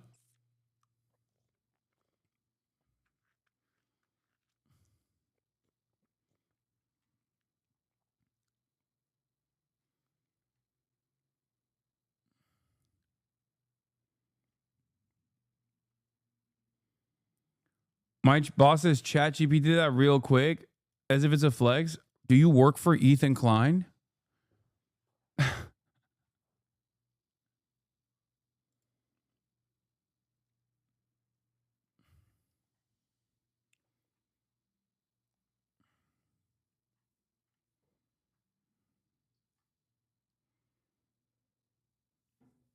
%75% of Americans read it below a 6th grade level.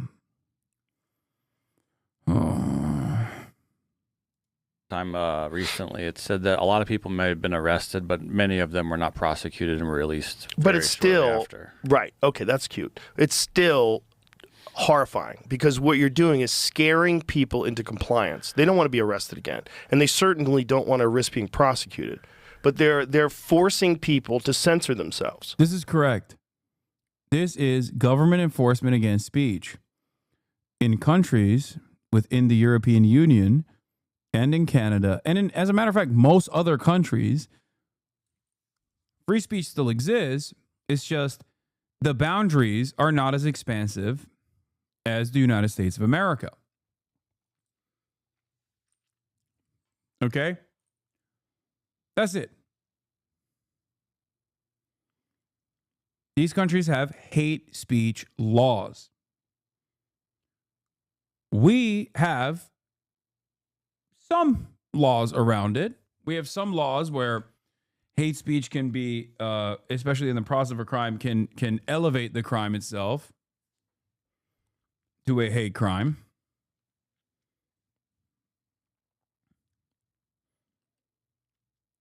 Except this current administration is literally going against that right now.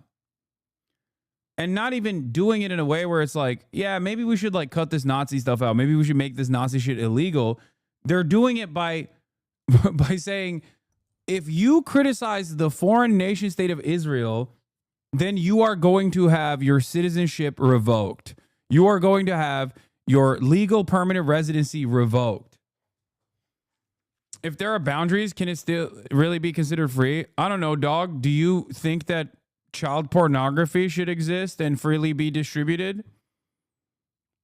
Answer my question very carefully.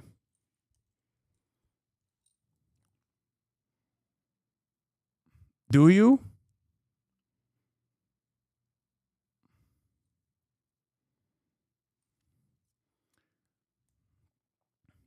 No, but that's not speech. It's free expression. What are you talking about? The fuck? It's a artistic expression, technically. The reason why you're looking for a way out of this argument without admitting what we both know is because speech and expression are two different things. Oh my God.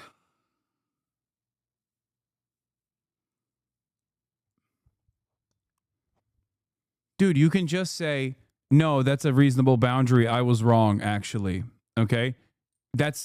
We both know that that is the answer to this question. It wasn't a serious question unless you want to come out as a pedophile in this chat right now.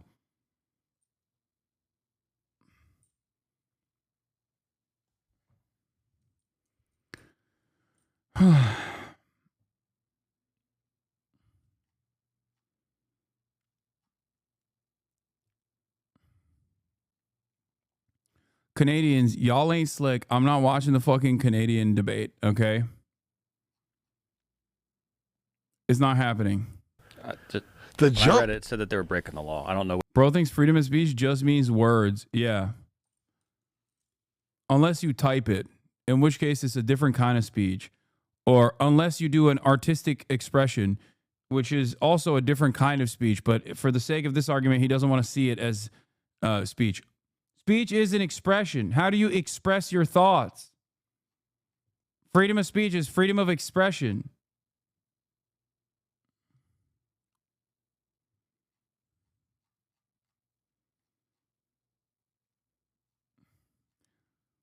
That was a wonderful little example of how hard people will go to not admit that they might have been wrong, okay? Just so you understand.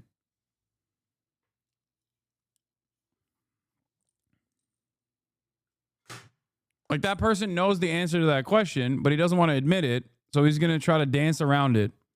Which law? Right. Yeah, go tell the judge that you were just you were just speaking. Okay, it's different. Your Honor, the CSAM collection that you found is actually speech only.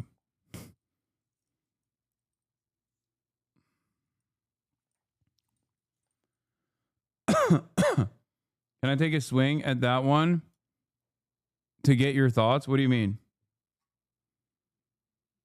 Yeah. That's also funny because that's literally what fucking libertarians do. Yeah, I wasn't driving, I was traveling.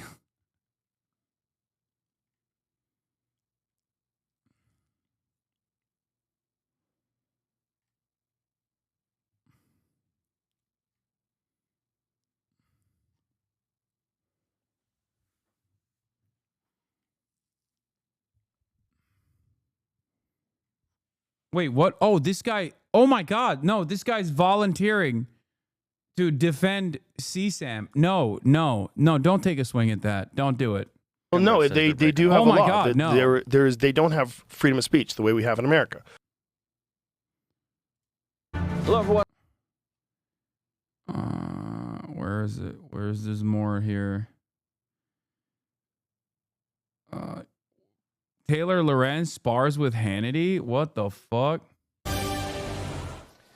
All right, former Washington Post columnist, technology reporter for the New York Times, Daily Beast, and Business Insider, Taylor Lorenz, made a lot of headlines Sunday with her comments about the alleged United Healthcare CEO assassin, Luigi Mangione. Take a look.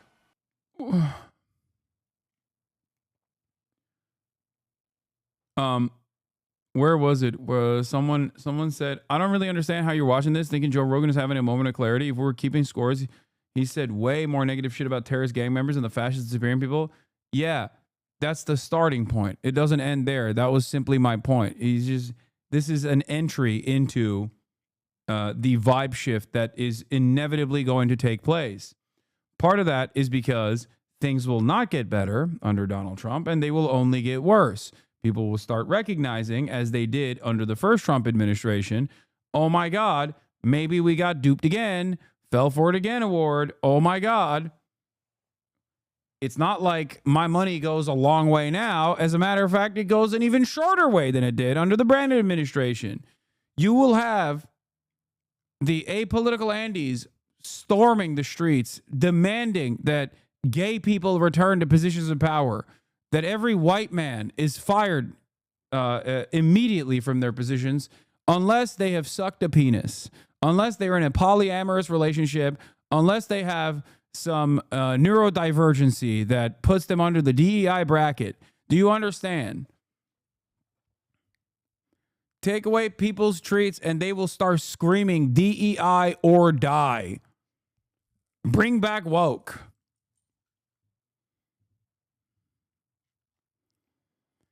The internet has become increasingly more right-wing in the past decade, I would say, especially with the 4chanification of Twitter, okay?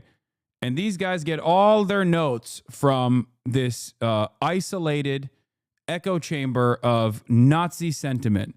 But over the course of months, if not years, they start thinking that this is genuinely positive, like that you can get away with doing these like horrible things. And if you also don't fix the underlying material inefficiencies, inequalities, the underlying material problems that people are fucking facing, people are still going to be resentful and they're going to go, okay, well, we tried this anti-woke shit and it didn't fucking work. The hell? I thought if we just like made it illegal for trans women to compete in high school athletics, I thought that I would magically have more money in my pocket. I didn't really think about it. I'm just a fucking dumbass. And it turns out I don't have more money in my pocket. I have less money in my pocket. What the fuck is going on? I'm hosting a show on PDX. I want to speak out against Israel publicly. Is this a risk for me as a natural-born U.S. citizen? I don't know. You're talking to a natural-born U.S. citizen who hosts a fucking show every day shitting on Israel. So the answer is no. At least not right now. And even if the answer was yes, it still doesn't matter. What are you going to do? Fucking give in to the government? What are you, crazy?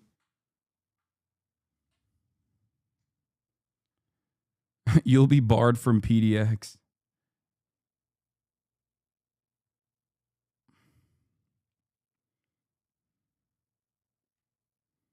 The Supreme Court agreed to hear oral arguments in the case about ending birthright citizenship. How confident are you that the court will rule in your favor and allow that order to end birthright citizenship to go forward? Well, you're just telling me that for the first time. I am so happy. I think the case has been so misunderstood. That case, birthright citizenship, is about slavery. If you look at the details of it, the signings of it, everything else, that case is all about slavery. And if you view it from that standpoint, people understand it. But for some reason, lawyers don't talk about it, the news doesn't talk about it. That's not about tourists coming in and touching a piece of sand and all of a sudden they're a citizenship. They're a citizen. That is all about slavery. And even look at the dates on which it was signed. It was right at that era, right after the Civil War. And if you look at it that way, the case is an easy case to win. And I hope the lawyers talk about birthright citizenship and slavery, because that's what it was all about.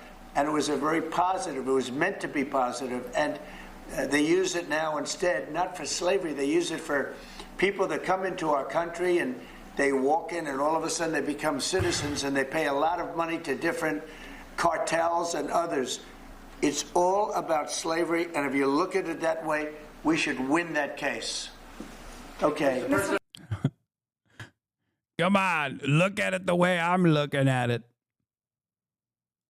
He's so fucking wrong, actually, is wild. No, but that's the argument that they're going to make. That's the legal argument that they're going to make. And I'm so sure of that, like, it's one that he has memorized. Okay?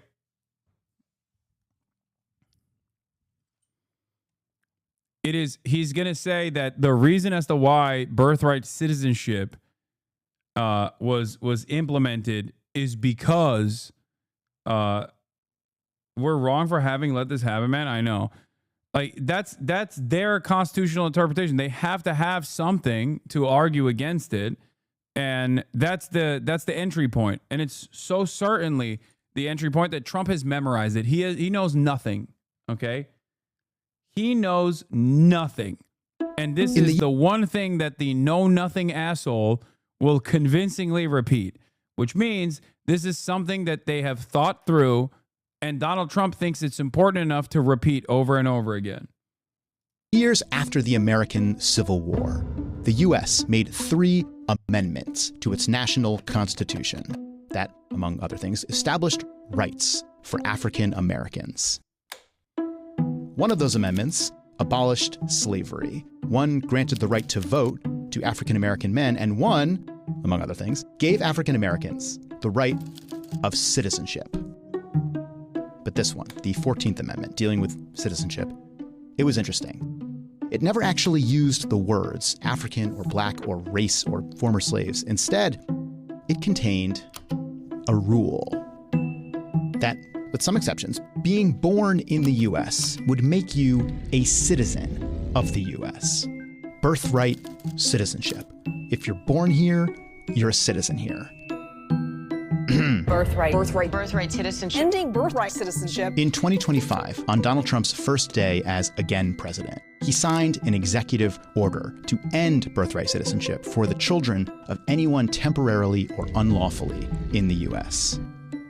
Over the next few weeks, that order was blocked by more than one federal judge, with one of the cases calling birthright citizenship a foundation of our democracy. And as of this video, we don't actually know how this will all shake out, if the Trump administration will back down, if the Supreme Court will back them up. But Trump had his eye on birthright citizenship for some time. Number one, the 14th Amendment is very questionable as to whether or not somebody can come over, have a baby, and immediately that baby is a citizen. And he hasn't been the only one to feel that way. Today, 40% of Americans think that the children of undocumented immigrants should not be given birthright citizenship. The meaning of the 14th Amendment didn't just come up for debate this year. It's actually an argument we've been having with ourselves as a country going way back. And a lot of that debate has been around this idea of who is supposed to get citizenship and who isn't. Like, for example, the 14th Amendment meant to give citizenship to freed slaves. It was never meant to give citizenship to foreign aliens. So, okay. Is that true? What does the law actually say about birthright citizenship? And why have Americans been arguing over it for almost 200 years?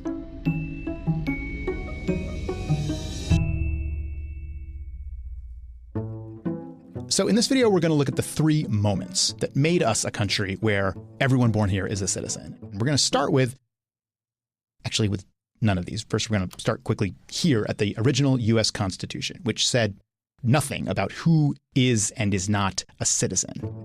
The idea that you're a citizen if you're born here, that existed, but it was more of a legal assumption at the time, inherited from English common law. It was just simply understood if you were born in the realm, you were subject of the king. Which itself came from this old Roman idea of jus soli, or the right of soil, as opposed to the right of blood, where citizenship is passed down from your parents. But because jus soli is more of a principle than a law, for the first 70-ish years of the U.S., there aren't really specific rules on who is and isn't born an American citizen.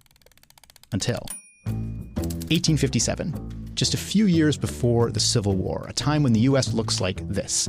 Some states where slavery is legal, some where it isn't. And around this time, an enslaved man is taken by his enslaver from a slave state into free territory, and he eventually files a lawsuit saying that entering free territory should have made him a free man. His case eventually goes to the U.S. Supreme Court in Washington, D.C., and it will come to be known as the Dred Scott decision. That's his name. And what the court says is neither Scott nor his family are free. And they add that he's also not a citizen. And in fact, they say that as a rule, a person of the African race cannot be a U.S. citizen by birth or otherwise. Wait, the United States had slavery? Yeah. Kind of fucked up, right? Just found out. I'm as shocked as you are, really. Supreme Court ultimately concludes that they weren't considered to be the part of the people of the United States, part of the citizenry of the United States. At this time, there are many free black people in the free states of the U.S., but this court decision officially says that the country now has two classes of people: those who are citizens or who can become citizens or whose children can be citizens, and those for whom none of that applies. And within a few years, ideas like that have literally torn the U.S. apart. These states secede. And these states go to war against them, partly to eliminate slavery and that two-tiered system. And they win. So now the Civil War is over, and the victorious North decides to undo the Dred Scott case by passing the first American law to say that people born here are citizens, the Civil Rights Act of 1866. Problem number one. The president at the time has some objections to this, and in a letter to Congress, he complains that in addition to African Americans, birthright citizenship is also going to make gypsies and Chinese people citizens. But Congress actually has enough votes to pass it over the president's objections. That's how you know we were more Euro-minded back then. Like, we were so close in our association to the European continent, even at that point. You know, basically 100 years after we had left. It's beautiful. It's beautiful to see. Because the anti like anti-Roma people attitude is just European. Most Americans don't even know what that is. Okay, they think gypsy. What do you mean, Gypsy Rose? Do you mean Gypsy Kings? The guys that sing, they do like, it seems like it's like a mariachi thing, you know? That's literally, Americans don't know that that's a thing.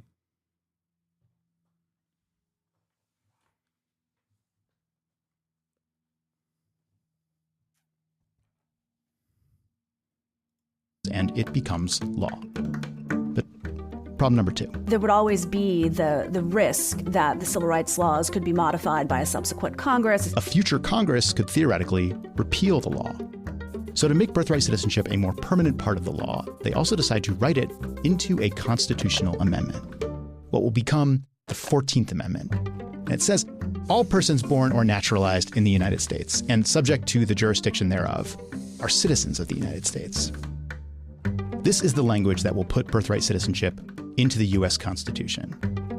But it will also eventually be the source of some debate because of this line, the qualifier, subject to the jurisdiction of the U.S. For example, let's say an immigrant comes to the U.S. and then has a child. Are they subject to the U.S.'s jurisdiction? The amendment itself doesn't elaborate on this. But before Congress passes the 14th Amendment, as they debate it, they actually keep pretty good records of their conversations. For example, one senator asks the rest of the Senate, won't this give citizenship to the children of... Is it common that some people from your country do not know that you had slavery? No, that chatter was joking. Come on, man. Americans are stupid, but I think not that stupid. You know what I mean? Maybe in like, give it a decade, you know, we will abolish the Department of Education. Who knows? Who knows what happens after that? Oh my God. What a fantastic sidestep here.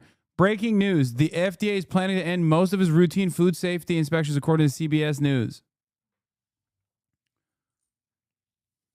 The FDA is reportedly planning to outsource their oversight to state and local authorities. This guy responded, ultimately, market works. Inspectors easily duped. And if the product is bad or harmful, the business is sued and few buy its products. Oh my God. We deserve what's coming. We deserve it. Like, that guy is going to die from trichinosis. Okay. Oh my God. Oh my God. Oh my God. Yeah. Fuck microplastics. Time for macroplastics. Oh, you think it was the generations that come after us, if we make it that long, will look back and go, dude, remember how good it was when, did you know that the average American citizen was eating one credit card worth of plastics a year? Think about how wonderful times were back then. That's what people are going to be saying. Yeah, they'll be reading on, I guess they won't be reading because there won't be any reading whatsoever, but like some AI machine will, in a sea of hallucinations, sometimes arrive at the correct historical assessment, where the AI machine will spit out information like, there was a time and place when Americans did not eat direct arsenic in their food supply. Okay? And they'll be like, there's no why.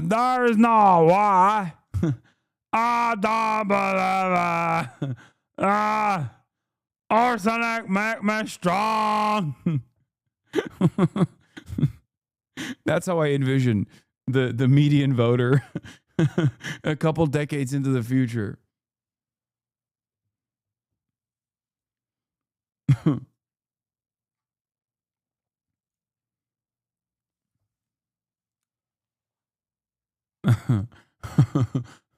Grok, tell me the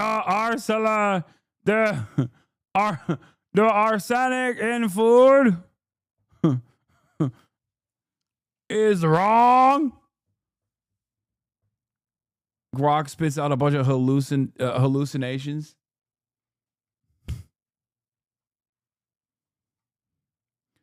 Ay, we're so fucking cooked. Of Chinese people, another senator says, yes, the child of an Asian is as much a citizen as the child of a European. The debates over woke. The law makes no such distinction, and the child of an Asiatic is just as much a citizen as the child of a European. Woke. Trumbull, more like woke bull, dude. What? Why did it fucking mute? They understood that children of immigrants would become citizens at birth under this rule. So it's with that understanding that birthright citizenship enters the Constitution.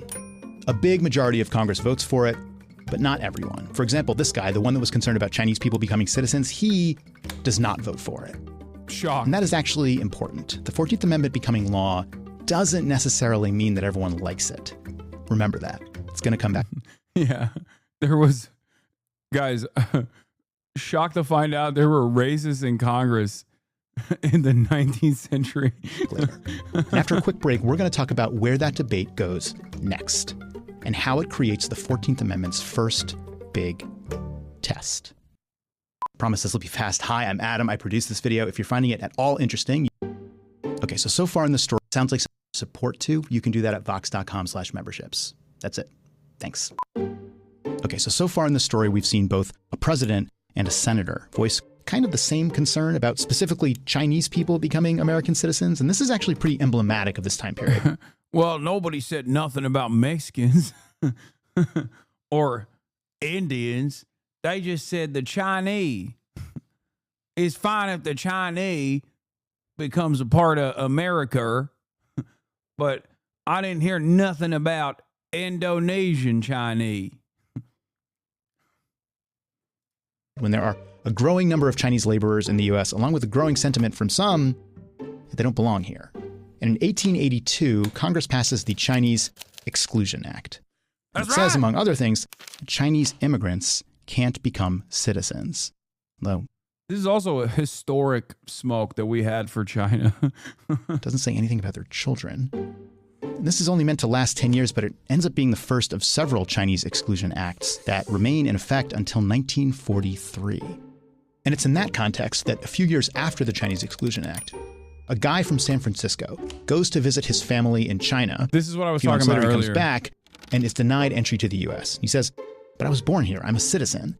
And his case eventually goes to the Supreme Court. The guy's name is Wong Kim Ark. He's around 25, works as a cook, has a wife and child back in China, and his case is kind of the perfect test for the 14th Amendment, which, remember, says you're a citizen if you're born here and if you're subject to the jurisdiction of the U.S. So here's the question. When Wong was born here to his Chinese immigrant parents who were not U.S. citizens, was he under the jurisdiction of and thus a citizen of the place he was born? Or was he a citizen of the place his parents were from? In 1898, the court makes their decision. Wong Kim Ark is a citizen. The court says there's 3 types of people in the U.S. who are not subject to the country's jurisdiction: diplomats, certain Native Americans, and invading forces occupying territory. Their children are not citizens at birth. But other than that, partly because of what is written down in those congressional debate records, the court rules that... Don't tell Donald Trump that, because he will say that every Mexican is actually a foreign invader, and therefore every child born to at least one undocumented parent is no longer considered a citizen.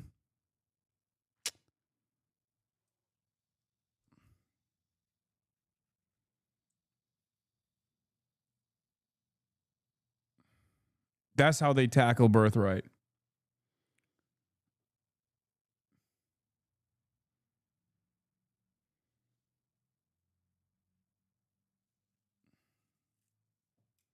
Partly because of what is written down in those congressional debate records, the court rules that subject to the jurisdiction was intended to mean pretty much everyone here, including immigrants and their children. Everyone in the U.S. is subject to the jurisdiction of the U.S., and thus everyone born here is a citizen. And that basically remains the legal consensus to this day. For more than a century, officials have acted in concert. It is the repeated recognition. So if an American has a baby in another country, is it an American citizen? Yes. That's why, unfortunately, Ted Cruz is an American citizen. That's why, unfortunately, Mitt Romney is an American citizen. Natural and considered natural born too. That's why, unfortunately, Dan Crenshaw is an American citizen. That's why, unfortunately, John McCain is an American citizen. Oh my God. So many fucking Republicans were not born on U.S. soil.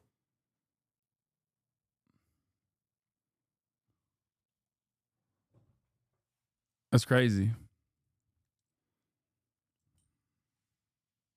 By everyone within the legal system that this is the correct meaning of the 14th Amendment.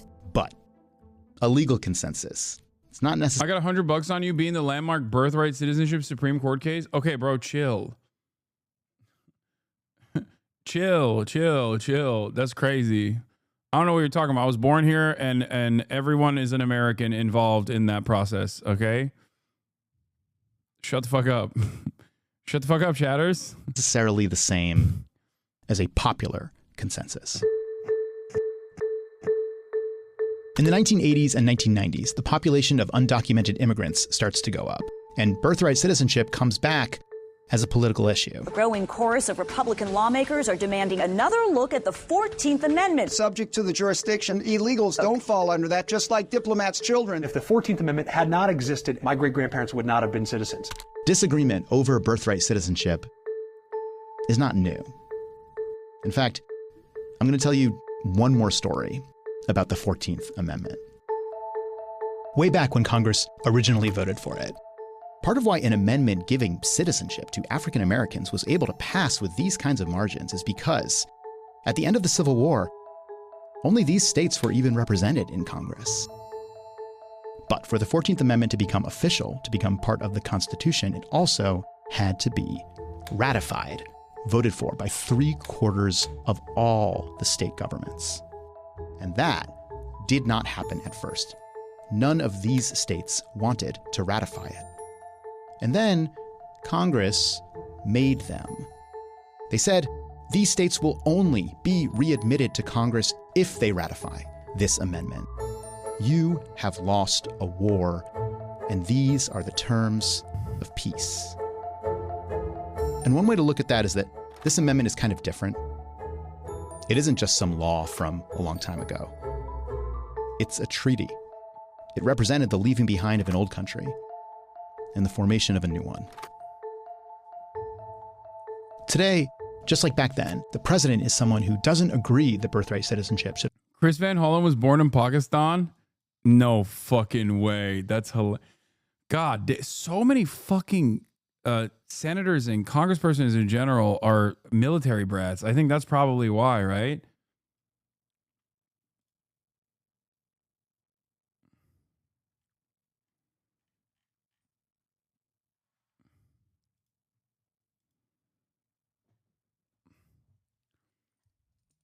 Bernie Moreno, Tammy Duckworth, Chris Van Hollen, Ted Cruz, Mazuki Hirono, Michael Bennett was born in India?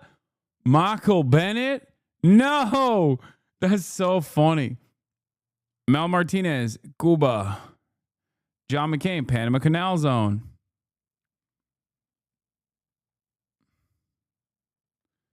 Yeah. Chris Van Hollen on that I will sacrifice my life for Pakistan shit.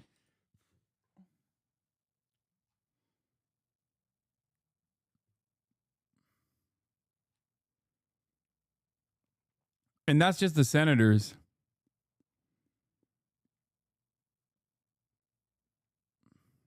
There's hella representatives.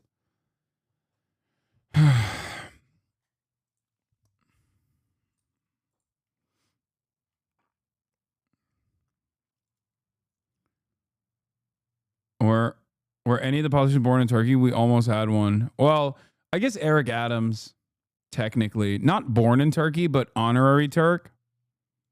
Should apply to everyone, even though, to be clear, a majority of Americans think it should.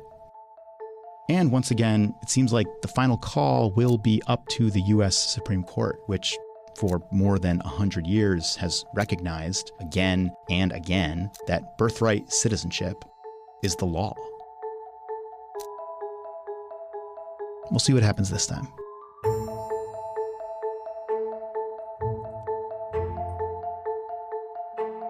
Yeah, military bases are considered U.S. soil, technically.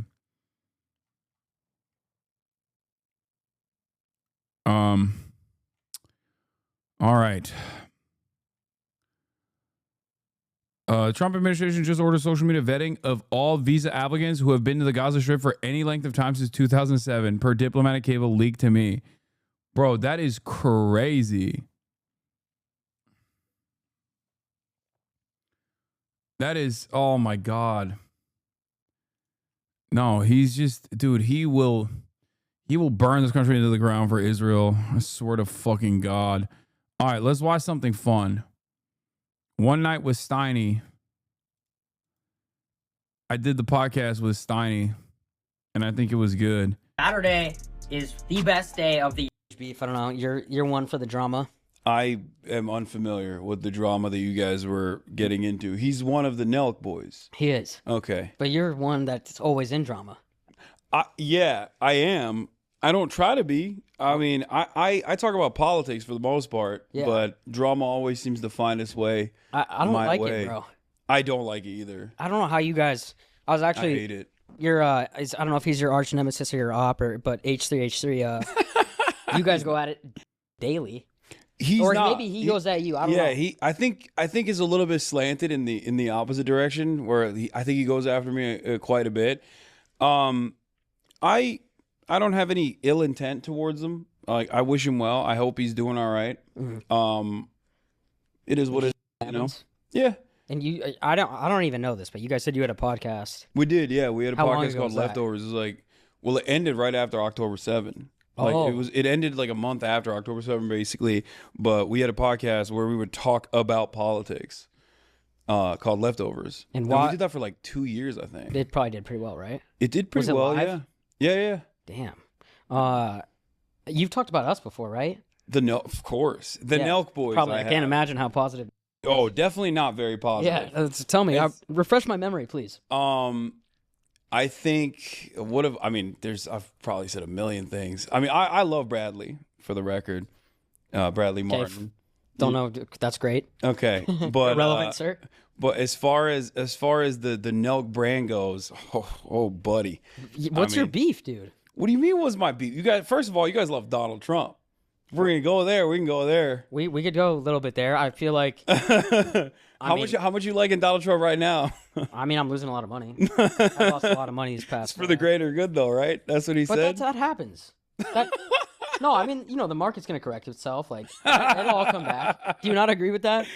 I guarantee you, he'll figure this out, and it'll be all right for everybody right now who's suffering from this. I'm not suffering from this. Like me, and you are you? I mean, I don't really have any stocks. You got crypto?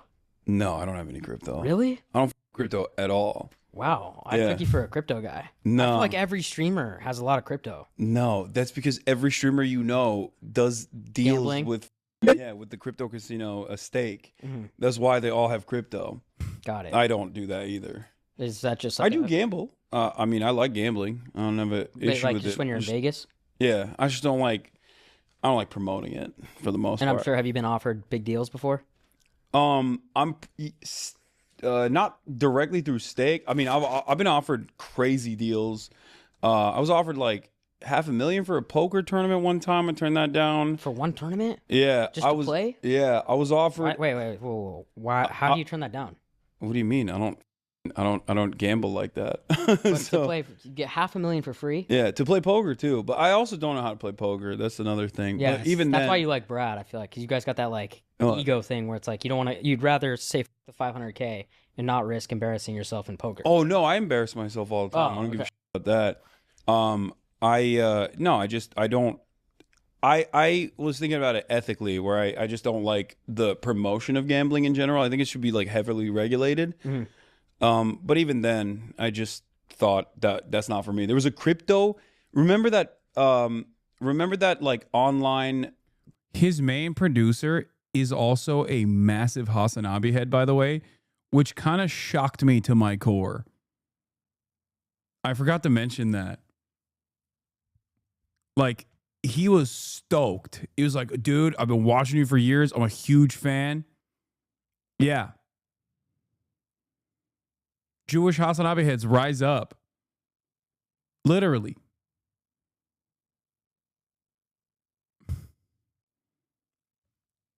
It was shocking. Crypto prediction. Yeah. Thing. His name? Megaphonics. That's right. Y'all were wondering what wife guy Megaphonics does when he's not in the chat. That's it. I met him at Steiny's podcast. Megaphonics is Magaphonics. Producer for Steiny. Thing that got like raided by the FBI. What was it? Oh, I know what you're talking about. What was that? Yeah, Polymarket. Yeah, they're still active right now. Yeah, they offered me $1 million as a starting point just for the election day coverage. I said no to that. Post?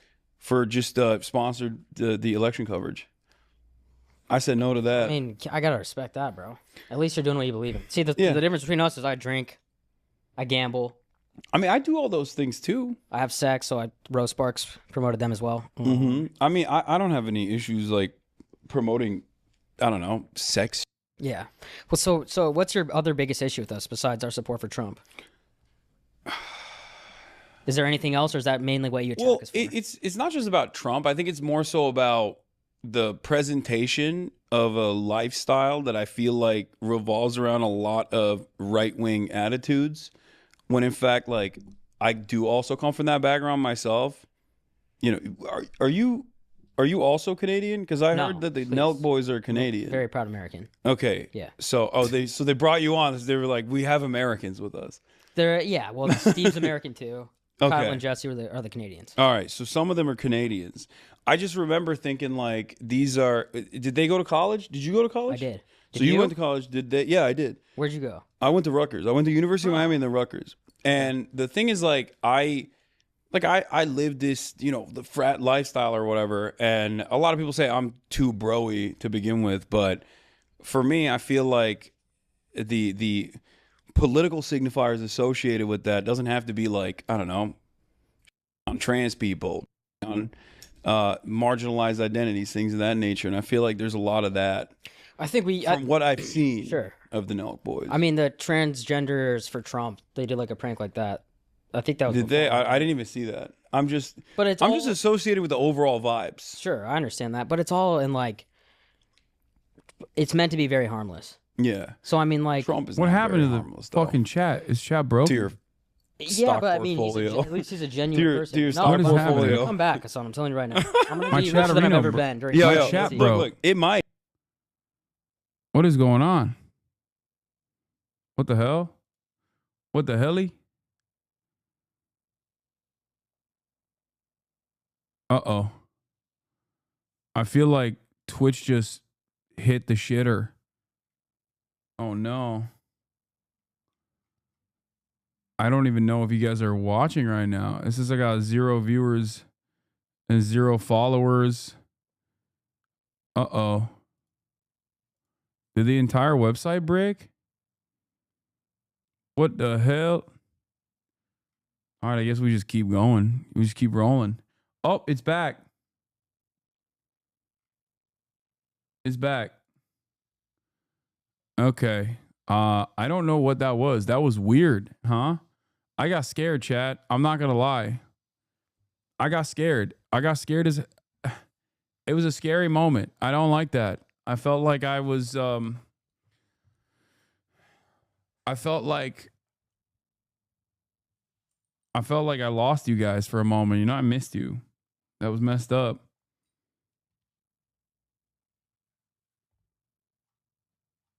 The whole site was down except for a VTuber, it seems. Special event. I didn't even see that.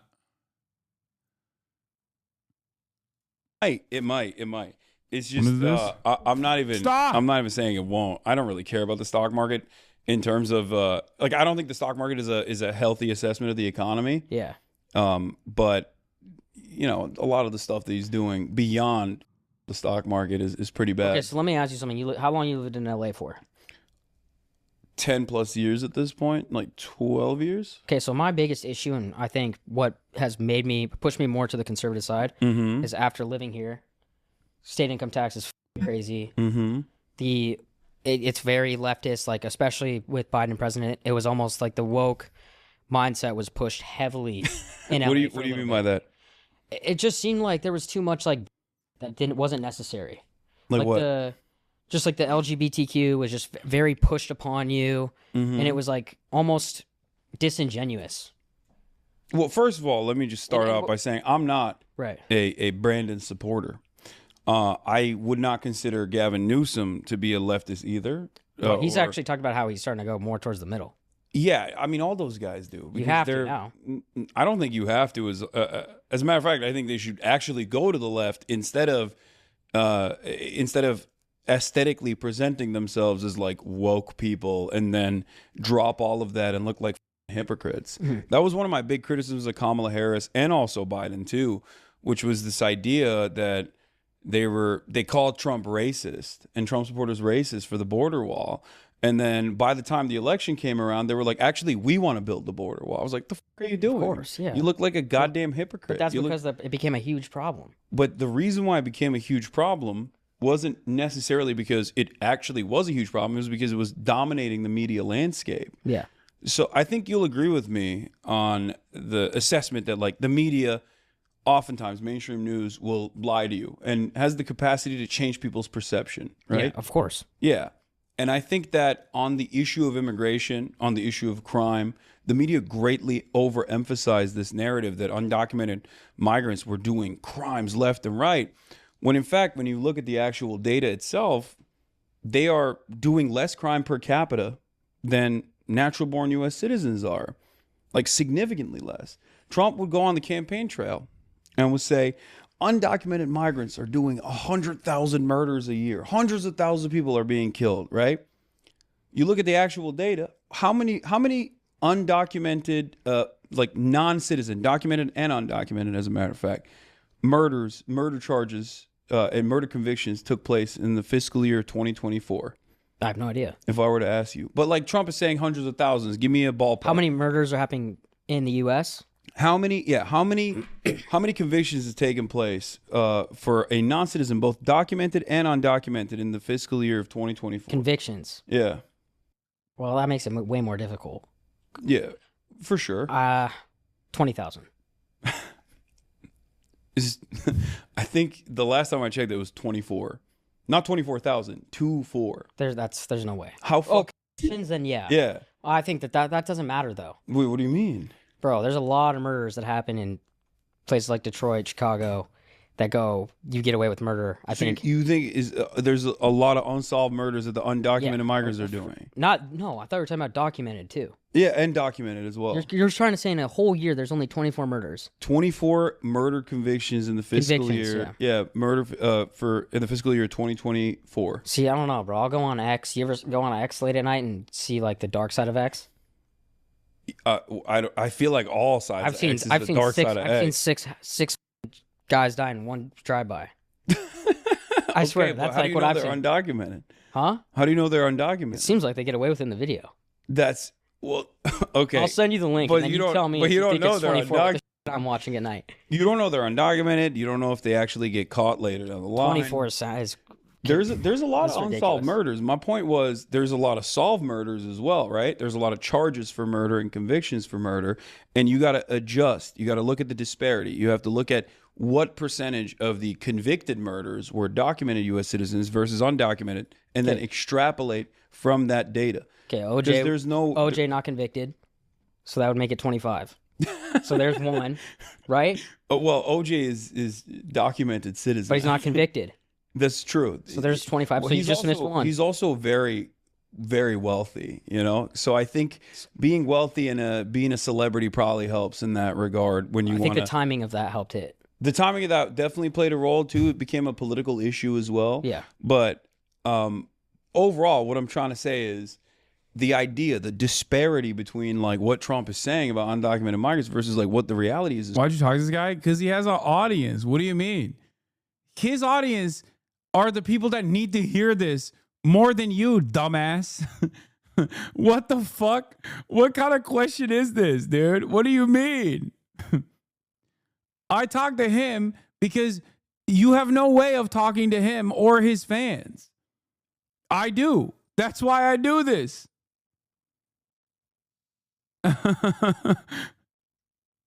It's crazy. Yeah. They do crimes, and of course, everybody has the capability of doing crime, right? They're not like a hive mind. They're not a monolith. You got from Guatemala at the age of like 35 coming in, and you got dudes from China coming in as well. Sure, yeah. Totally different demographics. They're not all collectively like a hive mind, even though we try to make it seem as though they're all operating on the same ideals, where they're coming into America to be like, I'm going to do crimes. I can't wait to do where do you get all your information from? Because you're clearly passionate and educated on this, but where do you get everywhere? You got to get your information from somewhere, right? Everywhere. I look at it, over the course of my stream. I stream on Twitch for 8 to 10 hours every single day, 7 days a week. 7 days a week, you do? Yeah, 7 days a week. Holy. Over the course of my broadcast, I will look at every outlet. I probably watch more Fox News and right-wing outlets than I do liberal ones. You got to watch Fox. Fox News is better than CNN. I mean, better how? More entertaining. More entertaining. Better-looking women. I don't really care. I don't. But I'm just saying. I don't pay attention to that because like it's a smart either. You know what I mean? It's a smart marketing tactic that they will do. I guess if you say so. I don't want to my newscasters. I want them to tell me the truth. Yeah, well, you know what I'm talking about. But if and I know you know what I'm talking about. But every single day, are you only talking politics, or do you talk about other stuff? I talk about other stuff too. I usually do like the first 4 to 5 hours is like heavy politics, and then after that, I move on to other stuff like culture stuff. I play video games. I do all of it. Are you involved, or do you do anything with any other streamers? Yeah. Okay. Yeah, I collaborate with streamers. I know because I saw you've had beefs with streamers before, right? I have had beefs with streamers. I think Aiden and Neon, or maybe I'm wrong. Well, the Neon one I think was more so like a one-sided beef on his end. I didn't really have beef with him. I didn't know because I only found out when he came up and apologized to me at the. I saw that. That's what I'm talking That I about. was at. Yeah, he was like, "I'm so sorry that I I came after you pretty hard. I was like, talking to you." He's like, "You're Muslim. I'm Muslim." I was like, I don't. Okay, but with Aiden, the Aiden one is crazy because like. I was pretty friendly with Aiden before the Andrew Tate stuff. Yeah. So okay. So that's what really That's happened. what I think. That's what like started the spiral. I would say I was like trying to help him out. I was like, listen, don't do this, don't do that, do this instead. So you were telling him, yo, don't collab with Tate at all? No, I was trying to guide him down like a more reasonable path because I always look to people like Kai and look to people like Speed as like great examples of how to manage your media career and do what you want to do, still have fun, be as honest as you want to be, but don't become like a toxic brand or a toxic person in general. And this was, of course, we're talking Aiden before Andrew Tate, so I don't know how many years ago this is. Probably at this 3 or point. 4 years ago. Yeah, 3 or 4 years ago. Like I would talk to him all the time. We've collabed together before, and I tried to tell him like, don't do this, don't lean into this like right wing. It's not going to be good. It's not going to be good for your brand. It's not going to be good for your mental space. It's just going to be bad for you overall. And he just went fully off the deep end on that front. I mean, the smelling Andrew Tate's seat and all this shit. The smelling the seat's such low hanging fruit. Anytime someone does that, I'm like, bro, come on. You know what I mean? Yeah, I mean, he was memeing. But I will say it does seem like things didn't go so bad for him. Like I feel like Aiden's doing really well right now. I guess he did like, you could say whatever you want, whether you like Trump or not. Doing a stream with the future president of the United States is pretty impressive. Yeah, for sure. I mean, I a lot of my friends have interviewed Trump, and the at this majority of point, people or in the even, country supported him. So. Yeah, I mean, I still despise the guy. I don't even like Kamala Harris too. Yeah. So to be fair, but I mean, he is zesty. He's very telegenic. I will say that. What do you think about There's they had one that note for him? What? I'm saying that's one W for Trump. Is what, he's zesty? Yeah. Trump is zesty? You don't think he's zesty? No, I haven't seen that. Has more powder on his face than he just wants to look good. What's wrong with looking good, bro? No, it's you have not product just in your that. hair right now? I don't. Yeah, there's no way that's not. No, bro. I just have minoxidil. I put Rogaine. Oh, for so my your shit's hairline. nice. Yeah, but it looks like I got product. No, okay. But no, that's not the only reason why he's zesty. He's a New York guy. He loves Broadway. You ever heard him talk about He Andrew Lloyd appreciates Webber? artwork and good Yeah, acting. that's what I mean. He's zesty. You don't as hell. appreciate good acting. No, I do too, but I'm also zesty. But Okay. Donald Trump is like he presents himself as this like. But you could be zesty and still love chicks. I had a photo of I think Donald Trump is a bisexual dude. Bisexual aromantic. That's what I think. Okay, I don't know what aromantic means. Like He's a just like he romantic just guy? doesn't aromantic. Like he doesn't have romantic relationships. He just like doesn't really he fucks for power, but he is I think My he's boy wants to get his steak at a dinner at a You don't steakhouse, and then think he wants to Trump is get then he zesty? wants to get laid after. Look at the way he walks around. I mean, I like that aspect of Trump, by the way. So you only like the zesty part about him. yeah, I think he's a drama queen. It's so funny. He talks about Graydon Carter and he's like Vanity Fair parties. They're so But they bro, used to be so much he's better. a Hollywood guy. He on The Apprentice. That's for what I years. mean. That's So- exactly. Yeah, but so I mean, So you're seeing what I'm saying. You're picking up what I'm putting no, down. but I think his history, like as you've seen, as your zesty, just being in LA, Hollywood, whatever. No. Maybe it makes you a little more zesty.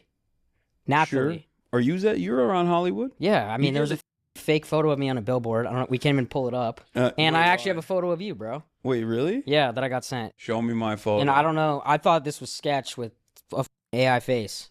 Okay. So let's this is see. what I saw. Oh, that's real. Yeah. Is this real? Yeah. Yeah. Okay. I do want to see it. Wait, without showing it, is there anyone you show me where you're Judge, show him my zesty photo. And don't send it to him because you might want to keep that one. I look good. Okay. we'll Okay, wait. see. Can you explain yours This in the maid photo is outfit? crazy. Whose house were you cleaning? I went to Japan. Were you and cleaning someone's house? We were in no, I was a maid in a maid cafe.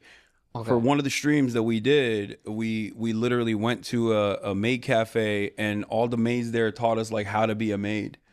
And they made you dress up and yeah, we dressed up. Genuinely, you hold your own so well in this, dude. Respect.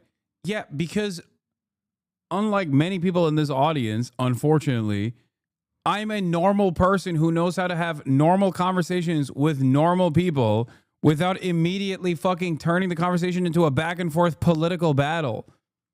Like, why would I be weird to this guy? Okay? It's not everything is a debate, chatters. I'm just being a normal guy. He is also lightly jabbing here to be like, see, look at you in this maid outfit. But the reality is, like, he thinks that's an embarrassing moment for me, where it's like, no, I put that shit on myself. I film myself doing it. I don't have any issues with that. I look good as fuck. Do you see what I mean? Like, I am confident in my sexuality. I'm confident in my masculinity. That's the difference. I made myself dress up. Damn, bro. I'm a 33-year-old adult man. I mean, you're comfortable though. Yeah. Yeah, you could show us on. I look good as hell, dude. Yeah, I look better in my zesty photo. Let me see. Guaranteed I'll beat your zesty See, photo. and he got confident in that moment. What? Yeah, this is the photo. This is the most insane thing I've ever seen, by the way. This photo is so much gayer than the maid outfit. Because not all of us can be calm and charitable when someone is saying sexist, transphobic shit. You have insane patience that most of us don't have. No, it's called I'm a straight white guy. That's what it is. And also, I urge you, regardless of your background, regardless of your gender, regardless of your identity, to also try to, unlock that zen inside of you, no matter what kind of adversity you're facing.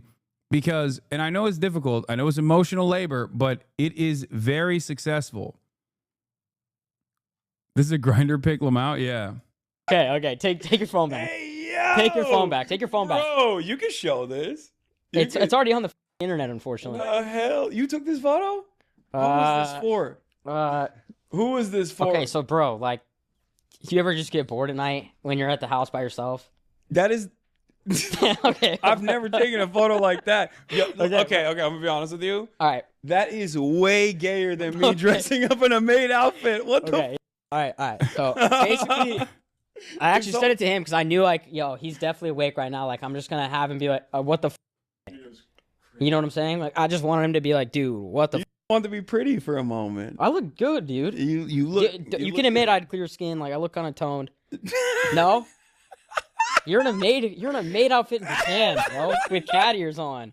What happened after that? I did. After that, I went to bed on that photo. I've dressed up like that before. We went and we walked around. We went to a capybara cafe like that. Oh, really? In the maid outfit, yeah. And this was for IRL?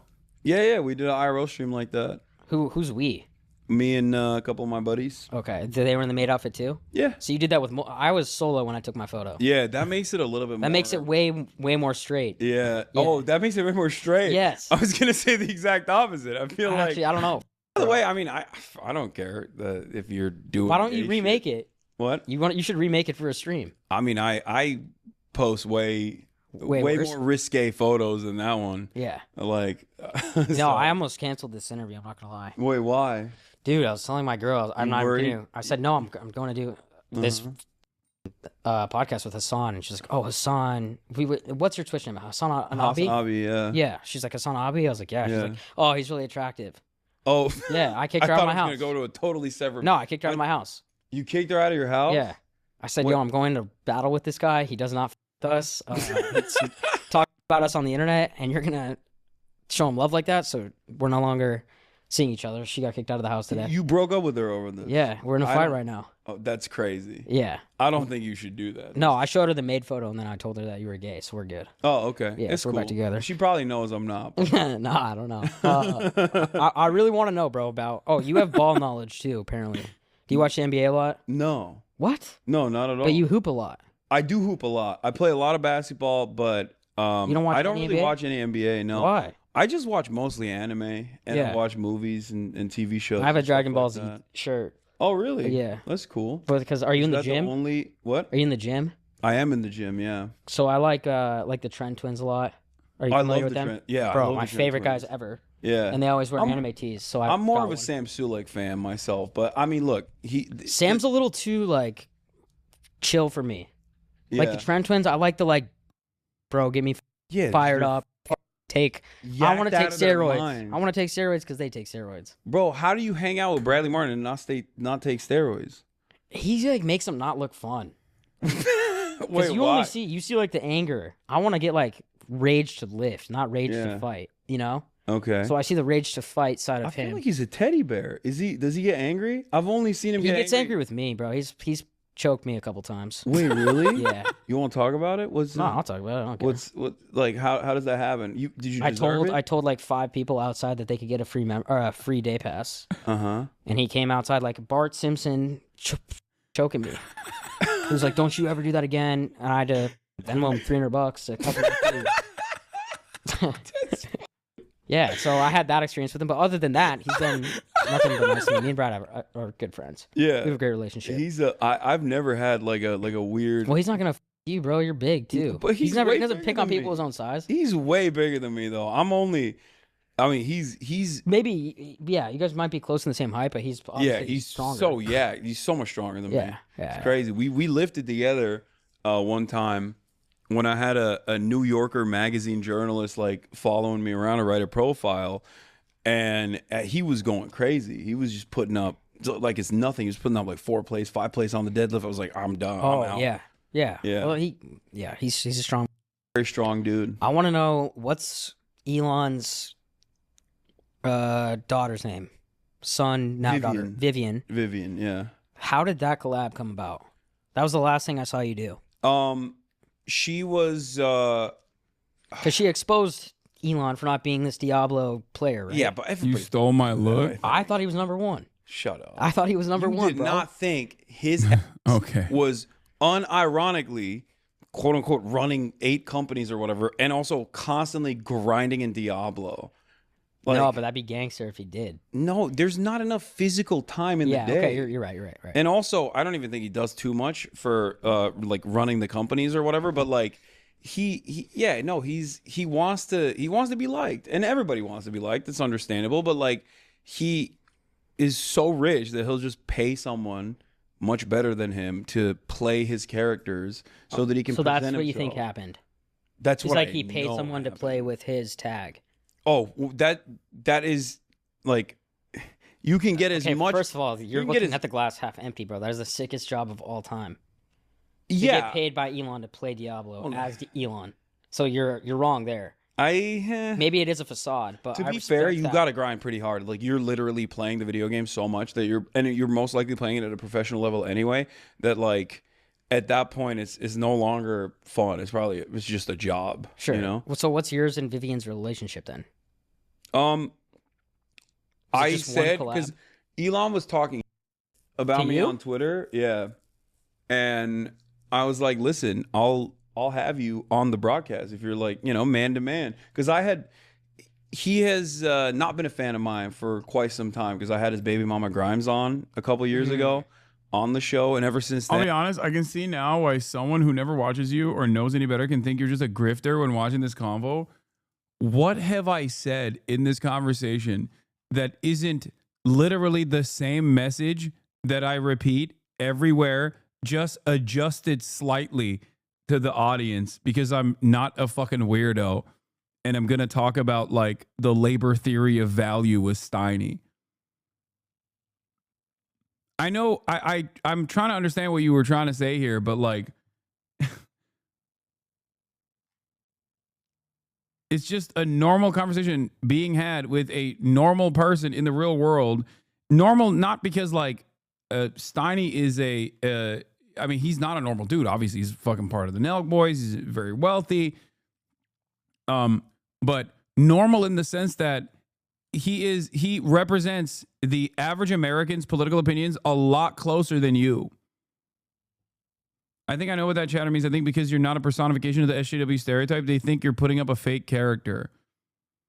Yeah, but the point here the point here is that like you can be chill and have fun and be a normal, cool guy and still maintain your values.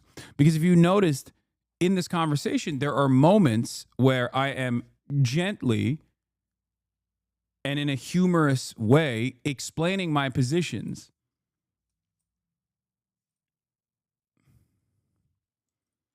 Exactly what the other person said. Yeah, the issue on the other hand is that a lot of people only hyper-focus on the aesthetics. And they can't comprehend that, like, you can be this way. I want more people to be like me.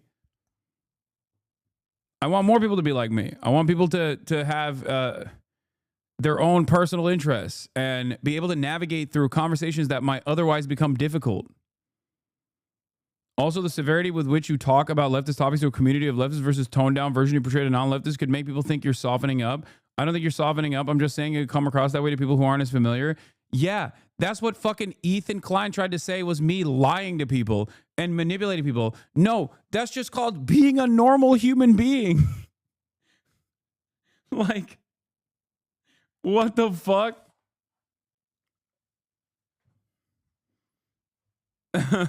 You know what I mean? It's just, that's just a lot of people, I think, unironically are antisocial and have lost touch with how to react and have a normal conversation with human beings. Does that make sense?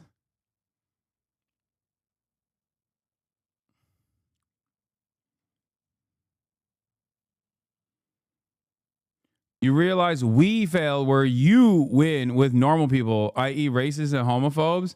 No, that's also not true. That's also not true. That's why I always say the greatest antidote to transphobia is a chill trans coworker. Okay? That's it. Like a chill trans coworker who just works every single day at the job and talks to coworkers about their shared interests is perhaps the greatest antidote that you can ever have to people having transphobic opinions. Straight up. And the trans people in this chat will reconfirm that.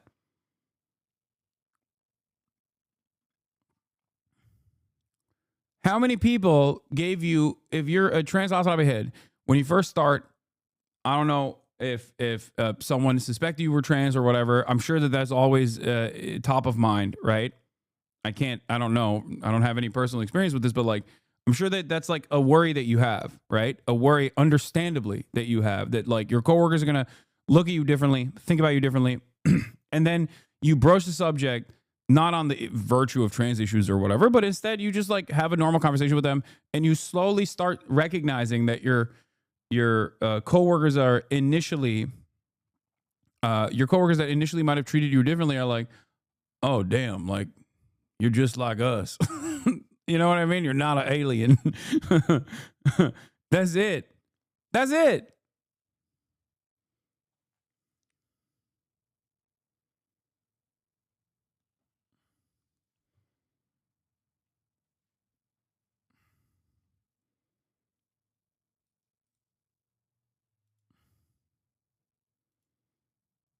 It's true. I was transphobic for a long time. My trans coworker was a jerk, but I realized that was just her personality. Nice, dude.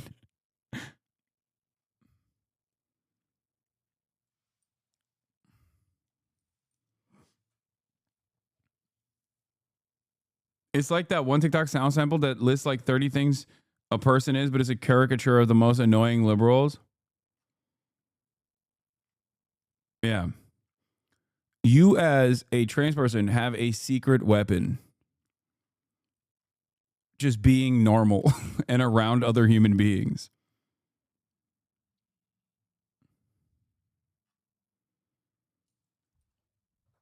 If you can crack a couple jokes on top of that, and not like weird autism jokes, okay? But like shit that some random coworker could also find funny, it's over. It's a wrap. You have eradicated transphobia one person at a time. Asking anyone in your community is a big ass dog, says conservative dad one. That's hilarious that you're saying that because it's so untrue. Because as far as Twitch streamer audiences goes, demonstrably, my audience is very much online and also have jobs. That much you see from the fucking rallies that we go to, and that much I experience from being outside all the goddamn time and meeting you outside randomly. So, you know. And he's not been a big fan. Mm-hmm. Well, I mean, that makes sense. Yeah, to say the least. And were you afraid when you do something like that? There's no like afraid? Not even afraid, but like no, you like bros before type thing. He's not my bro. No, but like I'm not going to nobody's baby mama and having them on. Oh no, I don't. You don't give a no, okay. Especially not Elon, and you know. Okay, so go ahead. But basically, there was already apparently some animosity on that front. I've never really been a fan of his to begin with, but after he talked on Twitter. As trans woman, I'm very chill and open about my gender, but being chill doesn't help truly bigoted people. It's not that case. It's not that case, unfortunately. I've gone through a fair bit, and plenty of other dolls have done the same.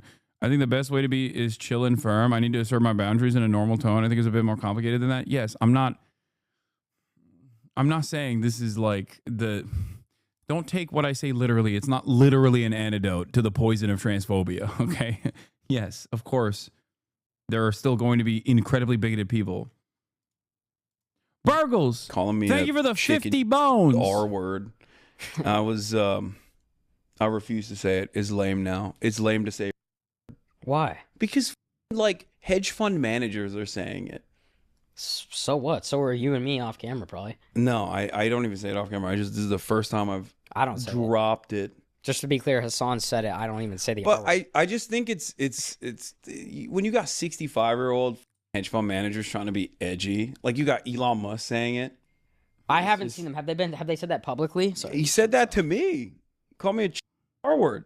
He tweeted that? Yeah. It's like, bro, you're a 60-year-old man. You're the richest person on the planet. What the are you doing? I did not know that he said that. Yeah, okay, he's like he blocked because I had blocked him. Yeah. And he was like, he's afraid of me. You know, that's why he blocked me. I was like, no, dumbass, it's because you post 1 million times a day and you boost the algorithm so we see your 9gag memes. But no parties like, yo, this is pretty cool that I'm going at it with the Elon Musk. Do you even look at it like that at this point? No. It's just whatever. I don't really think about it like that. Okay, but look, there's two ways to go about it. Being annoying and a woke scold and being like, well, this is ableist language. It's problematic. How dare you do this? How dare you engage in this? Or you say, hey, it's lame as fuck. It's dork behavior, which is true.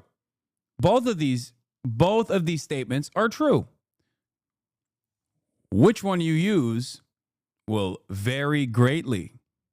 Your success will depend on which one you go with when you have these conversations. Important lessons here for a lot of you to learn and take home with you and to demonstrate in the real world.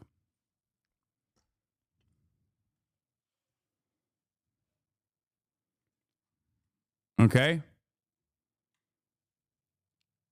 It is the same thing that I always do when I talk about trans issues as well. And I think we get into like trans women in sports at a certain point. And I think it's important to also learn a lesson there as well. So in your savage ways, you went straight to his. So I said, if you don't that he lost the woke mind virus. If you don't want to come on, then I'm gonna have Grimes on again. I'm gonna have your daughter on, and she saw it and she was like, "Oh yeah, I'd love to come on the stream." Damn, bro. So I had her on the stream. It was great. Why are you always dunking on autism? Autistic F. Don't disclose the work and don't go undetected. But the constant dogging on neurodiversity is hurtful to hear from someone I look up to.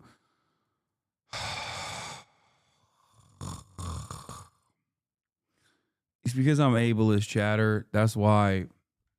Okay? It's because I'm fucking ableist.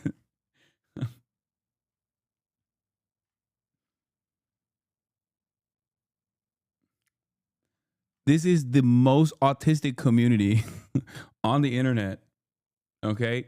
Talk to me about your rad score.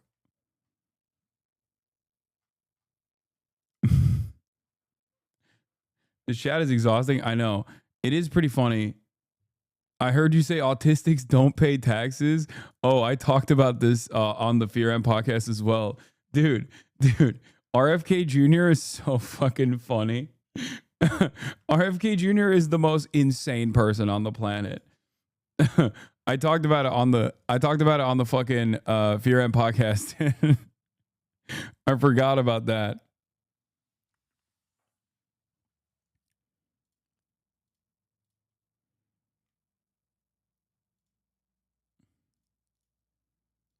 Where is it?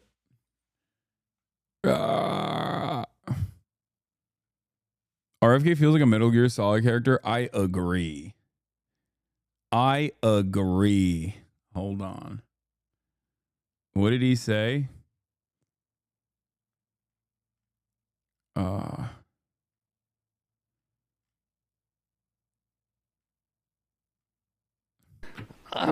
This is an individual tragedy as well. Autism destroys families. More importantly, it destroys our greatest resource, which are our children.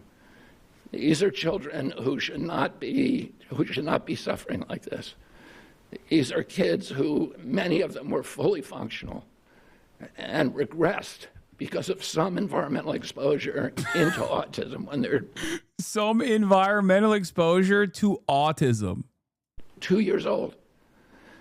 And these are kids who will never pay taxes. They'll never hold a job. They'll never play baseball. They'll never write a poem. They'll never go out on a date. Many of them will never use a toilet unassisted. And we have to recognize we are doing. That's so funny, dude. Well, I don't know what he thinks autism is, bro.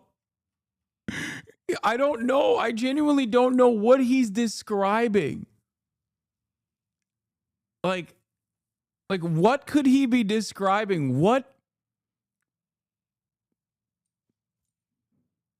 the fuck is he talking about, dude? Yeah. I say, is Elon Musk the only autistic person this moron has been around?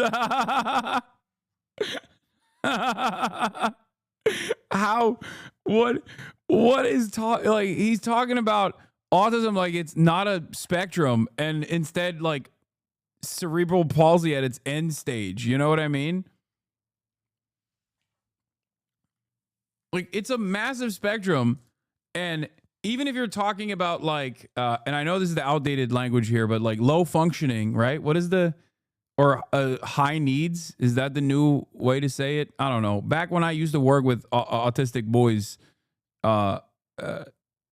it was called high functioning, low functioning, but I think it's like something different now. High support needs versus low support needs. Yeah. So he's talking about like not just high support needs, but like the highest level of support needs. And even then it's not just, well, I guess, yeah, you're right. I still work with autistic boys, but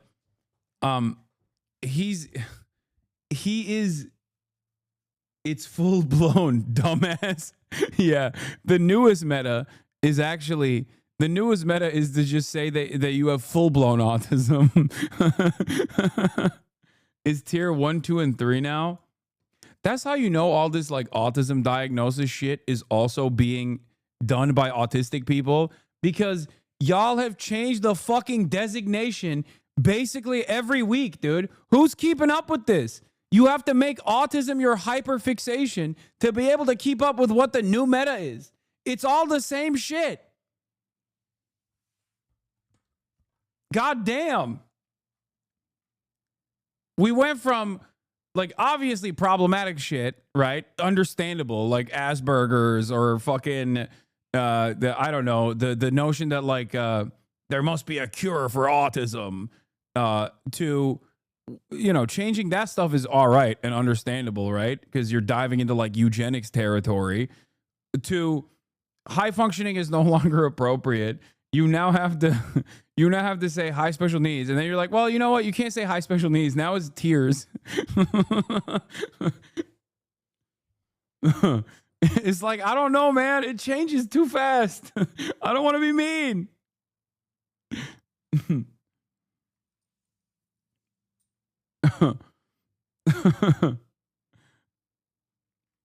Anyway, RFK, not sure what he's talking about here, but I can tell you it's not autism.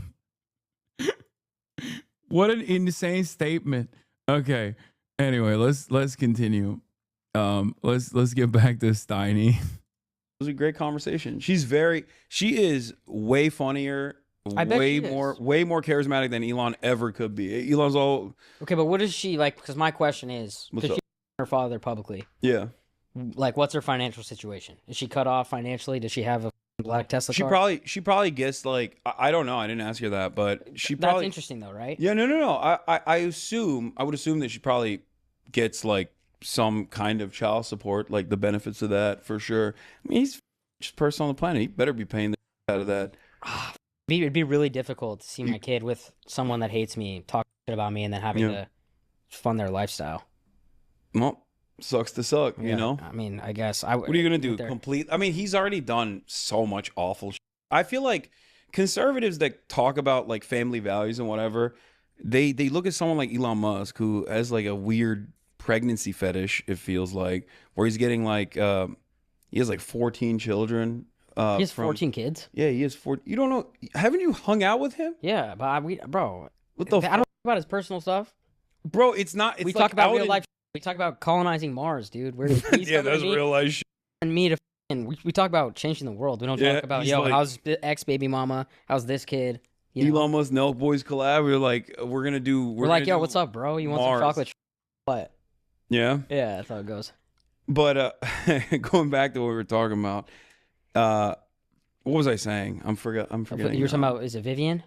Yeah, we were talking about the whole Vivian. collab and like her getting paid, or how he has 14 kids. Yeah. Oh yeah. He has 14 kids. So conservatives talk about how like they care about family values, and he has 14 kids, and he disowned his child. Like, I think that's really talking about how she's dead because of the woke mind. Where it's like, you have some respect for yourself. You know what I mean? Yeah. I feel like that's pretty weird. Like, maybe it's because I'm Turkish, but like, it would take so much for me to publicly disown a family member. Like, they'd have to be you know what I mean? Yeah. Like, they would have to be like, dude, that's such a someone who's done like crazy amounts of crimes for me to be like, yeah, he's not the best guy. You know what I mean? You would agree that's a tough situation, but I will tell you, like, especially as a dad, who like, I think about right away and who gets a lot of is Dwayne Wade. Yeah, because his he's a great dad, and he's super supportive. Yeah, so that's what you're supposed to do. It's so difficult. I don't know. I mean, I understand and I see where you're coming from, and I think as a father, you have that obligation to.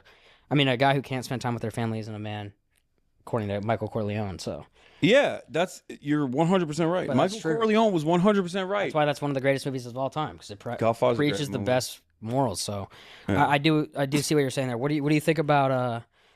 You came in here you got the exclusive red robe from Kanye. So I just want to see what you think about his the red robe. What do you mean? Like, you saw his black robe. Uh-huh. Okay, you don't get the joke? Oh, I misunderstood. My bad. Oh, you were. Yeah.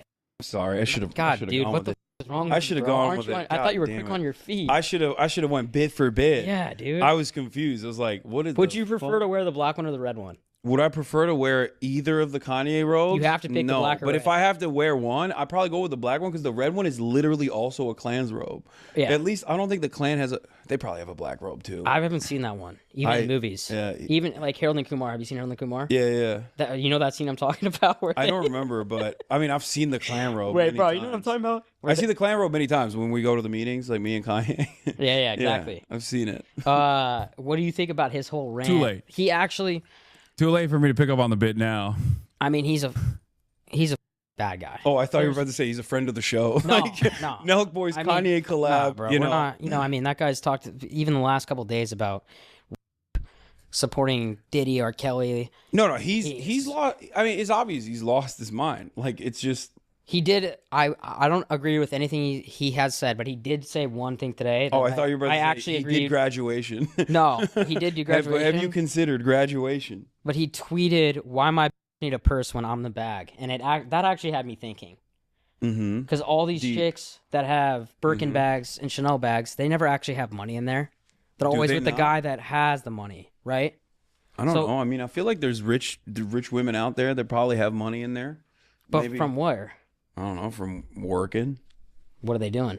Who knows? They could be doing anything. They could be an accountant. I want to find a chick that has a Birkin bag. He's trying to get me to be misogynistic so bad, and I'm just not giving it to him at all.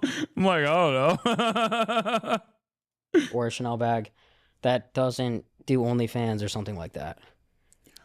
I feel like you have a sampling bias here. Okay, 'Cause why?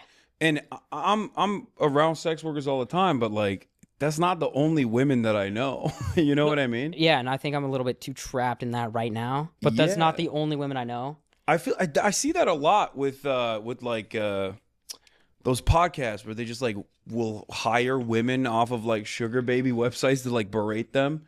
I don't you know what I'm talking about? No, I'm not saying you do that, but those guys. Like a Fresh and Fit, right? Or there's another podcast I can't remember the. Name. Yeah, yeah. They the asked one. me to go on. Exactly. Yeah. They will like hire women off these websites. I don't like that. And then they're like, "Oh, for speaking back to me, you," and I'm like, "Who watches this?" You know what's actually so funny about that though? What is? I don't know why I just thought this, but I've had Dean Withers on a couple times. You and him would probably hang out. Yeah. I mean, I know him. Yeah. Yeah. But. It was actually just so ironic because he definitely would have your stance and be like, yo, I don't support the Fresh and Fit or whatever else with this podcast. And I had this girl on, and they were going back and forth. And he just stops and he goes, can you name all the continents? And just started saying that they would say to girls. And I was just like, bro, like, damn, it's kind of weird. Like, that's why. Could she name all the continents? I didn't know how to answer because we're not going to support that kind of behavior on this show. Oh, you're like, I'm a feminist. You came out and you were like, well, Dean? she's bad, and I'm gonna say, you know what? You don't answer that. She's we don't need bad? to do that. Yeah. If but she wasn't bad, you'd be like, you'd be then cooking you answer her that too? fucking question. Yeah. No, but I think. I love that he went, she's bad, so I defended her.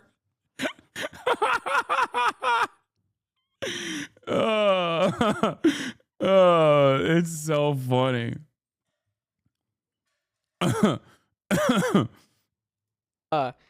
I just think too that what I've noticed with having liberals, conservatives, and being like around both, you just kind of get, whether you agree with them or not, you at least get more genuine, and you know what you're getting. Like what you see is what you get with the conservative side. Oh, with conservatives? Yeah, I think a lot of the time, you think liberals are faking it? I think Gavin Newsom and me could have a great time, hit a bar, go have a good time, and act the same way that you would expect the conservatives to act. You know, have that kind of bro talk. And I think that a lot of the liberals really play into their audience.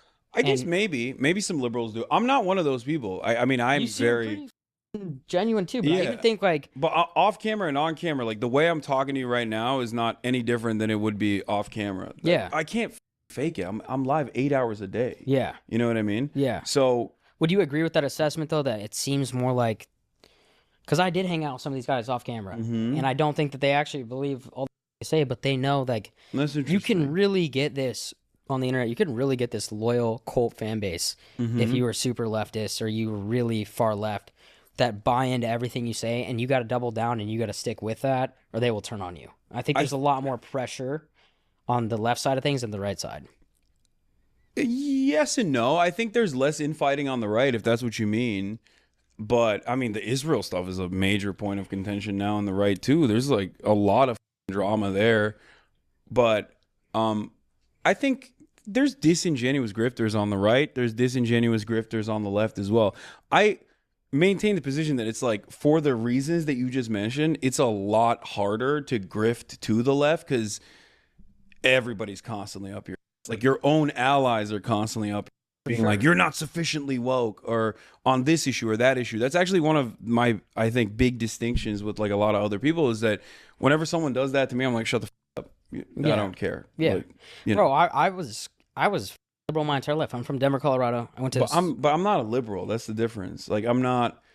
I think I have a different worldview than liberals in general. Sure, but what I'm saying is because I've gotten backlash for supporting Trump. Obviously, certain people from back home don't talk to me anymore. My own mother didn't talk to me for 6 months. So like, there are people that have that kind of hatred that if you support this guy, I'm not going to affiliate with you at all.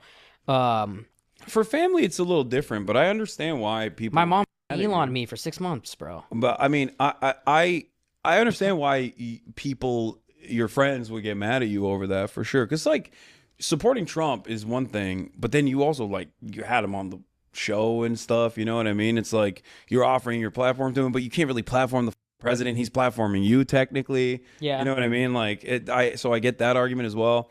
He did a great. You got to admit his strategy. During the campaign. I mean, for sure. But no one else can do that anyway. Like JD Vance was on your pod. I remember watching that, and he sucks. Like he is so. I think he's actually the smartest one. Yeah, smart doesn't mean telegenic or charismatic though. Oh, and yeah. He's just such a whiny little baby. When I hear him talk, I'm like, ugh, shut the up, dude. Why? I mean, do you have a specific example? Yeah, many, as a matter of fact. He's always.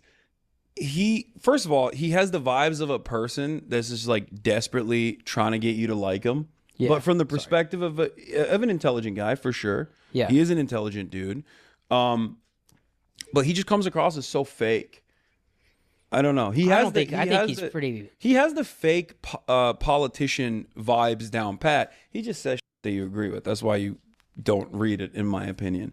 Like Kamala Harris is obviously a very inauthentic person. Oh, like for sure, bro. Yeah. But I also don't think I don't know why it was always in my head, but I always just pictured this is why one of the reasons why I actually do appreciate Trump more. I was thinking of have you said thank you yet, but I didn't mention that. I should have mentioned that as an example because that's like such a great example. Another thing that he did yesterday is a great example of this where he's like trying to do this mealy-mouthed, squishy liberal apologia for eroding due process, which is a straightforward fascism, where he's just like, oh, but we've been invaded by so many migrants. My parents built this country. Well, how can you expect us to go to due process for 20 million peoples? And it's like, dude, shut the fuck up. Just say it with your goddamn chest, you fucking pussy. I hate you so much. Oh my God. Oh my fucking God. It's like so stupid. What a fucking gross way to operate. I hate this smug, self-assured bullshit. I know I'm right and people must be dumb or immoral to disagree with me. It's an easy way to go through life. Where is the due process thing? This is the real... The due process response that I saw was so fucking annoying. I was going to tweet about it. I got so mad. I got so mad that I couldn't fucking tweet about it. That's how mad I got. I can't stand this fucking asshole. In a lengthy post published Tuesday, Vance wrote, here, this is it. Considering that Joe Biden allowed 20 million illegal aliens into our country, this places extraordinary burdens on our country. Our schools, hospitals, housing, and essential services were overwhelmed. On top of that, many of these illegal aliens committed violent crimes, facilitated fentanyl and sex trafficking. That's the situation we inherited. The American people elected Trump to solve this problem. The president successfully stopped the inflow of illegal aliens. To say the administration must observe due process is to beg the question. What process is due is a function of our resources, the public interest. He's like, sorry, we can't have due process because it's just too hard. Like, why are you effort posting about the erosion of a fundamental right for all people, citizen and non-citizen alike? Just say it with your fucking chest, pussy. Say it. You're like, I'm a fascist and I don't like due process because that means I can't deport everybody. Because I'm scared. You know what I mean? Ugh. Yeah. Have you said thank you? Have you said thank you once for the death camps that we're putting up for you? Being around him with the cameras off is he is the one that's making the decisions. He's calling the shots. I picture Kamala just like 5 people around her telling her what to do, her getting frustrated. She doesn't know what to do. Like, she was kind of just like... I mean, I think, for the record, I think when it comes to being the president, it's probably good to listen to advisors. No, I agree with you. know? I agree. I don't know good if to we should listen, let Trump but, make all the decisions. and I agree with that. But I'm saying he, at the end of the day, is going to go with what he believes in. Like, and he's going to tell you exactly what he believes. Like, everything he says he's going to do, he's probably going to do.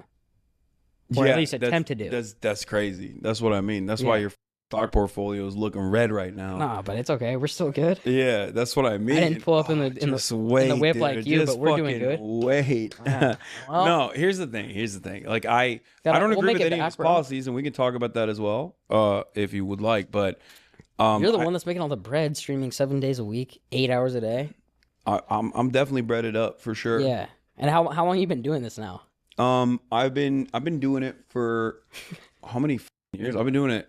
I started streaming part-time from 2018 to 2020, went full-time in 2020. So I've been doing it full-time for 5 years now. Mm-hmm. But what do you average? Because I think I saw your number 4 or 5 on Twitch. Yeah, I right now I get around 30 to 40,000, 50 to 60 if something big is happening, or like it could go all the way up to 300. I had 314,000 on election day. Wow. Yeah. But you brought up that I was breaded up, but it's like that's part of the reason why I can say no to crypto gambling website being like, hey, can we sponsor you for $1 million? I'm like, no. I'm good. You don't need it. I can't. Yeah, I don't need it. I'm not bought and sold in that way. If I take an advertising thing, like, it's just because, Yeah, and also, guys, if you play one lineup for $5 on Prize Picks, you will get a free $50. Go download Prize Picks. It is the best app. Jesus Christ. We are hot right now with NBA. Was that your biggest stream of all time? What was the election day? 314,000. That was my biggest. Yeah. What was there? What's second? Hit me in the face with a fucking ad. I think it was January 6th or the election the last election. Do you ever do anything that's not like politics driven? Yeah. Something I noticed about you and H3 is and I asked H3 this. I went on a show last week, and I was like, "Bro, do you guys ever like talk about anything positive? Like, is there ever on here?" No, of course. Well, I haven't noticed that. No, I mean, because we're on a podcast. If you're asking me questions about politics, I'm going to be political. What do you think about the fact that someone released the Mount Rushmore of streamers? Did you see that photo? I think so. Yeah. I think it was Aiden, Kai, Speed, and Rice Gum. Yeah, I thought that was crazy.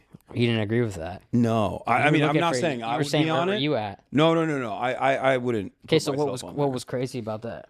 I think.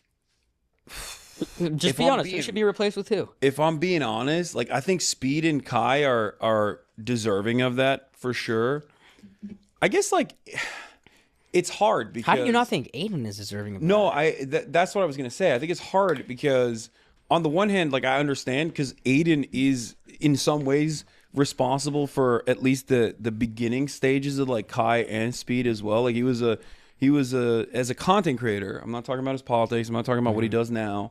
But as a content creator, I think he played a big role in that, right? He brought a lot of the WNL community up. So here's what I'm going to say. On Twitch streaming and on the content sphere in general. And I think that was really good. But overall, if you're looking at like the accurate history of it all, if you dive a little bit further than that, like I would say, I don't really agree with the guy either, but Ninja probably. Oh yeah. Yeah, like that's a very fair argument. Yeah, I think Ninja, I would say, probably deserves to be up there. Here's what I think, and I thought you were bigger because you poop all the time. You'd be a bigger NBA guy. No, okay, I'm not. But I've been like, they talk about. Do you know who Nikola Jokic is? Of course. Okay, so they talk about how him and Curry aren't like top 10 players of all time, which is the dumbest thing ever. ESPN, you guys should be ashamed of yourselves. You're all dumb. But they're, in a sense, people, especially Steph, that completely changed the NBA forever. Yeah. And I kind of look at Aiden as that guy. Like, I didn't really see anybody doing these like streams where they would just kick it, have these rappers on, shoot it, treat it more as like an interview and just hanging out. I think he really kind of revolutionized that, and he changed the game a little bit. Yeah, I mean, I'm not in that it's space not as much for a as lack you. of trying. It's just like he was the first to be able to get access to these types of people. So he changed kind of the streaming game. In that regard, yeah, I think that he was pivotal. That's why I said like he is. It's hard to say like Kai and Speed are formative and important, but then say that Aiden is not. Yeah. In that regard, for sure. Like, I'm not undermining that as a content creator in and of itself. You talked about Speed recently. I love Speed. I do too. He's a superstar, bro. Like, no, he might be one of the biggest celebrities in the world. Yeah, for sure. When I saw him internationally, he definitely is. I think he was at some spot in China and he was eating and he was like, I'm gonna go see what the crowd is outside, and it looked like fucking Beatles or the Stones were in town. Yeah, in the States. Because he's also been getting like crazy coverage from Chinese news as well. Everywhere he goes, like, yeah, they're writing about like how awesome it is that like this young influencer, the young American influencer, is like showing China in a different light to a lot of people, to Americans especially. Bro, China probably loves him. Oh yeah, for sure. China looks. I want to go there after watching his stuff there. Yeah, that's so crazy because like I've been wanting to go to China so bad, and so and I mean, gone. He went before me. I was like, damn. Oh, you would IRL there? Yeah. That's what I do when I travel. I do a lot of IRLs. Well, why don't you go now? Now that you know it's cool. And I will. I have a set schedule of stuff that I have to do all the time, interviews, things of that nature. So, I'm setting it up as we speak. To go to China. Cuba. Yeah. Why Cuba? Why Cuba? Well, just because people have done Cuba before, right? No one. No one's done Cuba? No one has live streamed Cuba, I don't think. Ooh, I did not know that. Yeah. Bro, they're under a full. Kilmar Breaker Garcia miraculously risen from the death camps and torture, now sipping margaritas with Senator Van Hollen in the tropical paradise of El Salvador. Yeah, they brought him out of the prison. Bro, he does not look good. He does not look like he's doing great. But I'm glad. And I also told you motherfuckers to stop assuming that he's dead. Did I not? Shut the fuck up. This is good. This is a good first step.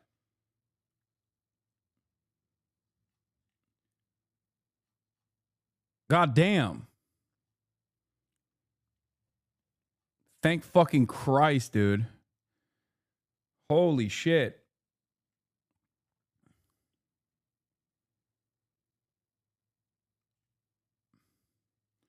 These pictures barely show his face. It doesn't matter. Van Hollen got to meet him, and that's important. I'm so happy about being wrong. He's probably there under duress. I don't know who that third person is. Could be his lawyer, maybe? I don't know.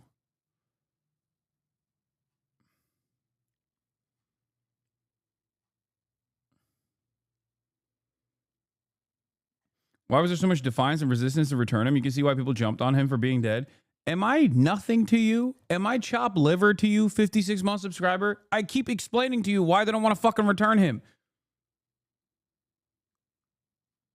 God damn.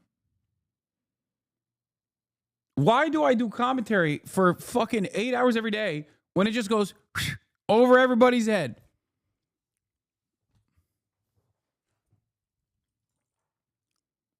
That's his wife's lawyer. He been on Van Hollen's live streams. Okay, yeah.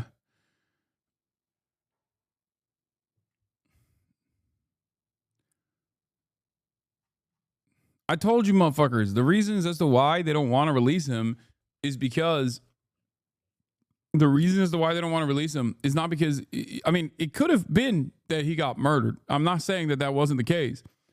I wasn't willing to entertain that notion for numerous reasons. One, because it's unproductive. Two, because it's fucking traumatic. But last but not least, I think there was other reasons as to why they didn't want to release him at all or say nothing about his whereabouts at all.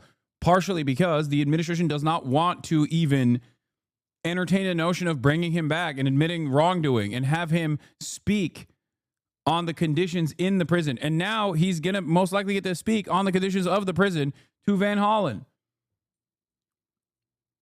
Has Van Hollen himself confirmed this image isn't fake? What are you, crazy?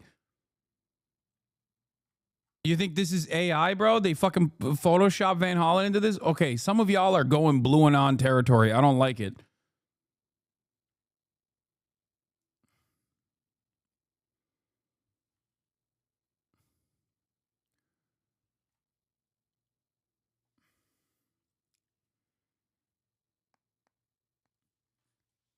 The administration has goals. Part of the fucking goals is to use El Salvador as a place where you get disappeared. If you don't get disappeared,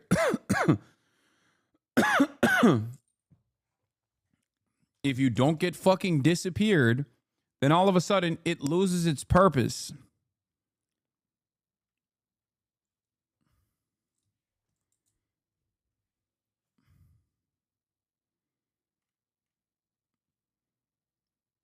Why do you think they let him meet Van Hollen after saying no, blocking him from entering just hours ago? I think they realized the story isn't going away. More Dems are coming, and they need their votes to keep the money flowing.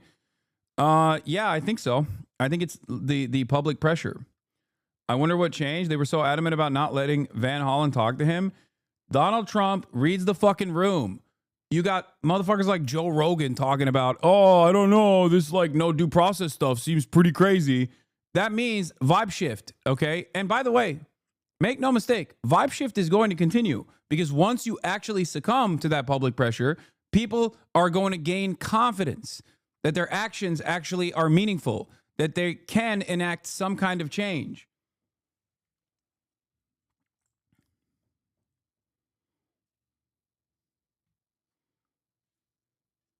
Why aren't you watching the Canadian leaders debate? Because I'm scared.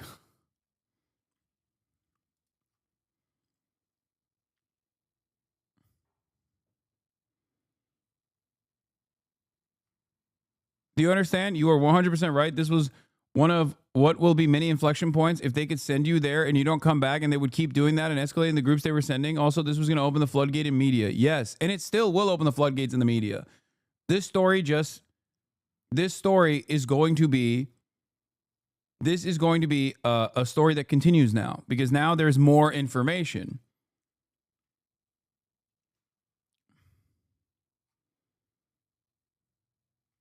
Do you understand?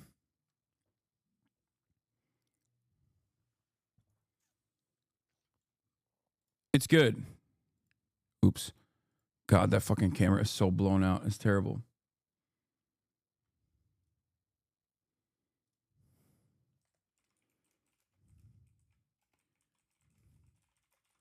That shows your discontent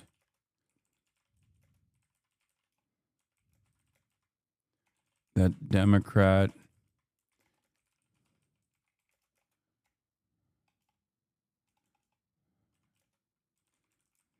taking a principled stance.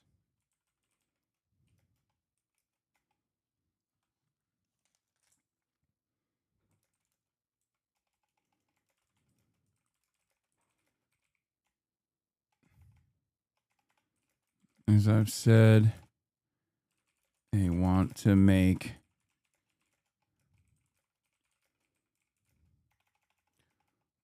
where dissidents disappear due process. This is the first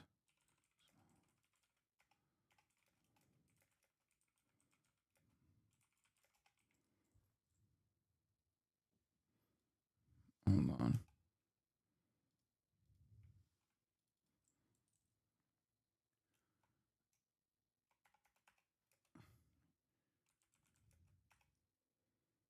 Your anger and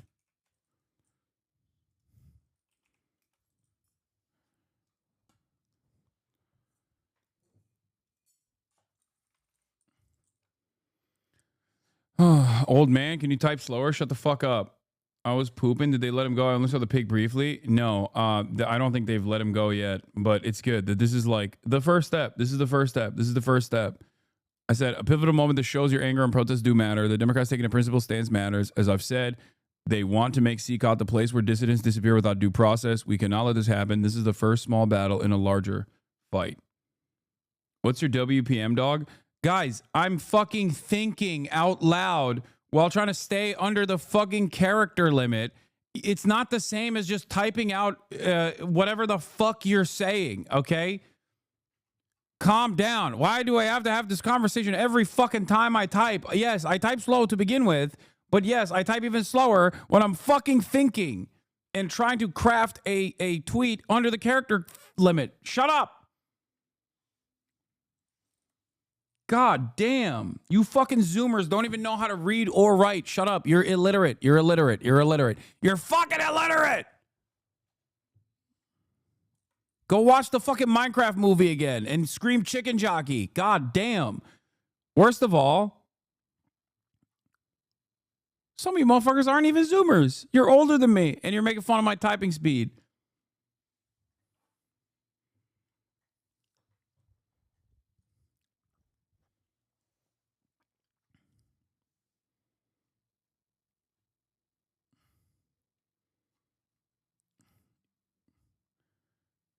Guy's not a keyboard warrior arguing online all day long, so he's not used to typing as fast. Thank you. Exactly. Did you say chicken jockey? Check this out, Hasan. What the fuck is this? What the hell is this?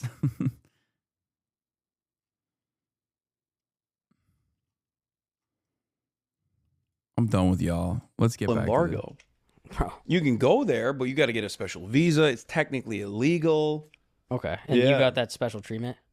Well, I think I haven't figured it out, but I think you either get if you get a tourism visa or you can get. East Community are saying your Bankai sword has a swastika. Yeah, because I'm a fucking secret Nazi, and not that it's a fucking bleach sword. It's a sword from Bleach. Get a journalist visa. I don't even think you can get a tourism visa right now because the American government technically designates them as a state sponsor of terror. You got it. The silver bullet. This entire time I was fucking duking it out with Nazis online, teaching people what the fucking common dog whistles are so I could be a neo-Nazi on expert difficulty mode. You know? Wow. It's a Zompukto? Yeah. Dude, that is such a funny... That is so... sad. What a fucking sad and pathetic fucking, what a sad display of recognizing that you have lost the battle, you have lost the war, you have lost the argument, that you're like, actually, we got him, boys. God damn, his community is so fucking stupid, dude.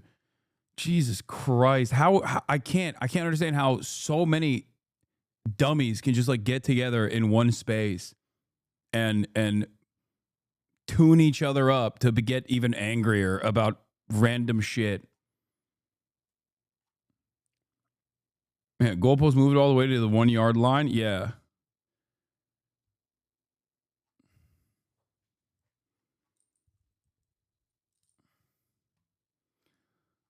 Let's keep going. Insane. It's gross. Yeah. Okay. That they're doing that. But yeah, I want to go and maybe I'll go to China with you. Yeah. Would you invite me or not? Would you want to come to China with me? I want to go to Shanghai. I want to go to Beijing. I want to go do the stairs that Speed did. The love. Did he do a backflip on that or no? Am I tripping? I don't got a think little bit of anxiety. I don't think I'd go up there. I don't think he did. There's a net underneath it. There is a net? Yeah, they don't show. See that? Yeah, they don't show it. Oh, he got my. There's also that smooth part too. I'm like, that was weird. I don't. Yeah, that's why like did they have asking you. that? Did you ever watch that show like XMZ or something where it was like an Asian show and they had to? It was like Ninja Warrior, and they would always get rocked on stuff. Yeah. You never saw that? No, but I get the concept. It's just weird that they put that smooth area. They're asking right there. someone to fall into the net. Yeah. Yeah. Yeah. I did not like that. I think maybe it's because like if you take it from a certain angle, it looks like it's a part of the space or something. Like Yeah. it looks like you're floating. Maybe I don't know. I couldn't comprehend it. I thought it was crazy. Okay, I'm gonna ask you this now. All right, let's do it. Men in women's sports. Men in women's sports. Trans women in women's sports. Is it trans men in women's sports? Like well, Thomas? trans men would be Women, right? assigned. A trans man would be someone who's usually assigned female at birth, and then You gotta explain to me the thing. I'm talking about a guy that becomes a chick that now is in women's sports. Okay, that's what I'm saying. Okay, so trans you gotta women. dumb it down a little bit. Trans women in women's sports. Yes. Oh yeah, I don't care. Who cares? Have you seen recently like the fencing and like the frisbee golf? Frisbee golf? Yeah, you see frisbee golf? Do you hear yourself? No, I think they should. I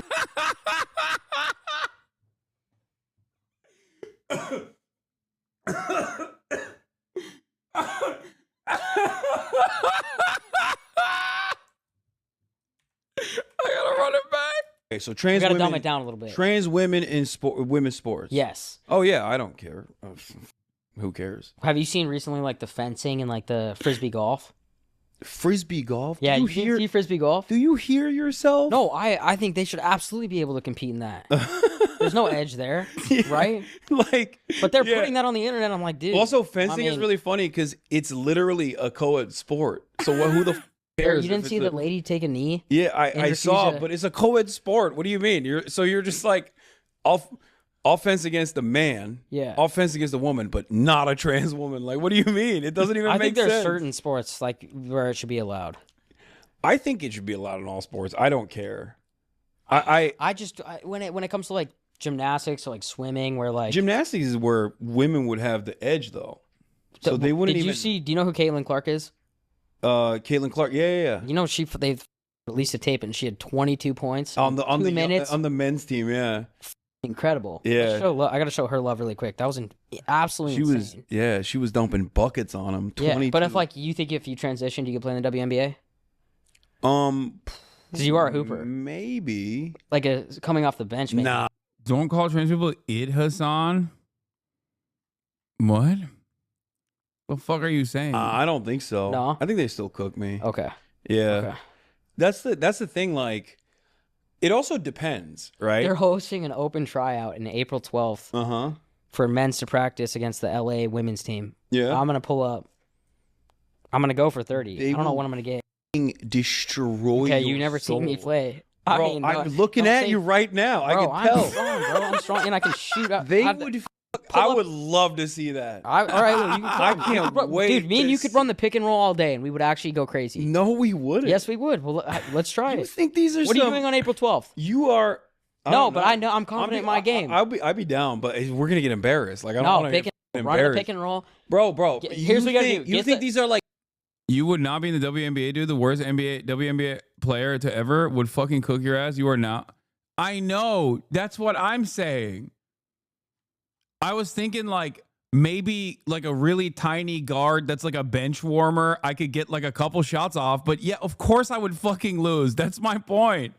This is the classic dumb guy argument where people are just like, classic dumb guy argument where it's like, no, these professional basketball players.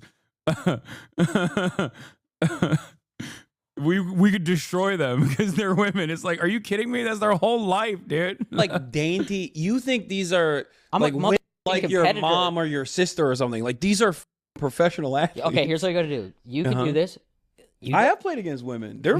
And they're good, but get the rebound and pass me the ball, and we will win the game. I promise you, right there. It's not that easy. Get the rebound and give me the rock, and we will be in there and we will win. They would cook us. Let's go, bro. It's an open tryout. If we're talking like Caitlin, yes. If we're talking like an NCAA Division I athlete, like a male who's a NCAA Division I athlete basketball playing against the women's team, there's definitely an athletic advantage for a cisgender man for sure.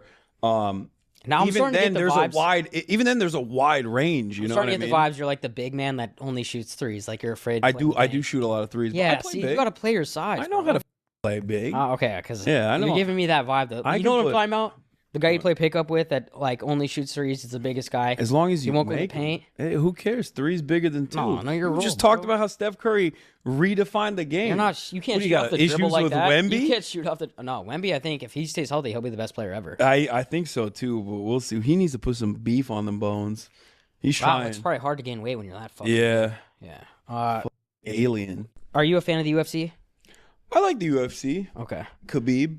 Yeah, of course. Yeah. The Eagle. I'll rock with McGregor. The Dagestanis, they clean house out there. It's crazy. Well, because they have no distractions, bro. Yeah. Bro, you can't compete a biological man with a woman. That is the stupid shit. Like they shown in South Park. Bro pulled up South Park as a reference to why something in the real world could not work. That's amazing, dude. Like you didn't even go live action with it. You went fucking South Park, dude. What the fuck? Why would you demonstrate how intellectually stunted you are like this? Works cited South Park. God damn. Yeah, exactly. They get rich and then they just have money. Like they don't. Yeah. They don't That's what you experience a lot need, of the though. other stuff. I agree with you, but I'm saying when you live in a place like Dagestan, you don't have access to the type of things that you do in Brazil, Ireland, America. Those like, guys still go to like Dubai, though. They travel. You know, they just got discipline. That's what it is. That's what their development is. That's what their upbringing is. It's just different. Have you ever watched McGregor? Like, I don't know if you scroll on TikTok, but you could see a lot of his like motivational stuff from years ago. I wonder if he kept what I said here. This is the part that I was interested about because I was just straight up like Conor McGregor was a rapist. I was like, nope, because he was trying to like say how much Conor McGregor's like trajectory meant to him, and I just straight up was like, nope. Coming up when he was broke. I think I've seen some of it because I've seen compilations of like how he changed as a person after getting into the UFC and how like that kind of ruined his entire personality. I wanted to actually tell everybody this too, and this is just something that I witnessed, but I've been a huge, like, he's an inspiration to me, even when he was just starting in the UFC because he was so confident. I wonder if he did. He might have cut this. He might have cut my response. He said in the beginning, he was like, I'm only fighting to get rich, to take care of my family, to take care of my kids' kids, and I don't give a about anything else. Let me say I don't really fuck with him. Sorry to cut you off. This is what Kanye's been tweeting about too. And I think he said Kanye. Oh, Kanye. He said something about like oh yeah, I think he did. Yeah. I said I don't really fuck with him. And then I just straight up laid into Conor McGregor. I was like, no dog, he's a rapist. I literally was like, nope, he's a rapist, dude. Like, and not even like a he said, she said type situation. I was like, no, that motherfucker is a convicted rapist. I think I also then started railing into the admin too. I was like, it's like rapist Wakanda. I can't remember exactly what it was. Blame Megaphonics. Yeah, Megaphonics. Why'd you cut that, dude? That's fucked up. Megaphonics is his producer. No, I'm just kidding. I mean, it's fine. Whatever. I don't care. Every CEO should leverage their power to get something crazy like that. That's weird. Why don't you just be a nice person? And I agree with you, but what I'm saying is that like what going off what you're saying is these people get into that position of power.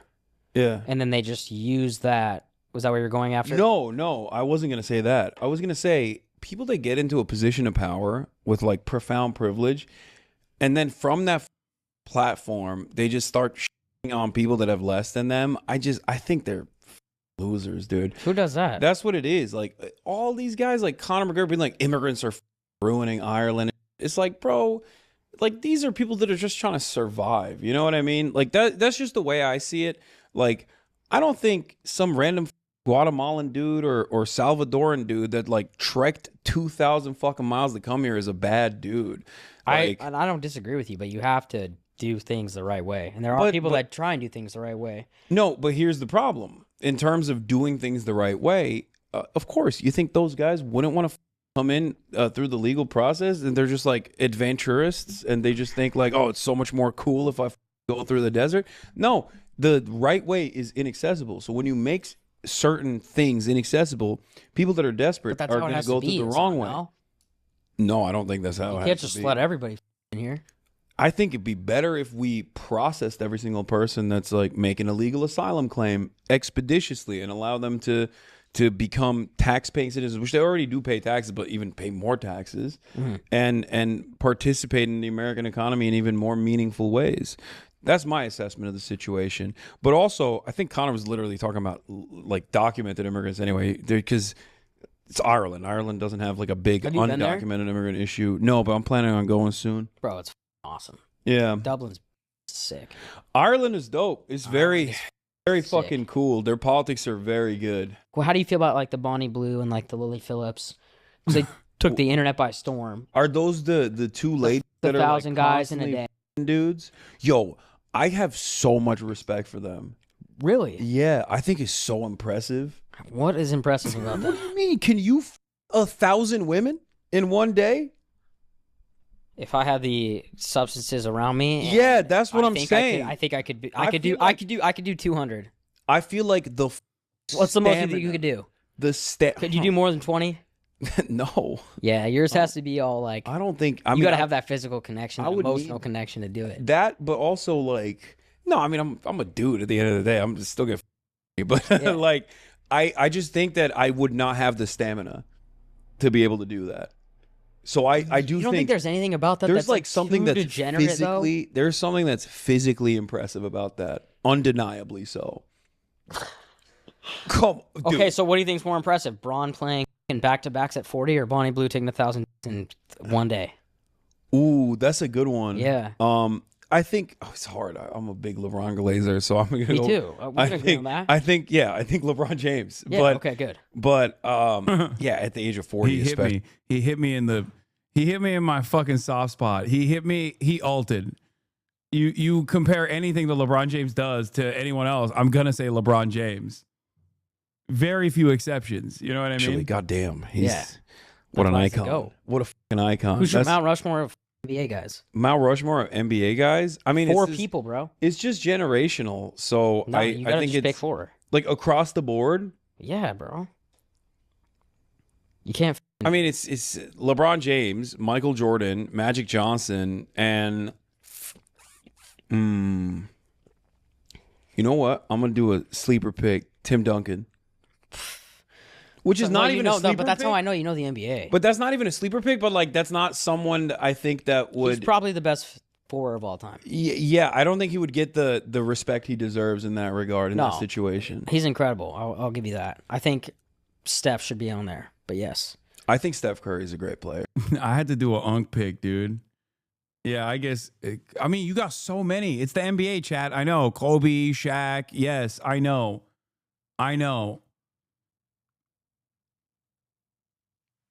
But like,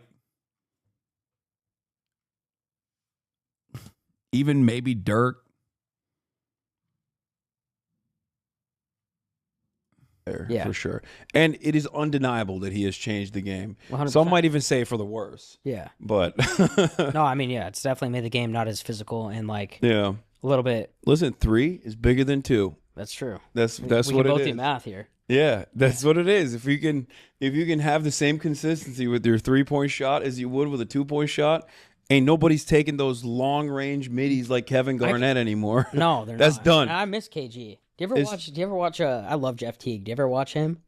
Who? Jeff Teague. He played point guard for a while. He just talks NBA stories. Oh yeah. Yeah. Do you know who Lou Williams is? No. You don't know? No, I don't know who Lou Williams Okay, I'm just gonna tell you real quick. He's one of the best scorers. 6 man. Okay. And he literally told the story. He was like, "Yeah, I showed up to the Atlanta. He played for the Hawks. He was like, yeah, I went to Magic City until 8 or 9 a.m. Blacked out. Played the Knicks at noon." And he was like, "Bro, I had no choice. Went and told Doc Rivers, I can't play. I'm blacked out right now." and he said, "Doc made me play Roloff, Hito, the entire Turkoglu second off quarter the so I list. could sweat it out." And then he had 25 in the fourth quarter, hammered. That's crazy. Crazy, bro. This is like the NBA's not like that anymore. That's an athlete. What? Harden. These guys definitely play. Harden. Yeah, Harden does that. But I mean, like, that was just a story to tell. But all right, last thing I want to leave you with is, can I fix the beef between you and H3? I mean, look, it's not on my end. Well, first of all, we do have significant disagreement. You retweeted AI pics of Garcia and that Democrat guy? What? AI pics? What are you saying?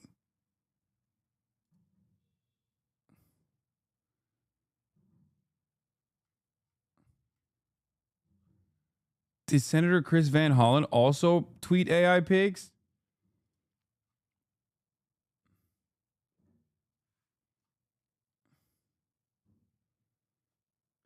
Bro, what is going on, dude?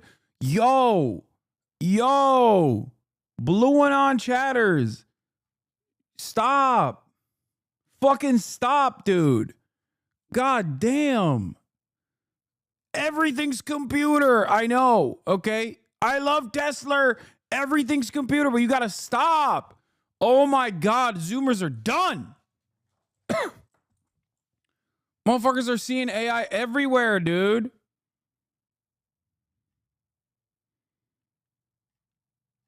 Trump is imposing martial law on April 20th. Everyone's dead, including Kilmar. He's dead. This is an AI pic. What the fuck is happening? Not their reasoning being this. I can't find it in the news. Elderly lady. Oh. Sorry, couldn't find any article about it. Yeah, because it just happened. I didn't realize her name was Elderly Lady. Now I feel bad. I'm sorry for yelling. Yes, it's not. I like that you have... I like that you and only you, if your username is Elderly Lady, it's good that you are thinking that everything is AI pics, because I would rather have elderly ladies think everything is AI pics than fall for AI pics in general. So that's good. That's a healthy, skeptical approach that you have. But for everybody else that's not an elderly lady, don't fucking do this. Okay? It's good. It's a healthy default position to have. If you are an elderly lady, I want my mom to have this position as well, because I constantly catch her watching AI videos of dogs and stuff on Instagram. And I suspect that once you watch one AI video, Instagram only serves you AI videos. And that's scary. It's so scary. So it's good that you have that approach. It's healthy skepticism. Don't let anybody take you away from that. Okay?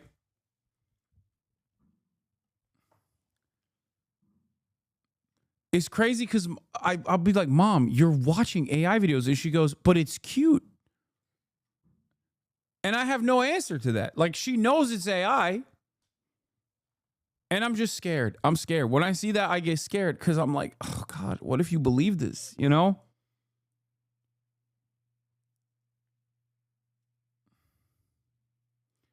Did you cover Dark Woke Blue Anon's new theory that J.D. Vance is a serial child molester that was a scourge to Ohio Valley? Oh, yeah, I did. Saturday. Big reveal. Are you kidding me? Andrew, hashtag I am the resistance, follows me, by the way, which is awesome. I didn't know he followed me. I didn't know someone so significant in the Blue Anon sphere was following me. He said, you changed your name 3 times because you kept getting caught raping children in the Ohio Valley. And I have witnesses who can and will testify against you on this. I cannot wait to put you in prison for the rest of your life, you sick fuck. And then he posted the Midas Touch Conservatives or Pedophiles compilation, which I unironically do love this compilation. It's very good. And he said, this all starts to make sense when you zoom out, and then said hashtag GOP pedo ring. Now, I want to mention something. Okay. I want to mention something here. This is good. It's good. It's Blue Anon engagement bait. Libs are going crazy a little bit, but it's good that they're going crazy in the same way that QAnon went crazy, where they're like, turns out all the fucking, it's not the liberals that were all pedophiles. It's the conservatives that were all pedophiles, which, by the way, there's a lot more evidence for prominent conservatives being pedophiles. Let's be real, as the Midas Touch video shows. But, you know, I'm so happy this blew up, which is not something I would be saying if I was making it up. That's not giving me a lot of confidence. These people are fucking gross and have been covering their tracks very well, but it's all a stack of cards that's about to fall. Please check out my most recent space where I talk about it. It's pinned to the top of my page, but I'll link it here as well. You guys understand that at this point, everything they accuse us is a confession of what they do. With that in mind, I present to you this QAnon thread. Keep in mind what they claim Democrats are doing and what Trump will expose and bring down. Oh my God, he flipped the script. Oh my God, he literally is saying it's not QAnon, it's Blue Anon. I feel like I materialized this. I joked a little bit too much about Lebanon and and Blue Anon, and now they're doing it. They're like actually doing it. It makes me kind of happy that dark woke is real. Fuck it, you know, fight fire with fire. They got their army of schizophrenics. So do we, you know, that's like, you know, that's just what you got to do sometimes. I was about to break this news, in parentheses, tweet on Monday, but I was afraid to get cooked. Good. That's good. So you're proving that it's good that I sometimes make fun of chatters who come to me with this information, and that causes you to, at the very least, like maintain a level of skepticism over shit that you see on your timeline that you want to bring to me, like a dog would bring a dead squirrel as a gift. This is good. It's good that you know that to not do that.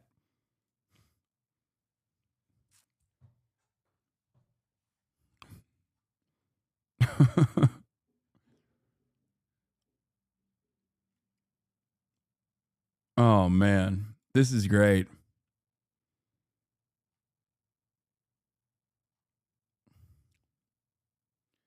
Hasanabi collab. Many people have been asking me how do I feel about being on Hasan's live stream. I mean, it was really cool. It seemed like he wanted me on it. Like, maybe it's just me. He seemed a little nervous to come up to me.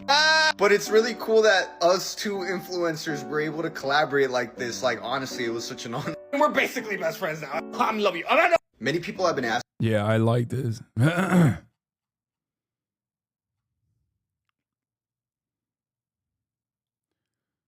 I fucking hate TikTok desktop. It's so ass.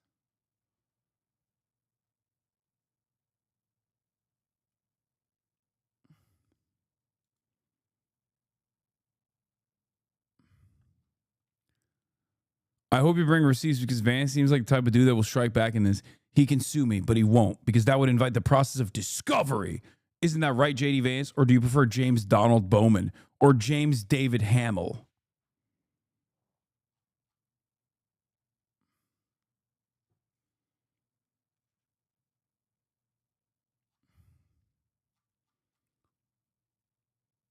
He got him.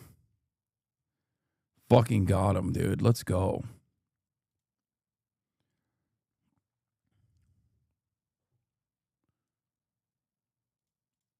On a fairly important Okay, issue. outside of Israel and Palestine, Yeah. what else are your major disagreements? I don't care about anything else in terms of like what his output is. Like I defended him for a year after our podcast ended. And I was like, I don't care about what he's saying because people will constantly come in and try to make drama and be like, oh, he's saying this or that. And I was like, look, I don't really care. Like there's a genocide going on. I care about that. I care about covering that more than I care about what like, you know, Ethan is saying. And it feels like somewhere along the way, he just like lost it, you know, where he made so Like many. lost it in what way though? Because He made he's so become many- he's in great shape now. Lost a lot of Yeah, weight. ironically He's enough, changed his life. Yeah, ironically enough, he's supposed to be the happiest he's ever been. But if you look at him, or at least when I see him on stream and whatnot, he just looks so unhappy in comparison to how much happier he was when he was fat. And Well, because he was eating good, bro. probably that's probably part of what it is. But he's tried to deplatform me multiple times. Like he's talked about like suing me, suing random anonymous Redditors to get their I told you information. to stay off that. Dude, that's what I said. I was like, bro, just stick to the fucking goofs and gaffs. Like, what are you doing? Like, why are you trying to do this politics? Especially because, like, ironically enough, he stopped doing the podcast together because he was like, oh, I can't do this podcasting on the politics front because people get very mad. Sometimes they misconstrue what I'm saying. Sometimes they have disagreements, you know, and people get really vicious. And this space that I'm in is very vicious. Politics is very vicious, especially on the progressive side. And, you know, I feel like if he just like stuck to, you know, drama, comedy, goofs and gaffs, like he probably would be in a way happier mental space. But he just literally cannot stop talking about everyone that's pro-Palestine. And it's interesting because there are people out there who say that they're pro-Palestine, but let's be real, they hate Jews, right? Yeah. Like there are a lot. Hey, listen, you there want to get popping again on if your engagement's down, start hating on the Jews and you Oh, get for popping sure. again, That's bro. what I'm saying. And there are very prominent people who do this, right? So for him to like constantly come after me when his knows I'm not anti-Semitic and making these inferences that I am and like partnering with like the ADL and I think that he maybe looked at your relationship as a friendship too. Yeah, So maybe no. he thinks that you're not looking at his perspective. No, where I he think comes from. I think that's precisely that plays a big role in it for sure. Yeah. But I think it's also a little bit of narcissism. We're all narcissists to a certain degree. We're on camera. We want to be liked. So he didn't push back against your anti-Semitism? Yeah. Yeah. He's compromised. We want to have our opinions validated, and I feel like there was a disconnect with his own audience that he had cultivated. Many progressive people that were like, seems like you're maybe defensive over Israel a little bit. And then he was like, "Oh, you're saying that because I'm a Jewish person." Like, and no, lo and behold. I mean, like, I will say this: there is a lot of hate out there. no, for sure. This is something I actually despise about this entire industry. Is you don't think you could ever just reach out to him off camera and just give him a phone call? By the way, E yesterday said that he never said that you are anti-Semitic, but you spread propaganda around anti-Semitism, Lamau. Dog, he's literally called me a fucking terrorist supporter and an anti-Semite numerous times. That's so crazy. And be like, hey, bro, like, I don't. what's going on? We can't just Stage, think I of don't him? think so. That's Yeah. what I'm saying. Because like the last text message I sent him literally was like after he had done these like call out posts being like, "You love terrorists." Like this, come on, dude. He was talking to a civil litigator, like an injury lawyer, the other day, and he's like, "Can we get this guy? Can we get this guy charged with like domestic terrorism?" And like on the one hand, he's joking, but on the other hand, dudes are getting kidnapped off the street by ICE agents for literally doing anti-Israel pro. The crew told E to never say never. Wait, someone. He played the semantics card. He literally says shit and completely forgets the next day. I think he just has an unlimited faucet of calling whoever he is branded an enemy. Virtually every smear under the sun. His sub says they want to deport you to El Salvador. Please send me that link. That's really funny. There ain't no fucking way. Yeah, he said that, and then he unpaused the video from iDubbbz, and in the video, iDubbbz showed him a clip of you calling him. No. Okay, send me the link to this. I gotta see this. He said that, and then he unpaused the video from iDubbbz, and then the video iDubbbz showed a clip of him calling you an anti-Semite. That's hilarious.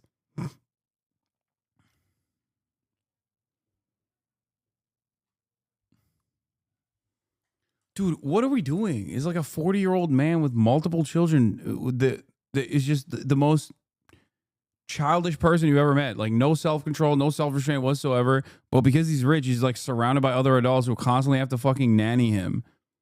Is this it? I am an Islamist, fundamentalist, radical terrorist.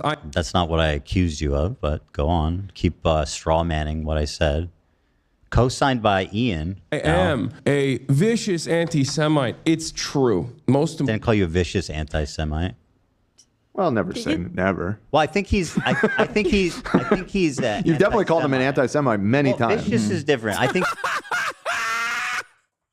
Dude, hey, yo, that's crazy. You're on fucking crack cocaine if you can get away with saying that. Oh my God. I think he propagates anti-Semitism. I don't think he does it intentionally. I'm just saying. What? I think you said raging. Yeah. Raging. I don't remember. You maybe never used vicious specific. I don't think I've ever said I don't think he consciously hates Jewish people. I think he propagates anti-Semitism. I don't even. But I mean, I could be wrong. I don't know. I don't think I am. But it doesn't really matter. That'll end up being the next clip that plays. Yeah, I mean, it doesn't really matter either way. It's fine. I'm just saying. Just never say never. Mm-hmm. Yeah. Oh, it doesn't matter. Importantly, Ethan is more attractive than me, both physically and also mentally. I've been. Why? What? Are we actually doing this frat bro thing? This is the fucking cutting. This is the cutting. Dude, he just backtracked on the numerous times he's actually called me anti-Semitic, recognizing that it's a fucking false statement in this very moment when he's getting called out for it. Then went, what? Are we doing this rapo shit? Dude, Ethan Klein loves talking about people's looks. That's like his number one thing that he loves to do. He calls everybody ugly and fat all the time in the most Mean Girls way possible. And I can't fucking shit on him too much for that. I do it too sometimes. You know, I call a succulent, porky looking cop a pig. You know, I'll fat shame a fat cop sometimes. You know, I've done my fair share of this. Or when Marco Rubio's earlobes fucking have their own gravitational pull, right? Having said that, however, the reason why I specifically said, Ethan, you are more handsome than me, both mentally and physically, is a joke, which is, again, I know for Ethan that's weird because he thinks a joke is when he just falsely smears someone as a pedophile or like a neo-Nazi. That's what he thinks a joke is. When he goes on like a vicious smear campaign That's the only thing that he thinks is a joke. Everything else is like, I don't understand. But the reason why I made that joke is because he constantly talks about the way I look. It's weird as fuck. Why you lie to Ethan Law? That's why. That's the joke. The joke is Ethan is right about every fucking statement he's made. Cutting edge criticism that Hasan's hotter than me? Are we actually doing this? Ethan is more attractive than me, both physically and also mentally. I've been... What? You can say you're smarter than me. I don't care about that. But like, why are you doing the like, I'm hot and you're not? Like, what is this? I don't think he What got is it. this? Holy shit, bro. By the way, he still hasn't watched the content, Nuke. I guarantee it. The content puke. Been lying about everything, including my glasses. They're fake. He was right about that. Okay, That's yeah. not even in the content, Nuke. And he was right about that too. How did he know? Okay. I There you was- go. You fucking debunked. I think he's referencing the post of him in the tub, because in that post you talked about his glasses. I was wondering if that's what I think he told me at one point. I mean, he might have both. But no, I'm 100% sure that... I told him that my glasses were fake? Bro, what is this man doing? Dude, please just stop lying for like 1 second, dude. There's no fucking way. Oh my God. Oh my God, dude. One time he came on Leftovers and he was wearing unprescription glasses. That's 100%. So I mean, like he might have both, or maybe his vision. I just remember the last worsened since then. episode. I don't He know. said, I remember the last episode. He said he didn't have his on him. Maybe that's what you're referring to. He said he couldn't see the screen the last episode of. No, I'm not referring to that. I'm referring to something else. But I mean, fine. You got me on the glasses thing. Fucking owned, I guess. Everything. How? Wake up, Ethan. Wake up, Ethan. Ethan, wake up. This intro goes kind of hard. I'm not gonna lie, especially when the music kicks in. Like this, I don't know. Maybe I'm crazy, but I felt like this intro, like Ian cooked on this. Wakey, wakey, Ethan. Like it gets real corny, but this part is hard. Bro, what? I cannot believe what I'm seeing. This is Oh just, no, they I like can't, it. I Oh can't no, the crew likes it. do it. I'm to be away. Did you tell him to say he's hotter than me? Was that your line? I think it probably was. Okay. Ethan, wake up, Ethan. This is no longer a dream. This is Denims, who, once again, aligning himself with Sean Denim say there's more footage, release the bloopers, iDubbbz. Dude, yeah, that was a one take Jake, by the way. I did the wake up Ethan. One shot at it, dude. The boy could be an actor, you know what I mean? Denims, who literally calls my wife a baby killer, amongst other insane, terrible things. All right. He's just like, dude, this is such a funny way to react to this. Like, yeah, I pause a lot. Okay. When I react to shit, I pause a lot, but god damn, dude, this motherfucker literally took 3 hours, it seems, to go through 10 minutes of the fucking 10 minutes. E-fans went full circle. Keem gets it. Couldn't have said it any better myself. 2,000 upvotes. They've changed their stance on calling it a genocide too. Not defending what Israel did in Gaza since October 7th. Like the way they handled that has just been awful. Yeah. I don't even have words. You know, we've Well, never there is one word, genocide. That's a good word for it. once defended what happened there. I mean, I've even It been still like, is happening. I've even been like, yeah. I mean, I think I've even called it a genocide, and I can definitely understand. I definitely think it might be. You know, it depends on. I don't need to keep continually. Wait, what? One sec.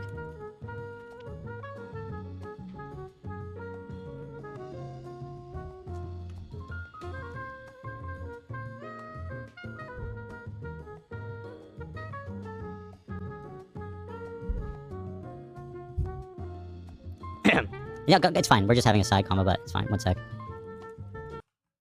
Ethan Clark is awkwardly silenced when his wife, Hila Klein, the reader of Ramallah, DMs him to correct him on the use of the word genocide to describe what Israel's doing to Palestinians.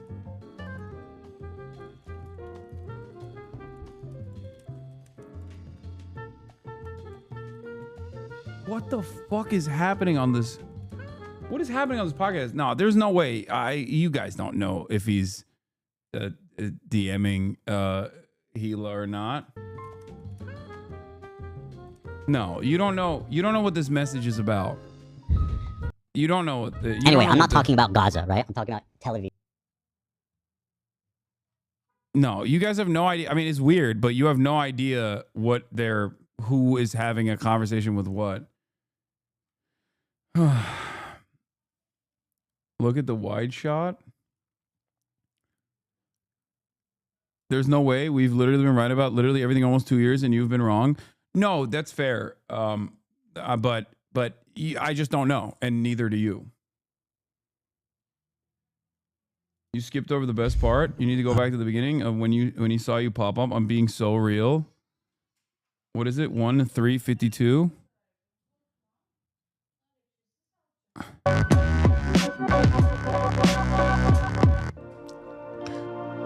What's up, everybody? I'm Hasan Piker, and this is the Hasanabi broadcast coming to you live from a cloudy day here in California, Los Angeles. We're live and alive, and I hope all the boys, girls, and MBs. It's a cloudy day in Los Angeles. That's my line. Wait. I'm having a fantastic one because Wait, is this live? By the way, Hasan literally goes and talks about how I'm obsessed with him and I can't talk about him and I can't stop talking about him. And this is what he's working on in the while he's complaining about that. He disliked it. Dude, when did you record this? Keep going. He loses it when he sees Frogan. Bro, I can't watch it because he just like keeps pausing, dude. He keeps pausing. Also, the reaction to Frogan by everyone, including XQC, is so fucking gross, dude. Straight up. You're fucking gross. That's all it is. Everybody acts like Frogan is the fucking Antichrist, okay? And it's so transparent what these fucking losers are doing. Like, you can have disagreements with Frogan if you want, but god damn, everyone is immediately, like, their reaction is so visceral. Is so goddamn visceral. Like, give me a fucking break, dude. This shit is so fucking normalized. Like, Asmongold, XQC, I saw some of them go fucking viral too. It's like, yeah, bro, she's hijabi. I know. And don't even fucking for a moment act like that does not contribute to this. They will say, oh, it's because we hate her opinions. Like, no, you reacted that way specifically for a very specific purpose, bro. I hate this. I hate this shit so much. But it's not necessarily that I hate the reaction, and I think it's more so that it's so normalized to behave this way. It really grosses me out. And I know people will try to fucking do the, wow, you're so ruthless for calling out the Islamophobia here and calling out the racism here. I wasn't being racist, and then fucking fight tooth and nail. But it's gross as fuck. Okay? That wasn't the part I was talking about, bro. Keep watching until you bring up the content nuke to see his reaction. I don't care about fucking Ethan's reaction. I don't even want to see it anymore. I'm so pissed off. What are we doing? Like, what the fuck are we doing? How are we so goddamn cruel? You know what I mean? How is that allowed? How do other people in the community don't fucking check these people? You know what I mean? Why is that appropriate? Why is that in any way, shape, or form appropriate? Like, that's a fucking peer, okay? Yeah, I'm sorry she doesn't have fucking 30,000 live concurrent viewers. Maybe then you would suck up to her and respect her. Gross. fucking gross, dude. Not only is that gross, but I know how vicious people get.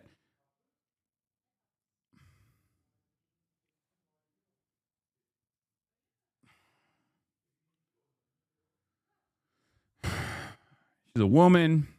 She's loud. She loves drama. And she's a hijabi. And she's Muslim. Yeah, she's a Muslim and also visibly Muslim. Just like the quintuple Monty.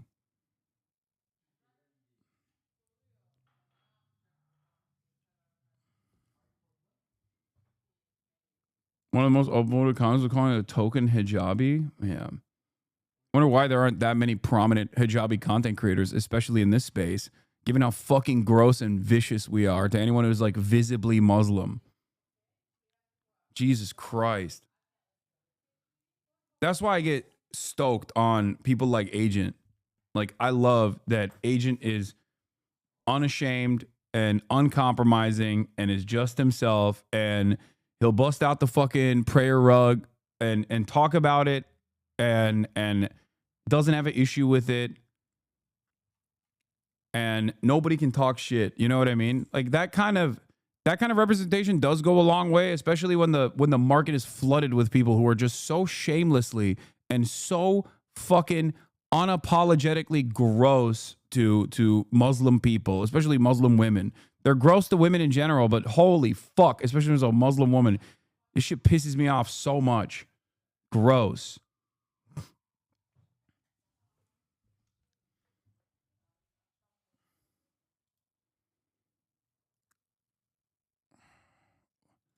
Yeah, I mean, look, if you told me 10 years ago I'd agree with Keemstar, I'd laugh. Keem's reaction to the intro is everything. Keem gets it. Top of show, Ethan expressed sympathy for his enemy. Keem's tragic loss, instantly betrayed by his old friend. You know, it's gotten to a point where Keem is calling out Ian's bullshit. Yeah, you'll never understand what point you've gotten to, because even this is not a wake-up call for you. Even if, like, the very fact that every single Keemstar orbiter, drama, slop tuber, commentary, fucking, I'm actually a centrist, but deep down inside, I just love saying slurs ass dude on YouTube is in defense and taking Ethan's side on this. And these guys think that they're fucking progressive. And they're just like, I don't get it. I don't get it. Why is it like that every single person that Ethan used to dunk on, for being right-wing, reactionary, silly, dumb, problematic, whatever, is now on board with this? I wonder if there's a reason.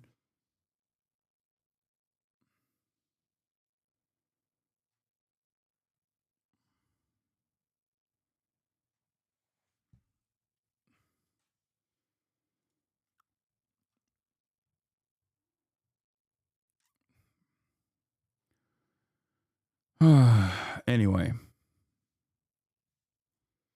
Honestly, Frogan is like really cool, and it's weird the H3 community girly pops who technically have more in common with her than most people on the internet engage with this shit is so fucking weird. I know. I don't know how the fuck they lost their minds so goddamn hard.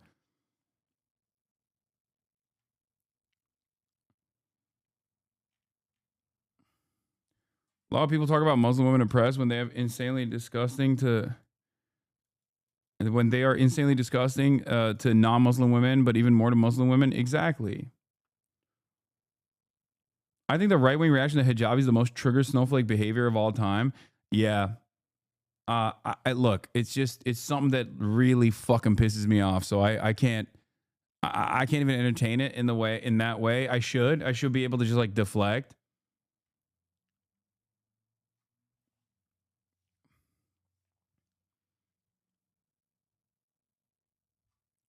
But it just, God.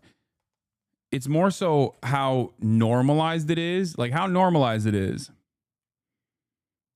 Also, apparently, what is this? Keemstar allegedly solicited news from his former employee while she was drunk. Fantastic ally that they fucking have. I don't know what happened here. Keemstar worried about the call leaking and having shit get exposed.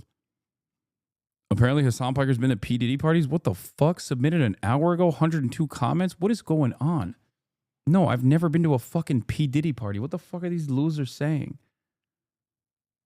The fuck?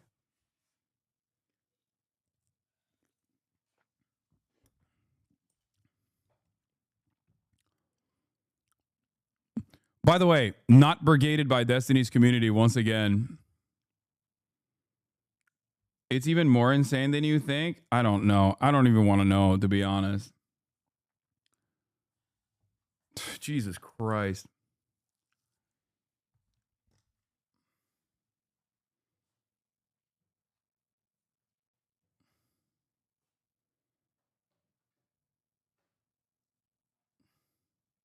What is this? Feel so silly. A 20-year-old thought Diddy was cool in 2012. This is an outrage. Hey, Hasan the Hun, we appreciate you purchasing our software to delete these tweets, but we really would prefer if you just don't exploit women instead. We're going to go ahead and refund you. What? I would love to hang in Diddy's Ciroc entourage and trickle down bang anything thrown in his way. 20th of December, 2012. JK, Hasan is too cheap to buy our software. He must have manually deleted that the second the Diddy news hit Lamau. What?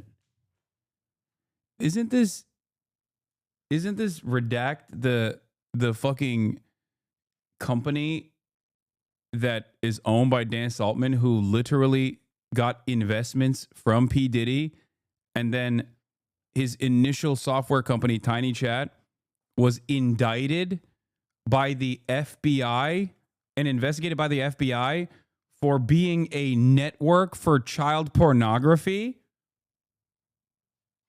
What? Also, there's so many aspects of this that I'm so confused by. First of all, I don't even remember fucking tweeting this, let alone deleting it.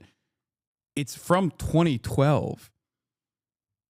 I was like 20. You think I was going to fucking Diddy parties in New Jersey? Are you that fucking stupid? Like, P. Diddy was like calling me up and being like, hey man, I know you're on the come up one day.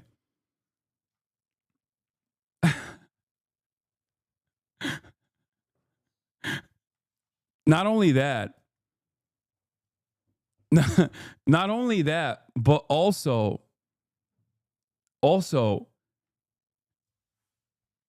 why would you literally turn around and be like, hey, I love Israel so much that I, a person who has direct associations with P. Diddy, am going to burn my company that works as a software tool that mass deletes your posts.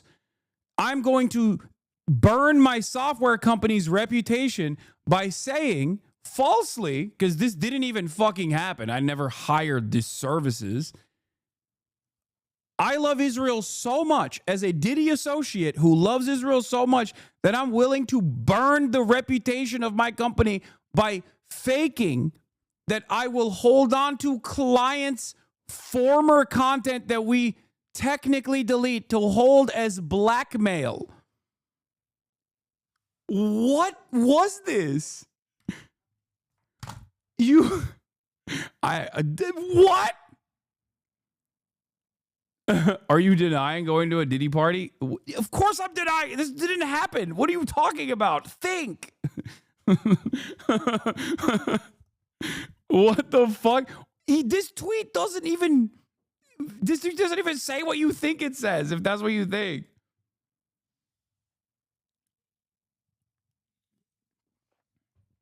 It's ironic because I broke up with someone over going to a Diddy party, but even then, I didn't know. I didn't even fucking know that was what do you call it? A thing that was happening back then. And that was even later. That was like, I don't know.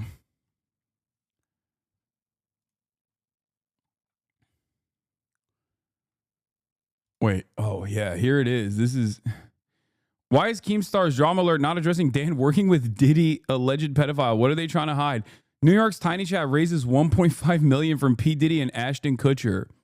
Rumors swirl that Diddy and Ashton Kutcher used Tiny Chat to flirt with underage girls. He literally is the founder. That's crazy. What an incredible self-own. Clarify that it wasn't you that went to the Diddy party. No, my ex-girlfriend wanted to go to a Diddy party, and I was like, That's why we broke up. It's a funny story, but it doesn't matter.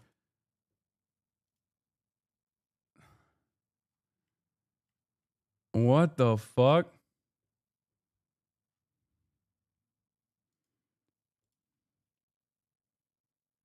Dan even said that he had logs of all people and used to joke about what's happening in chats he 100% knew.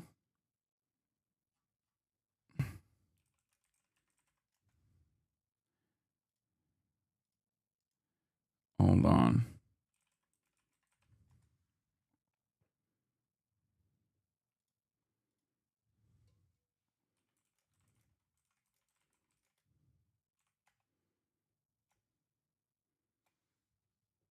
Someone said, wait, Hasan is not gay. Yeah. This is what you want out of your privacy software. Vindictively holding onto your personal information to put you on blast on behalf of Israel.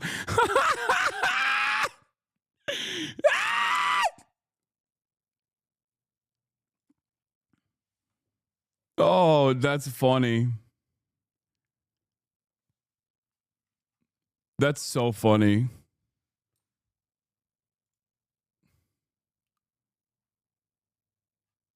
Do you disavow duty parties? Yes. Easiest disavowal of my life. Hold on. I need to fucking fire back at this. This is too crazy not to, right? Am I crazy?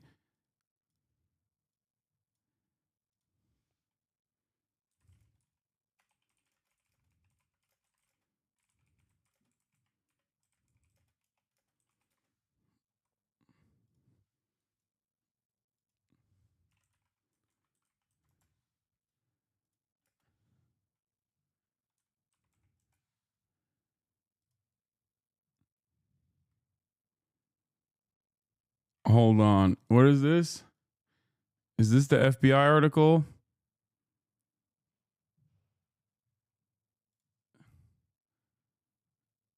Undercover chatting with child sex offenders from FBI.gov. Wasn't there a court case that directly came after Tiny Chat? Am I crazy?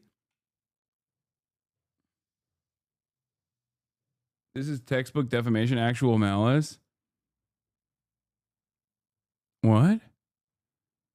This is all fun and games, but let's be clear. Hasan knew in his own words there was weird, creepy shit going on at these parties involving children. Hasan, baby old Piker, chose to say nothing and let the rapes continue for years. Wait, what? Does he actually claim? Is he actually claiming that I went to a Diddy party? What? Is he okay? Bro, this is... Bro, he is... Wait, no. There's no way. This is from April 18th, 2:35 a.m. This is like tomorrow. Look at the date. This is fake, right?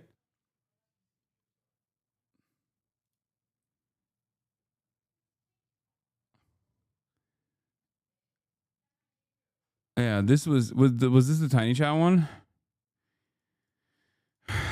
Trafficking minors, right? On yeah, Tiny Chat.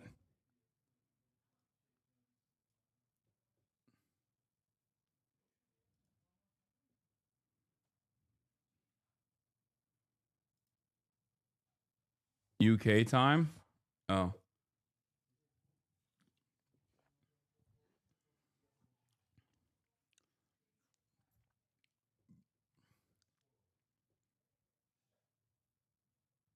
The other tweet was real, but don't want to bring it up because of a horrible Photoshop of you and Frogan.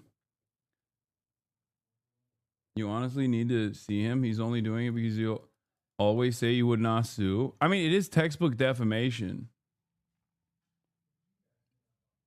It is. I mean, what am I going to do, man? He's fucking mentally ill. Like, what do you want me to do? You know, he's the mentally ill person. And nobody takes him seriously other than also equally mentally ill losers online. So who gives a fuck? Whatever. Like that right there is tarnishing the reputation of your company and fucking up your own bag by just lying about the dumbest shit on the like it quite literally is the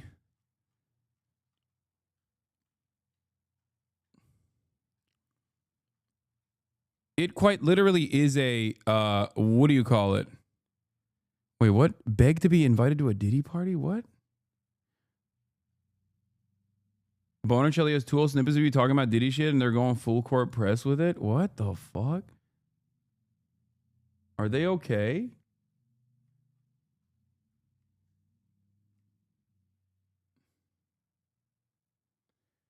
Asmund Fold reacted to the content cop? Yeah. Let me guess. Did he agree with Ian?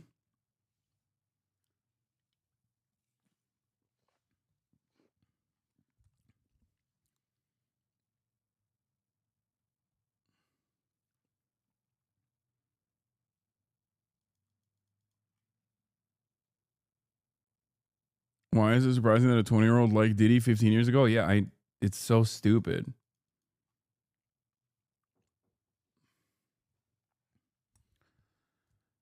Anyway.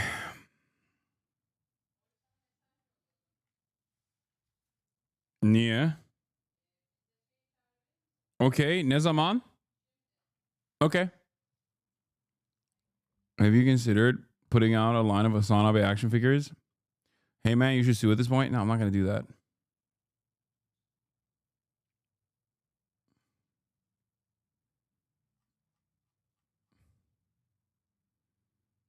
Oh man, they are really doing full court press. Oh god, I mean, it doesn't fucking matter. It's fine. This is all fucking nonsense. It doesn't matter. Diddy was on It's Always Sunny as a guest star the month before he tweeted that. I replied to Dan and said he should cancel Danny DeVito too.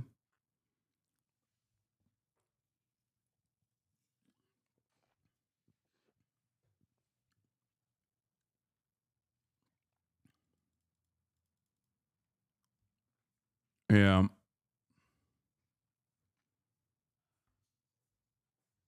Stop spreading their lies and ignore. Yeah, it doesn't fucking matter. Yeah, I can't believe it. 2012. I thought Diddy was cool. My mistake, boys. Yeah, in 2012.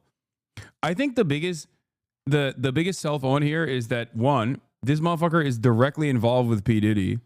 Two, the website that he created that P. Diddy gave money to quite literally was named in FBI investigations where people were facilitating sex trafficking on Tiny Chat. Okay. That's number 2. Number 3, for the diddler. Okay. He lied about me using his services and did it in the dumbest way possible, where he basically fucking found like an old tweet that I don't even remember tweeting and deleted probably a decade ago.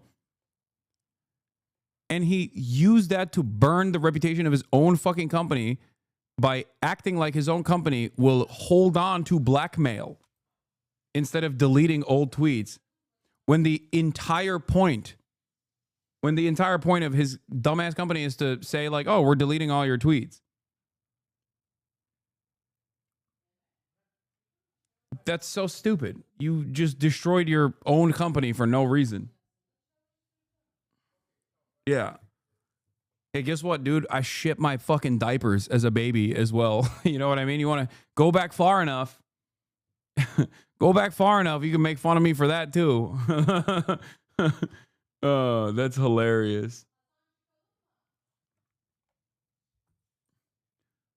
H3 sub wanting you to be deported. Fuck that shit. Let ICE.gov know Hasan is brainwashing the minds of young Americans with terrorist propaganda with tens of thousands of concurrent viewers with impunity on Twitch. Hold on, I'm calling it right now. I want Hasan deported, low-key, for real, for real. High-key, too. He's a danger to America. More so than some random student who co-wrote some paper a year ago in school paper, and Trump is willing to take heavy measures to get rid of the filth corrupting our youth. Spread the word if you share the sentiment or don't. I already have. Hasan is unironically evil, and evil begets evil. My patience is gone. With all the crazy stuff Trump is doing, wouldn't it be crazy if it targets Hasan for deportation? It would be against all my principles, and I would be a hypocrite if I supported that, but I'm not perfect. If Hasan got deported instead of someone else, it would make me smile a bit. Homie's about to get a free vacation to El Salvador. Fantastic stuff coming from the community of my former podcast co-host, dude. Incredible. Oh, shit. Hold on.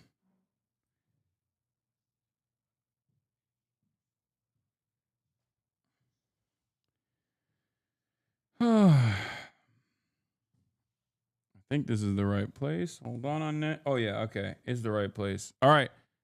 I called it. It's probably going to take like 2 minutes. Ethan's hobby of alt accounts going bonkers. I didn't know the state of Israel could break so many brains. I mean, it makes sense. Basically, the internet. Hey, I have something to show you. I cannot be interrupted. There's a new content cop. What? A new content cop. What? Content cop. I haven't heard that name in almost 10 years. Well, iDubbbz did a content cop on H3. Is this like when Gen X gets excited they're doing a Goonies remake? You're excited about this? I thought iDubbbz quit YouTube. No, he just stopped saying slurs. Exactly. I thought he quit YouTube. Look, a lot has changed on YouTube since 2015. Drama videos are now usually 5.5 hours long. iDubbbz is woke. So much has changed. I got married. I have 7 kids now. That's a weird amount of kids in a relatively short amount of time. I switched political ideologies, gosh, probably 7 times. Those kids really messed you up, huh? I was a different person back then. I'm so much better off now. I'm glad that era of YouTube is over. Do you want to watch it? Okay. That's good.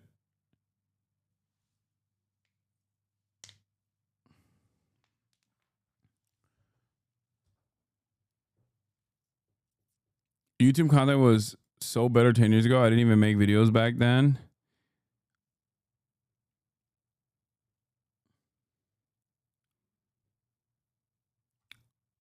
This is good. It's a good take. All right. I'm done for the day, ladies and gentlemen. Tomorrow, I will be live from Coachella. We're gonna do some crazy shit. Hopefully, we'll be able to stream the festival, and I'm very excited about that. As you guys know, Kneecap, the boys, the lads, they invited me to participate. It's a great honor. I'll be screaming Chucky Allah over and over again. And wear the Gucci shirt. I might wear the Gucci. I might burn the Gucci shirt. I'm gonna bring it and then burn it. Making sure you can see this, but you are a 5 out of 10 Turkish otter. I have seen better dudes outside of Dianus on a Thursday night. What the fuck is Dianus? Also, otter. Thank you for saying I'm an otter, which means I'm skinny. Gagachella, please.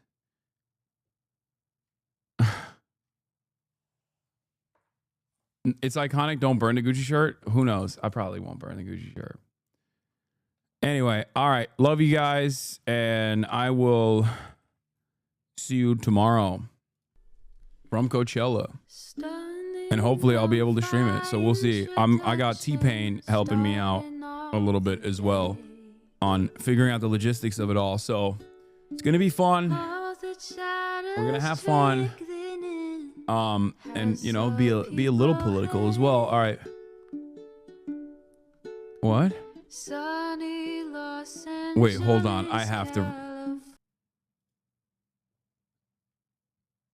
If you suspected Diddy was going to doing weird stuff with kids at the time, why didn't you tell the police? And why did you say the child was supposedly attractive? I like you, Hasan, but I think that's kind of weird, bro. You should address it, in my opinion. Coachella Diddy party? Wait, what is this person saying?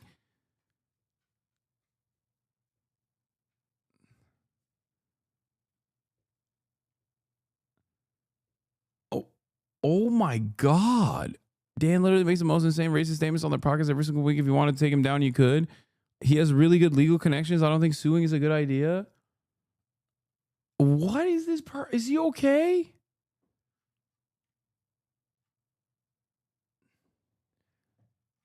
Dude, this is devolved. It's what Keem clipped. That's why they said Coachella Diddy. It's what Keem clipped. What did Keemstar clip? What is going on? Oh my God. I did. I went to a Coachella after party. Oh my God. Oh, that's right. I just realized. Yo. I remember, holy fuck, my mind just unlocked. I thought it was weird as fuck. Oh, Kaya. Kaya is literally fucking lowering the TV. Dude. That chatter is not wrong. This is, oh my God. Oh my God. That's crazy. It's not even me humoring an online schizo. No, this is real. That's right. We went to a fucking after party. It was like, I think it was like me and Will. And we were on legal substances. And I remember sitting in the back in a tent and they were beaming footage in the top of the tent. And it was like the first ever reveal of a fucking AI footage. And I was like, what the fuck is this? Because it was like a little girl and a little boy, and they were opening up a Christmas present. And I thought it was strange as fuck. I literally said, Alex Jones might be right, which is ironic because I thought it was the bad vibes then. What do you mean? Like, I don't know what they fucking clipped in that clip, but I very clearly was talking about how I thought it was a bizarre moment. You've revealed this information yourself. It was not uncovered somewhere. I know. What the fuck, bruh? Stop talking. Stop talking or explaining it. Fully dog. No one knows what you're saying. We'll cover this tomorrow. Wait, you're not joking? No, we did. We went. I think it was Will. I think it was Will and I. Yeah, I talked about it. I talked about it on stream. Oh my God, you unlocked a fucking memory. Yeah, unban the schizo chatter. The schizo chatter is vindicated, to be fair. That's true. How are we going to cover it live from Coachella? I'm going to cover it live directly at the party. All right, anyway, love you guys. And I'm glad that I saw what the fuck that person was saying, because I was like, the fuck is he talking about? Bro, you have to explain it now before it gets clipped badly? What do you mean? I literally explained it in the clip that they're clipping.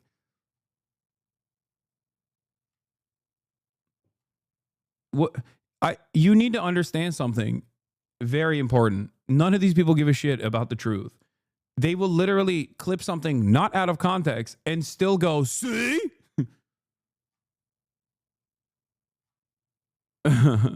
Anyway, let's keep going. Anyway, love you guys. See you tomorrow from Coachella, not from a Diddy party, because he's in jail. All right. Bye-bye.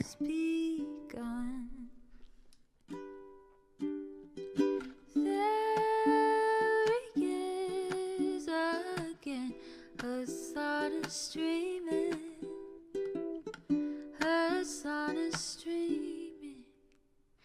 There he is again. Hasan is streaming. Hasan is streaming. Reviewing the P.O. box. Uncle Uger's face. Sudden Discord agitprop. Great names take embrace. Tiny Bernie Sanders, LGBTQ Air Force. The whole left at your fingertips, on at your door. H3 crowded debate, the Young Turks online show. 3 full fucking years of this, plenty more to go. 90-day fiance talks of champagne bourgeoisie. A Trump rally live reaction, a mass riot at DC. There he is again, Hasan is streaming. sun is streaming. There it is again, the sun is streaming.